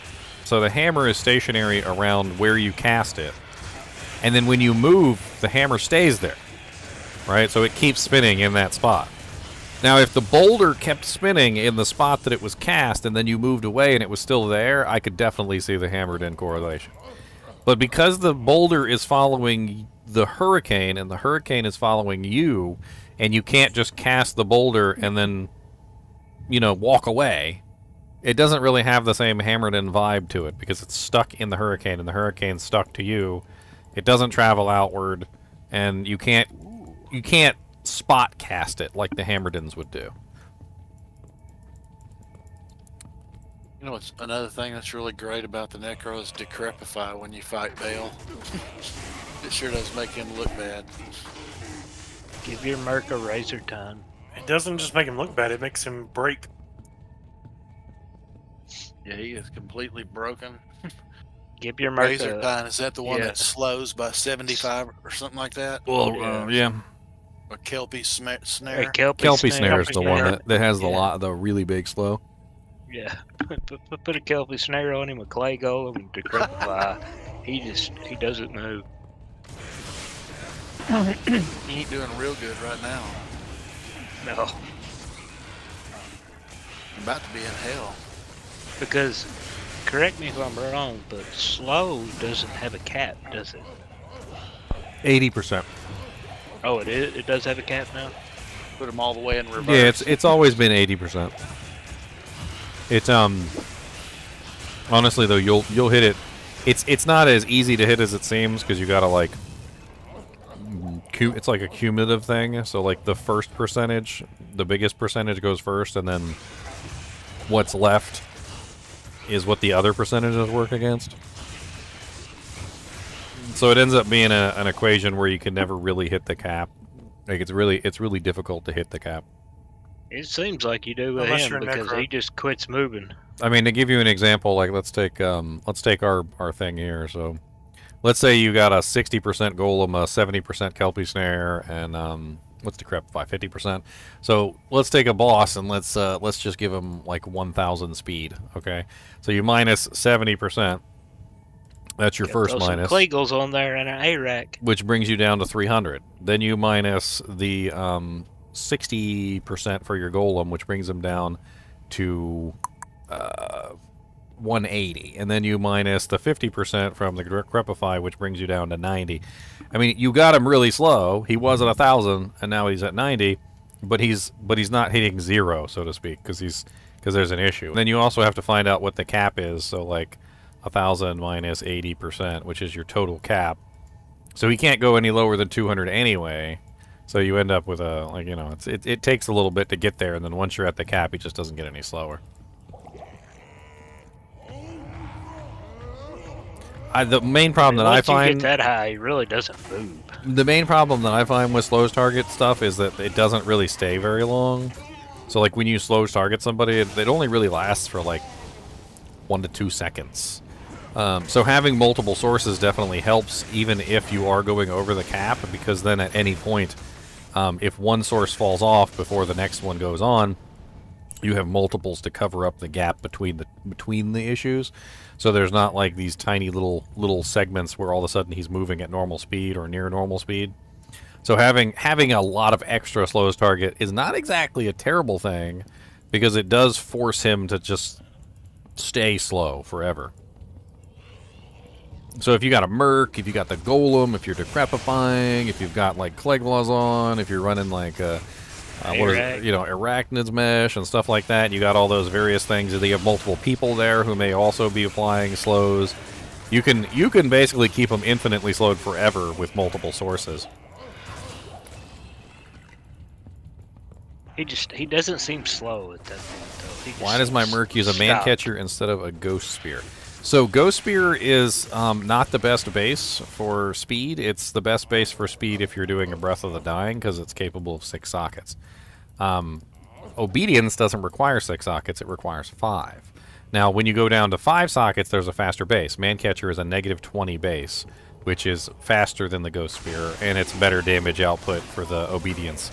So what you put the Rune Word in often comes down to, like, how many sockets do you need? If you need 6 sockets, like for Breath of the Dying, your choices become limited. There's not a lot of really good 6-socket weapons. Example, swords. So if I wanted to find a 6-socket sword, let's say one-handed 6-socket sword, what are my choices for one-handed 6-socket swords? So it's a really limited list. I'm pretty sure the only one, as far as I know, is the Crystal, Dimensional, and Phase Blade. Those are the only ones that hit 6 sockets for one-handed swords. Unless you're a barb. Unless you're a barbarian and you can use the two-handed variants. So, for instance, if I was a character who wanted to make Breath of the Dying in a one-handed sword, I'd have to go with an ethereal Dimensional Blade or a non-ethereal Phase Blade. Those would be my 2 main choices. And then when you throw in the Barbarian in the equation, well, then at that point you're looking at something more like what, Ethereal Colossus Blade. Yeah, Ethereal Colossus Blade, because that's going to be a much better choice than a Phase Blade. So when you're looking at what base to put what item in, it comes down to how many sockets do you need and who can wear it.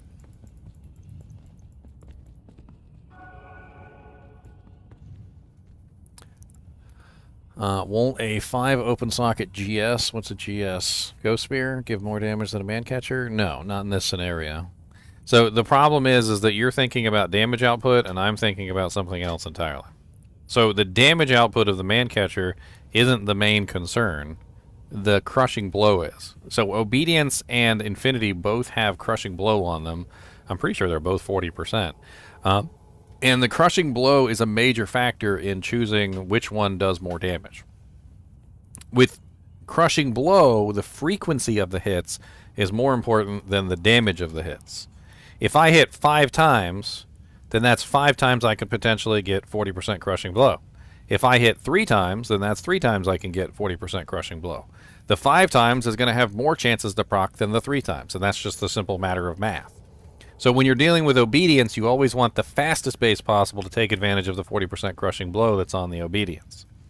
And Mancatcher is the fastest base that you can possibly put it in. It's a -20 base, which means you don't need very much increased attack speed on your equipment to make it faster.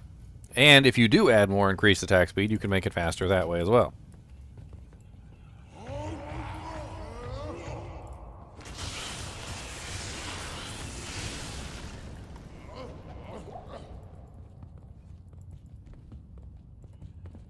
Cody, did you just poop your pants, sir?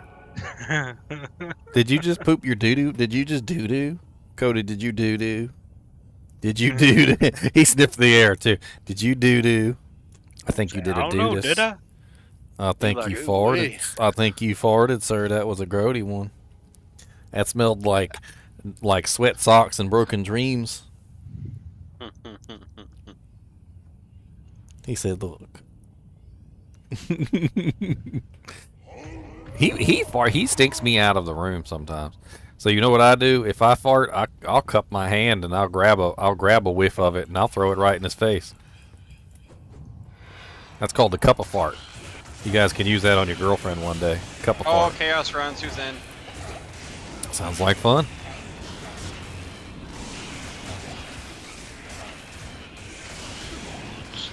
Level 90. Is anyone higher than that right now? I am 91. Hang on, let me get my stuff, man. Just let me know what game.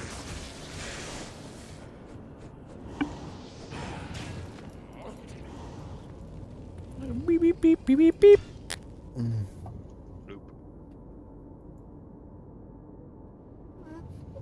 Possible to play Boson without top items. I don't know, maybe not. Depends on what kind of bow is on. Alright, Ginger, what game are we going to? Oh, who's level 90? Because I want to bring my Boson. I am. You can make it. I'm gonna switch over my gear real quick and go to my Amazon. She needs EXP more. GGM Chaos 1. Normal password.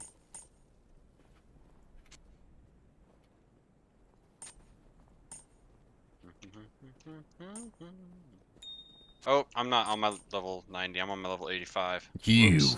fool. I forgot to change over to my pally. It's okay. Go to 2.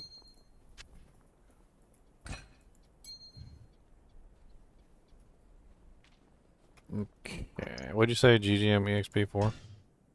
1. No, GGM chaos. Chaos 1. Oh, GGM Chaos 1. Okay, I'll be there. Somebody pop it in chat too. Discord. Yes, Boobus. How are you do this? Does the Boobus do this? Does the Dudus Boobus? Which way did the Boobus do this, and how has the Boobus gone with the Dudus Boobus? Does the Boobus know the ways of the Dudus? Or does the Dudus know the ways of the Boobus? I'll put that to good use. He said, shut up. How about that? To good use. So talking to me any kind of way. I don't appreciate it. So I'm gonna come fight you. Well, I hope we're not tailing to the throne. That's not going to help us any. If one person can TP to the start of Chaos, it'd make it much easier.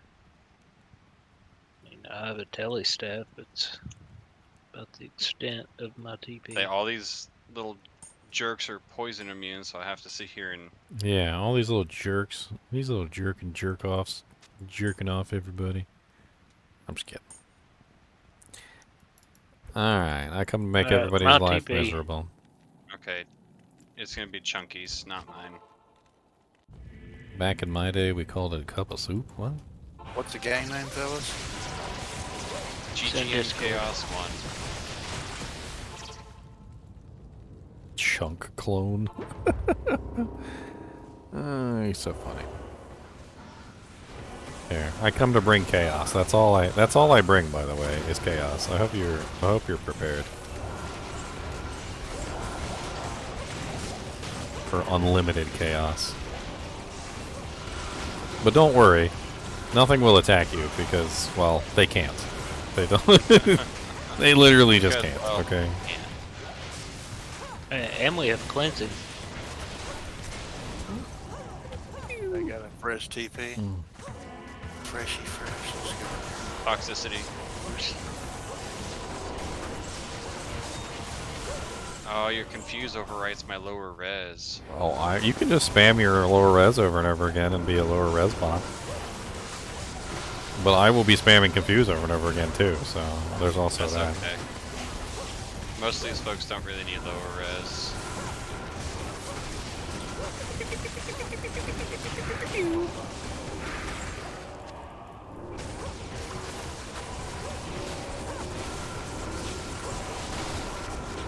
Popping.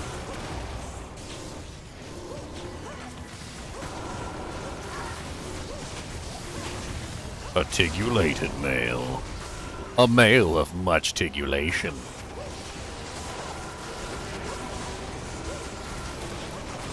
Once upon a time, there was a Boobus.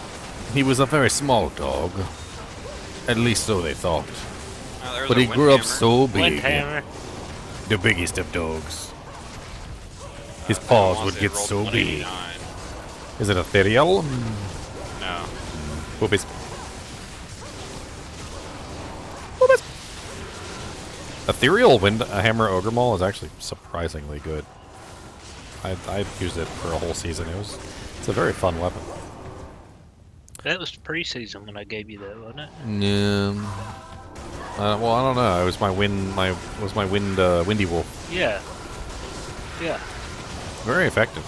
I remember because I gave you an S one. That was before the next hit delay changes too. It probably is even better now. Yeah. Now that the That's twisters why don't I interfere thought with it each was other. I thought it was pre-season.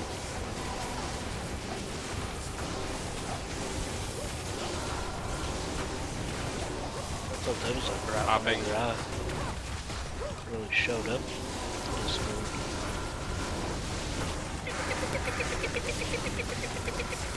Tancred. I was surprised this girl was able to kill Uber Diablo pretty easily. It's pretty good. Hey Cody, guess what? Chicken butt. How about that? Chicken butt. Chicken butt. So who wants to create the next one? Since I'm not strong enough. Well, who's the highest level? TL Port is the highest level. TL Port, continue it up. 92. You are 92, TL Port. You're just a baby.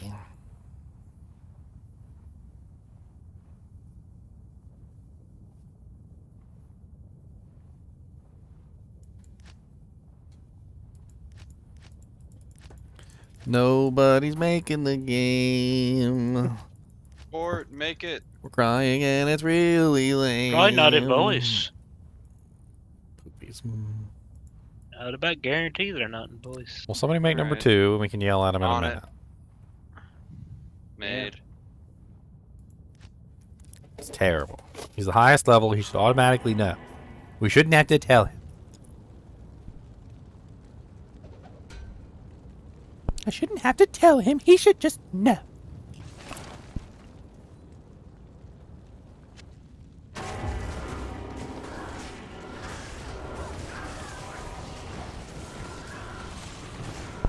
Cody, just because I bring out the Pringles don't mean you're getting one. These are my Prongums. Don't look at me with them. Don't look at me with them little puppy dog eyes.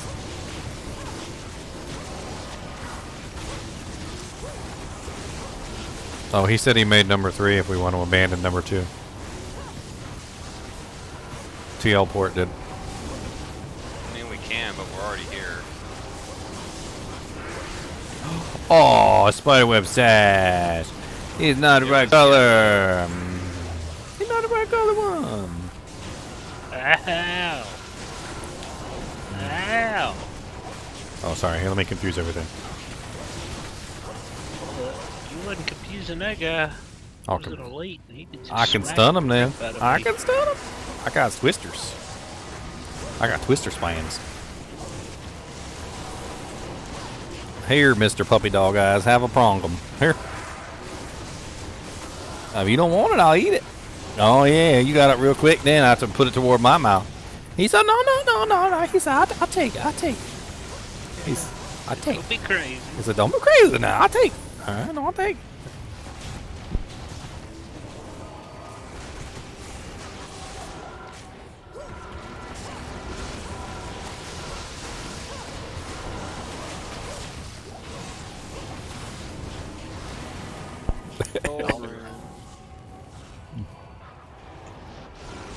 The doliest of runes.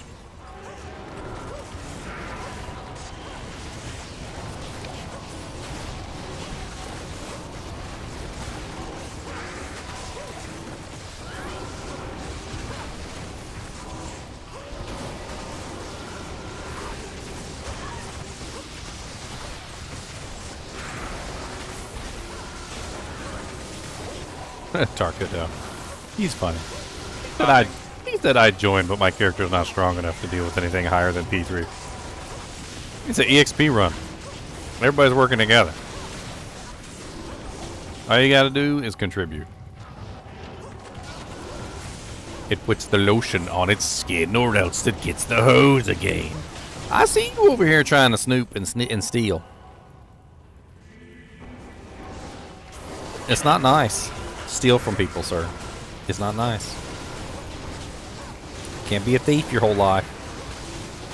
Somebody's gonna chop off one of your paws. They do that, you know. Frightening. They do that.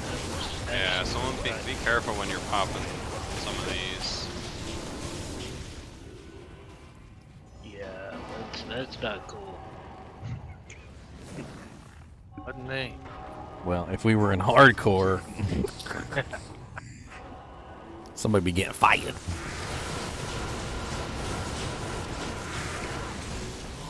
On to 3.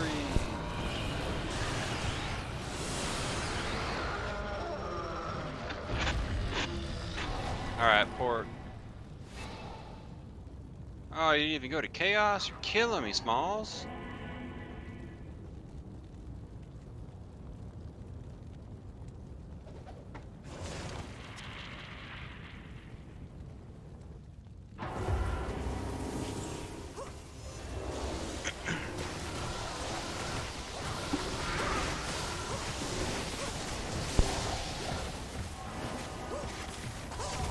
Oh, who looks like a man with a possum on his butt? Diablo 4 Druid. Who has bark all over and moss on his butt? Diablo 4 Druid. Right monarch, right? Who looks like a man but wears girls' clothes? Sorcerer. That sucks. To swap characters and I lost my spot. We swapped characters and lost your spot. Well, TL port was in the other game, so we had 7 people. It should have been the right number. Oh, well, somebody just left.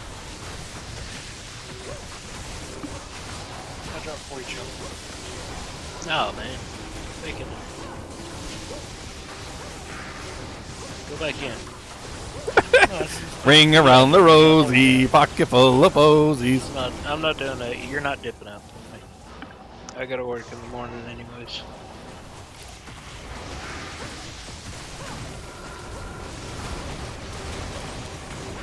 Ring around the Kubus, pocket full of Kubus fur. Ashes, ashes, the Kubus falls down. So I don't like this song. Kubus don't fall down. Kubus strong. Got big leg. Got big leg, strong boy. Don't do fall. What if I wrestle you? How about that? Can I wrestle you? You wanna get wrestled? Hopping. I'm pretty sure that I had talked to him at one point and he told me that he didn't like wrestling with me because I cheated. This is something about you have hands and I don't have hands. And you cheater. That's what he said. You're a cheater.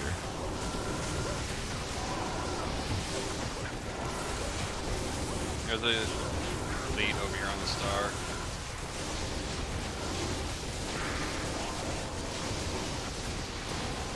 He's dead. Cody, would you like another prongum? I'll put it right here. You can have it. It's a prongum for you. Yes. The what? Ooh, superior Etnax. Superior F 4-socket Etnax? Very nice find. Popping. What would that be? Oath? Probably. I don't even remember. Next is Rimmaster. No, it's a ethereal 4-socket base. Oh, Oath is 4-socket, yeah. Yeah, that's what I was thinking. Maybe Oath.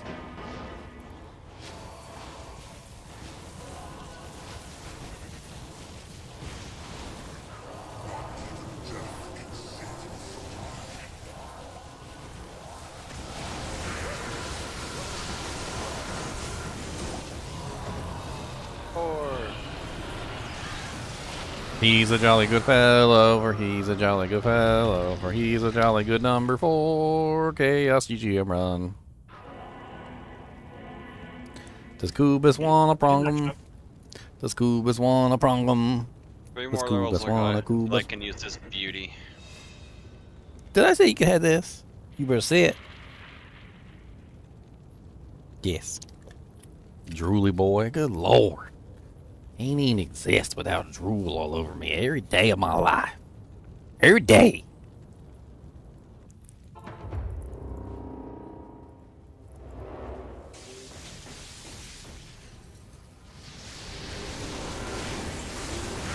Drool factories.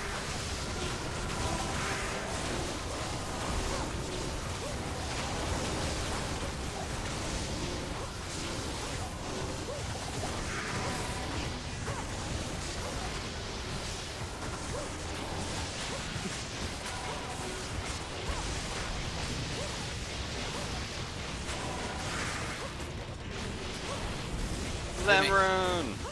Let me. Let me lick it. Those some handy little runes. I don't know, I never turned down a lamb. Them things are nice. Good for all sorts of dude chains.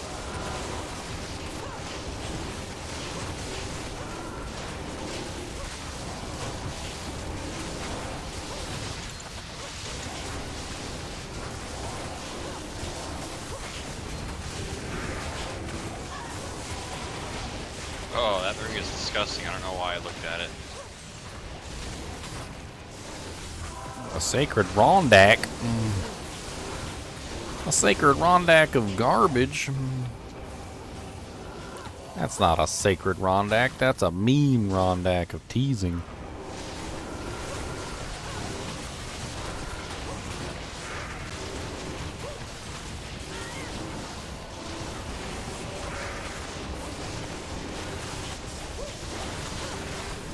Ow.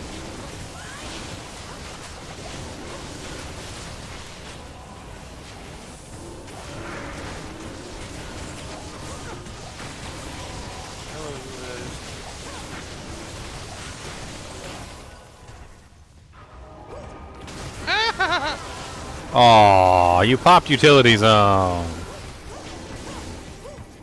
They spawned a little closer than I was anticipating. I mean, you always got to be on your toes when Lord Dacey is spawning. Sometimes he'll spawn right up the crack of your butt, right up your crack of the heavens. He'll spawn right up the crack of the heavens. He don't even care. All the way up the crack of the heavens. Oh, here he goes, Mr. Borkin Borker. PC. Oh, it's a Geeds. Wow. Well, no, it's not. I was overburdened. Sorry. Got everyone's hope up. It's a 75 lightning. Anybody need a lightning? Maybe an upgrade for somebody? I'll take it for sure, but I got an 83. I'm rolling an 83 right now. There you go. Upgrade. Sweet.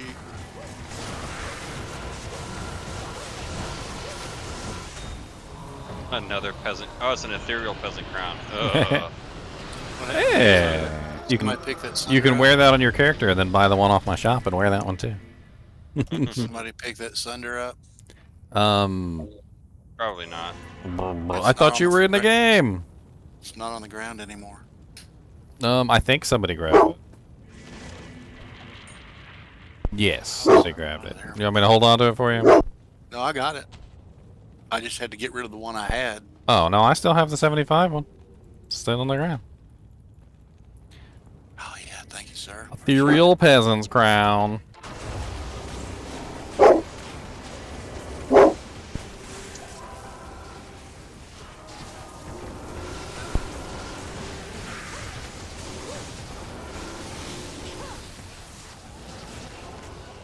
It is not a night for keys.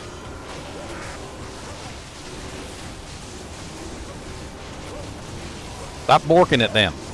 Borker.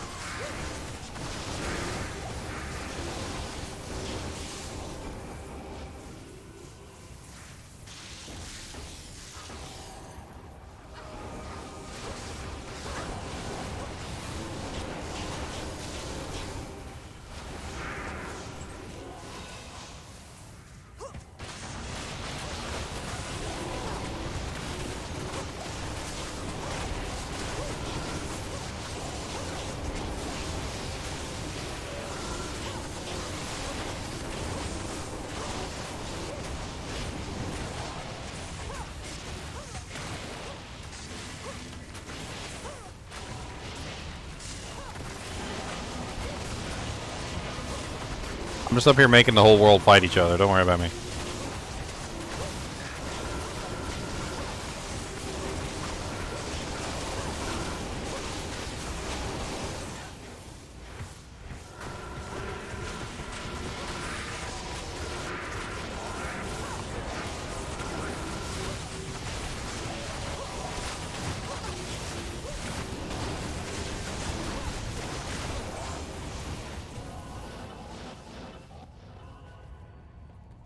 Oh, getting some levels.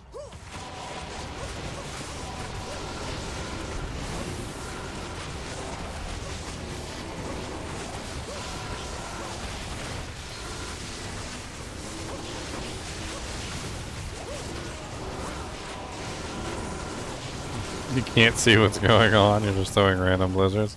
Alright, Good. popping. Good.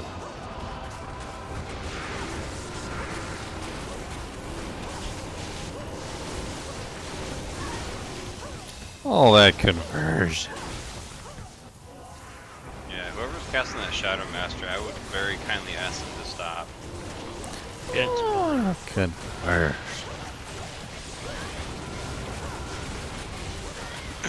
How do you kill her? Just do the unsummon, but for the next game, don't worry about it this game. Popping.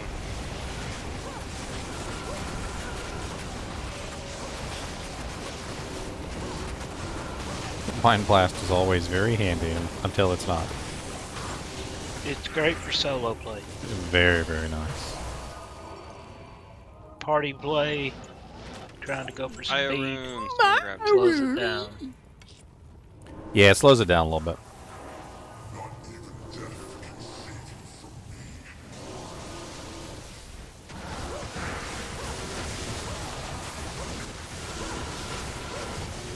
Die.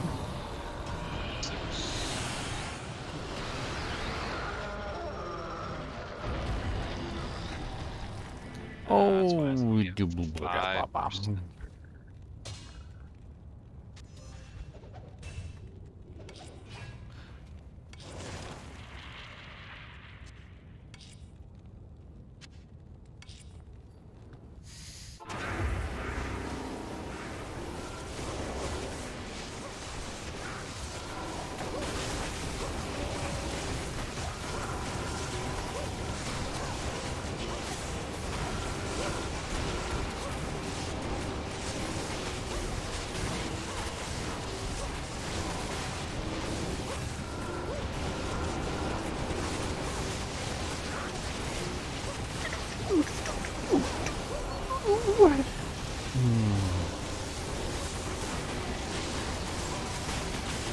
Unique down here. Dead.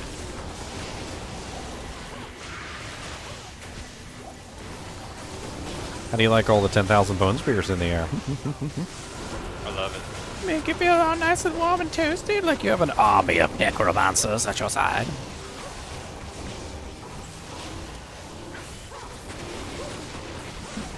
What kind of lightning damage are you looking for on a grand challenge?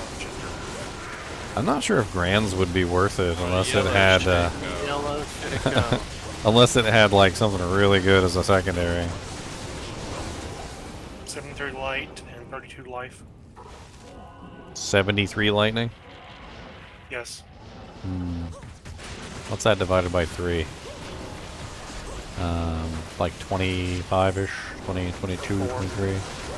I mean, that's not a bad amount of life to add on to it. I might be able to replace some of my smaller ones with it. I don't know. Like the 24s and stuff that I have that are just planes. Let's see. I'd have to run the math. Your Procazon is straight madness. I love it. Straight madness. I'll say Cue the frickin' the fireworks music.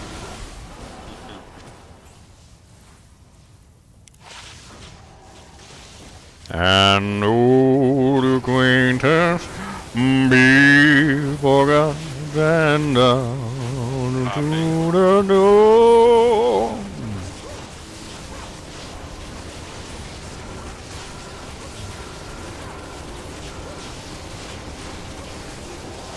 I do pretty good damage with her, too.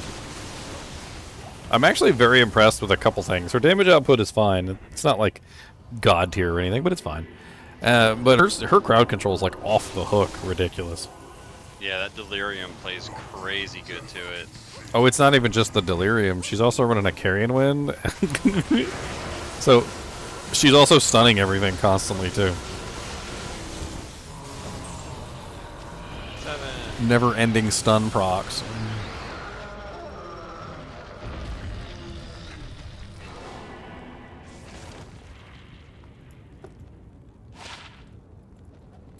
What do you need?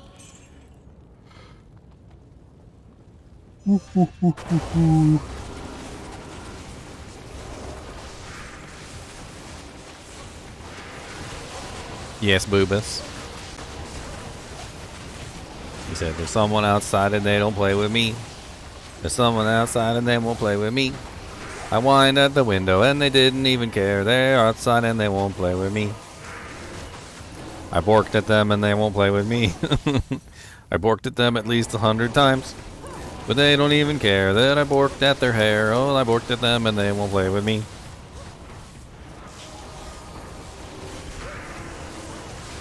I stared at them and they won't play with me. I licked the window and they won't play with me. 2-stock good Thresher. I licked the window good and I made them all cry. But they won't come inside and play with me. Tell me how to unsummon. Archon staff. Was it ethereal? Is it ethereal? How do you unsummon? You could always just summon the warrior instead. The warrior won't cast it. I accidentally summoned the master. Yeah, but they Summon replace the each warrior. other. So the warrior and the master replace each other. The master spams her own skills. The warrior just spams your skills.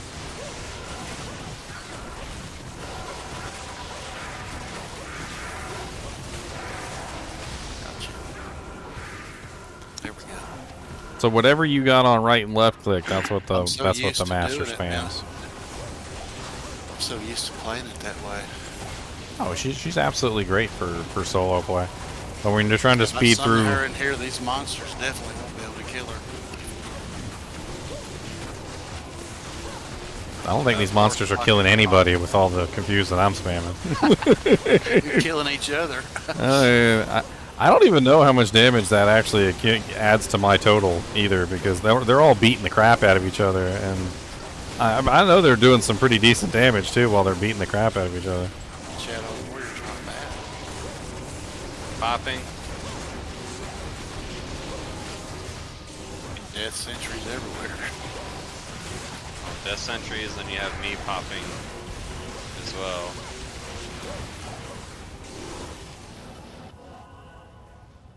He pops.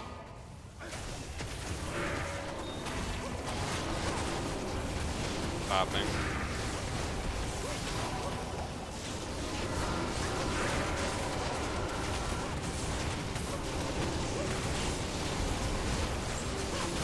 A Minerk shield, Is it any good? is terrible, but it's worth 35k in the bank. In the spank bank. Cody. Why do you keep coming over here to tell on whoever it is outside? If they're bad, bork. If they're not bad, don't bork. Easy. It's really simple. 81 fire. If bad, do the bork. If not bad, don't do the bork. Are they bad? Then bork. He said, I don't know they bad. Can you come check it? And then maybe you bork, and then I bork with you. But I'm not. They might not be the bad people. But we do the bork anyway. We can bork anyway. He's like, if you, I mean, I'll bork. I'm in. He said, I'm in for borking. Borking is what we're doing. I'm in. I can do the bork. I'm good at it.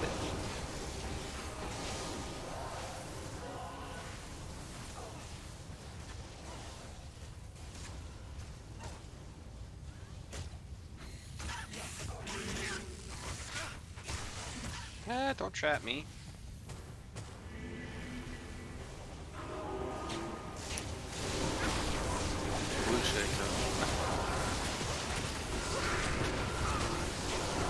Boom, boom, boom, boom, boom, boom, boom, boom.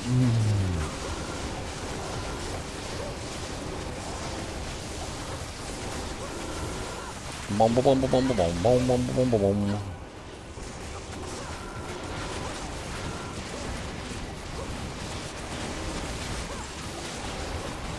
I think I'm just gonna wait my lightning. Not the- down and let you blow them all up. Randy. Good choice. It's terrible.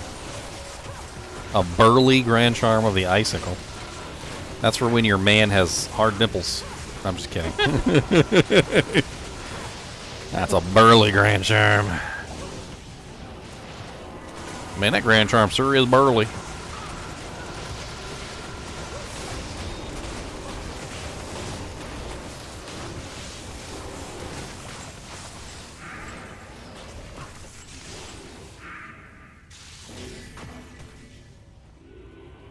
You could shave the hair off a peach with that thing.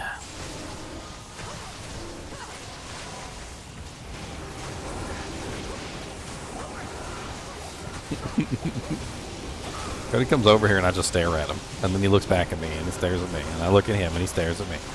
And then he whines.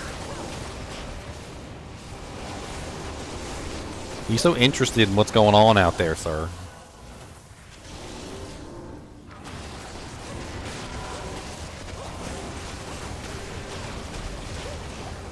A Thule rune you shouldn't have.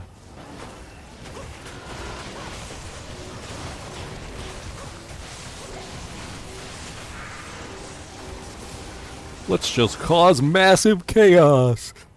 Yay! Chaos time.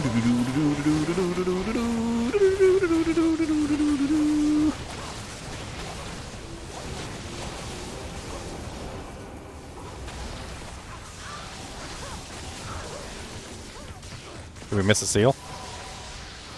Or is Infector still alive? No, he's dead. Oh, well, there's still monsters. There's still monsters alive It's back here. because the other two were converted. Oh, cheapy convertiverts.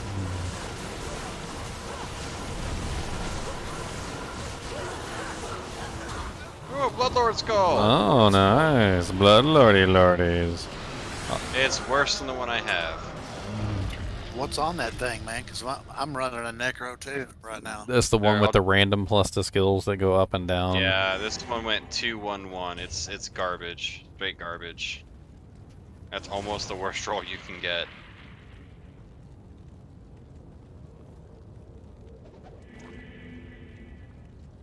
What does it do? Gives you plus to all sets of your skills. Rolls 1 to 3.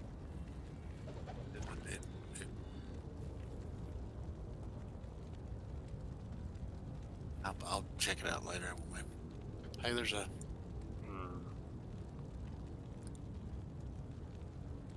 An Amrune. Ammy.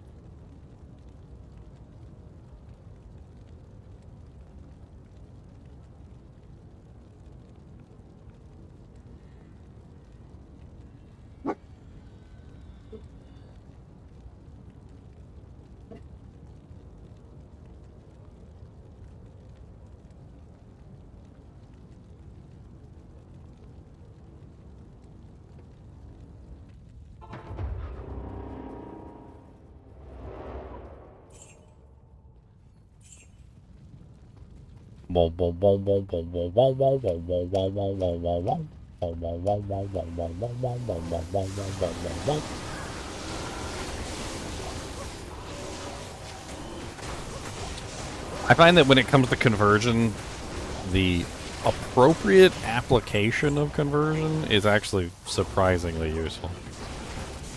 Not enough conversion, and it's not useful at all. Too much conversion, and it becomes, well, kind of a burden at that point, so it's not really useful at all. It's one of those odd things where you just, you know, it's like, I don't know, like seasoning your food. Too much salt in it. Too much salt and it's not good anymore, and not enough salt and it's not good anymore. Like it's gotta be just the right amount. It was a Tancred's, if anyone was wondering.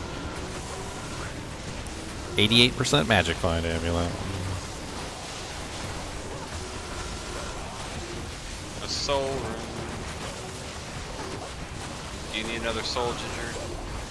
Oh, I've collected many souls. What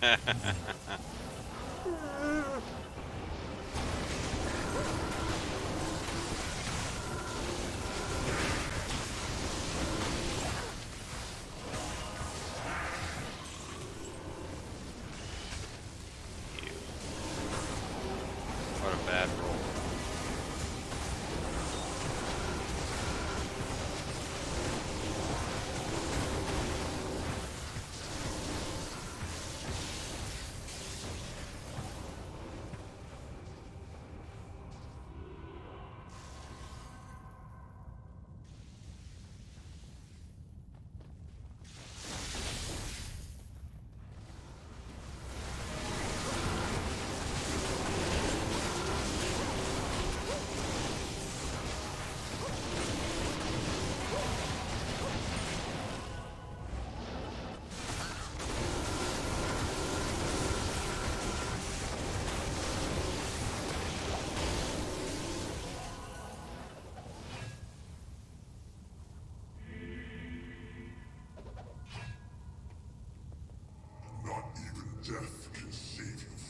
Yeah, not even death.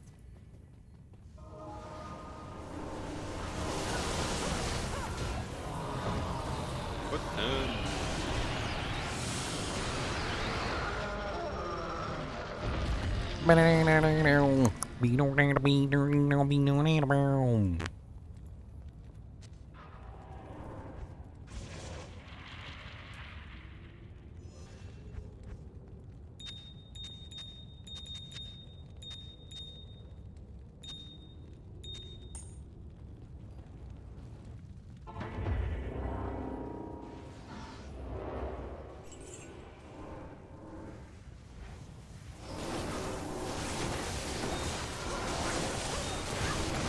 Another soul.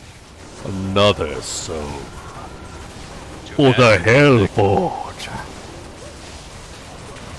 So Steve I usually just go Soul Rune.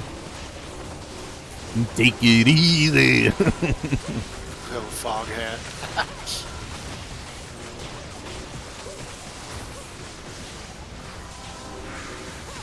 There's the advance. I'm not sure how those things are getting converted like that, but I don't think I'm doing it.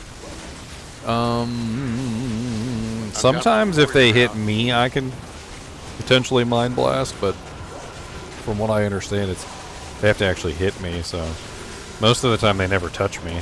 So I don't know. That chance of that happening.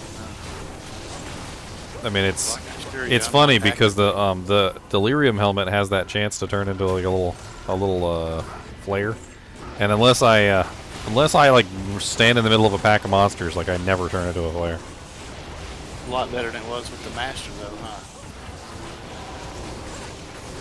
She goes a little crazy with that mind blast sometimes. Yes, yes, she do. She likes it nice and toasty and safe where she's at. I mean, how can they be killing me when they're killing each other, my friend? I think a good change for conversion would be. That is it's a great merc save skill for sure. Well, I think a good change for conversion would be to make it so that you can still hit them while they're converted. Oh. That would be sweet, huh? That's Yeah. good for someone Oh, physical. nice, all res, mana leech, AR. That's pretty decent. The boots were terrible, by the way. I'm not a physical player right now, so if someone wants that ring, I am not a physical player either. I am the Prokazon. Hear me roar.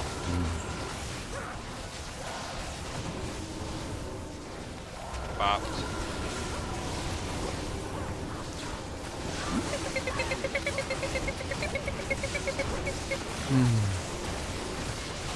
Oh, Chanseys. Jammy jam. Fancies. That's a black cleft. It's a 57 black cleft. What was the roll on those Chanseys? I'll take this combat shrine and kick Diablo in the butt. 32, not terrible.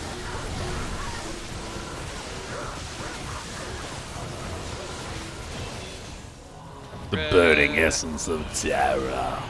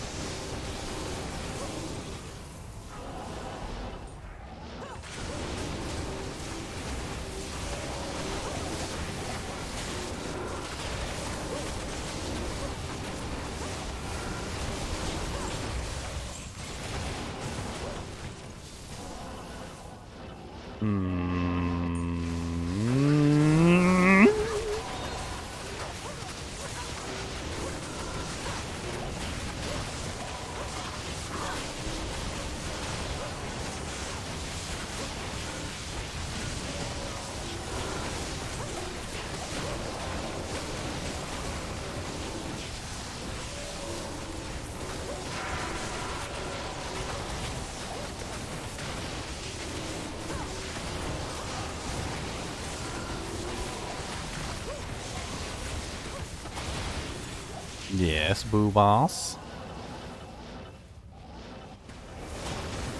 Nosiest dog that ever lived.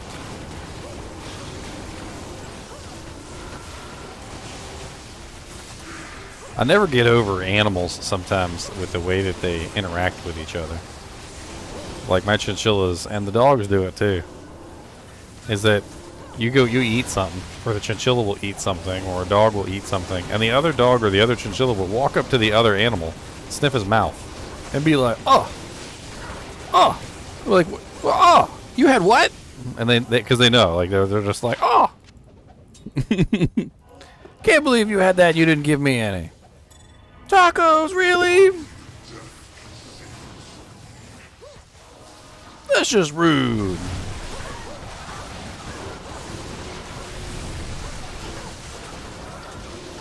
Oh, you got my merc, you little punk. That's rude. Ring's not terrible. Alright, guys, I'm gonna call it a night. I'll see you guys later. Oh, okay. Alright, guys and gals, I'm gonna head out for the night. It's been fun. Thanks for watching, and keep watching.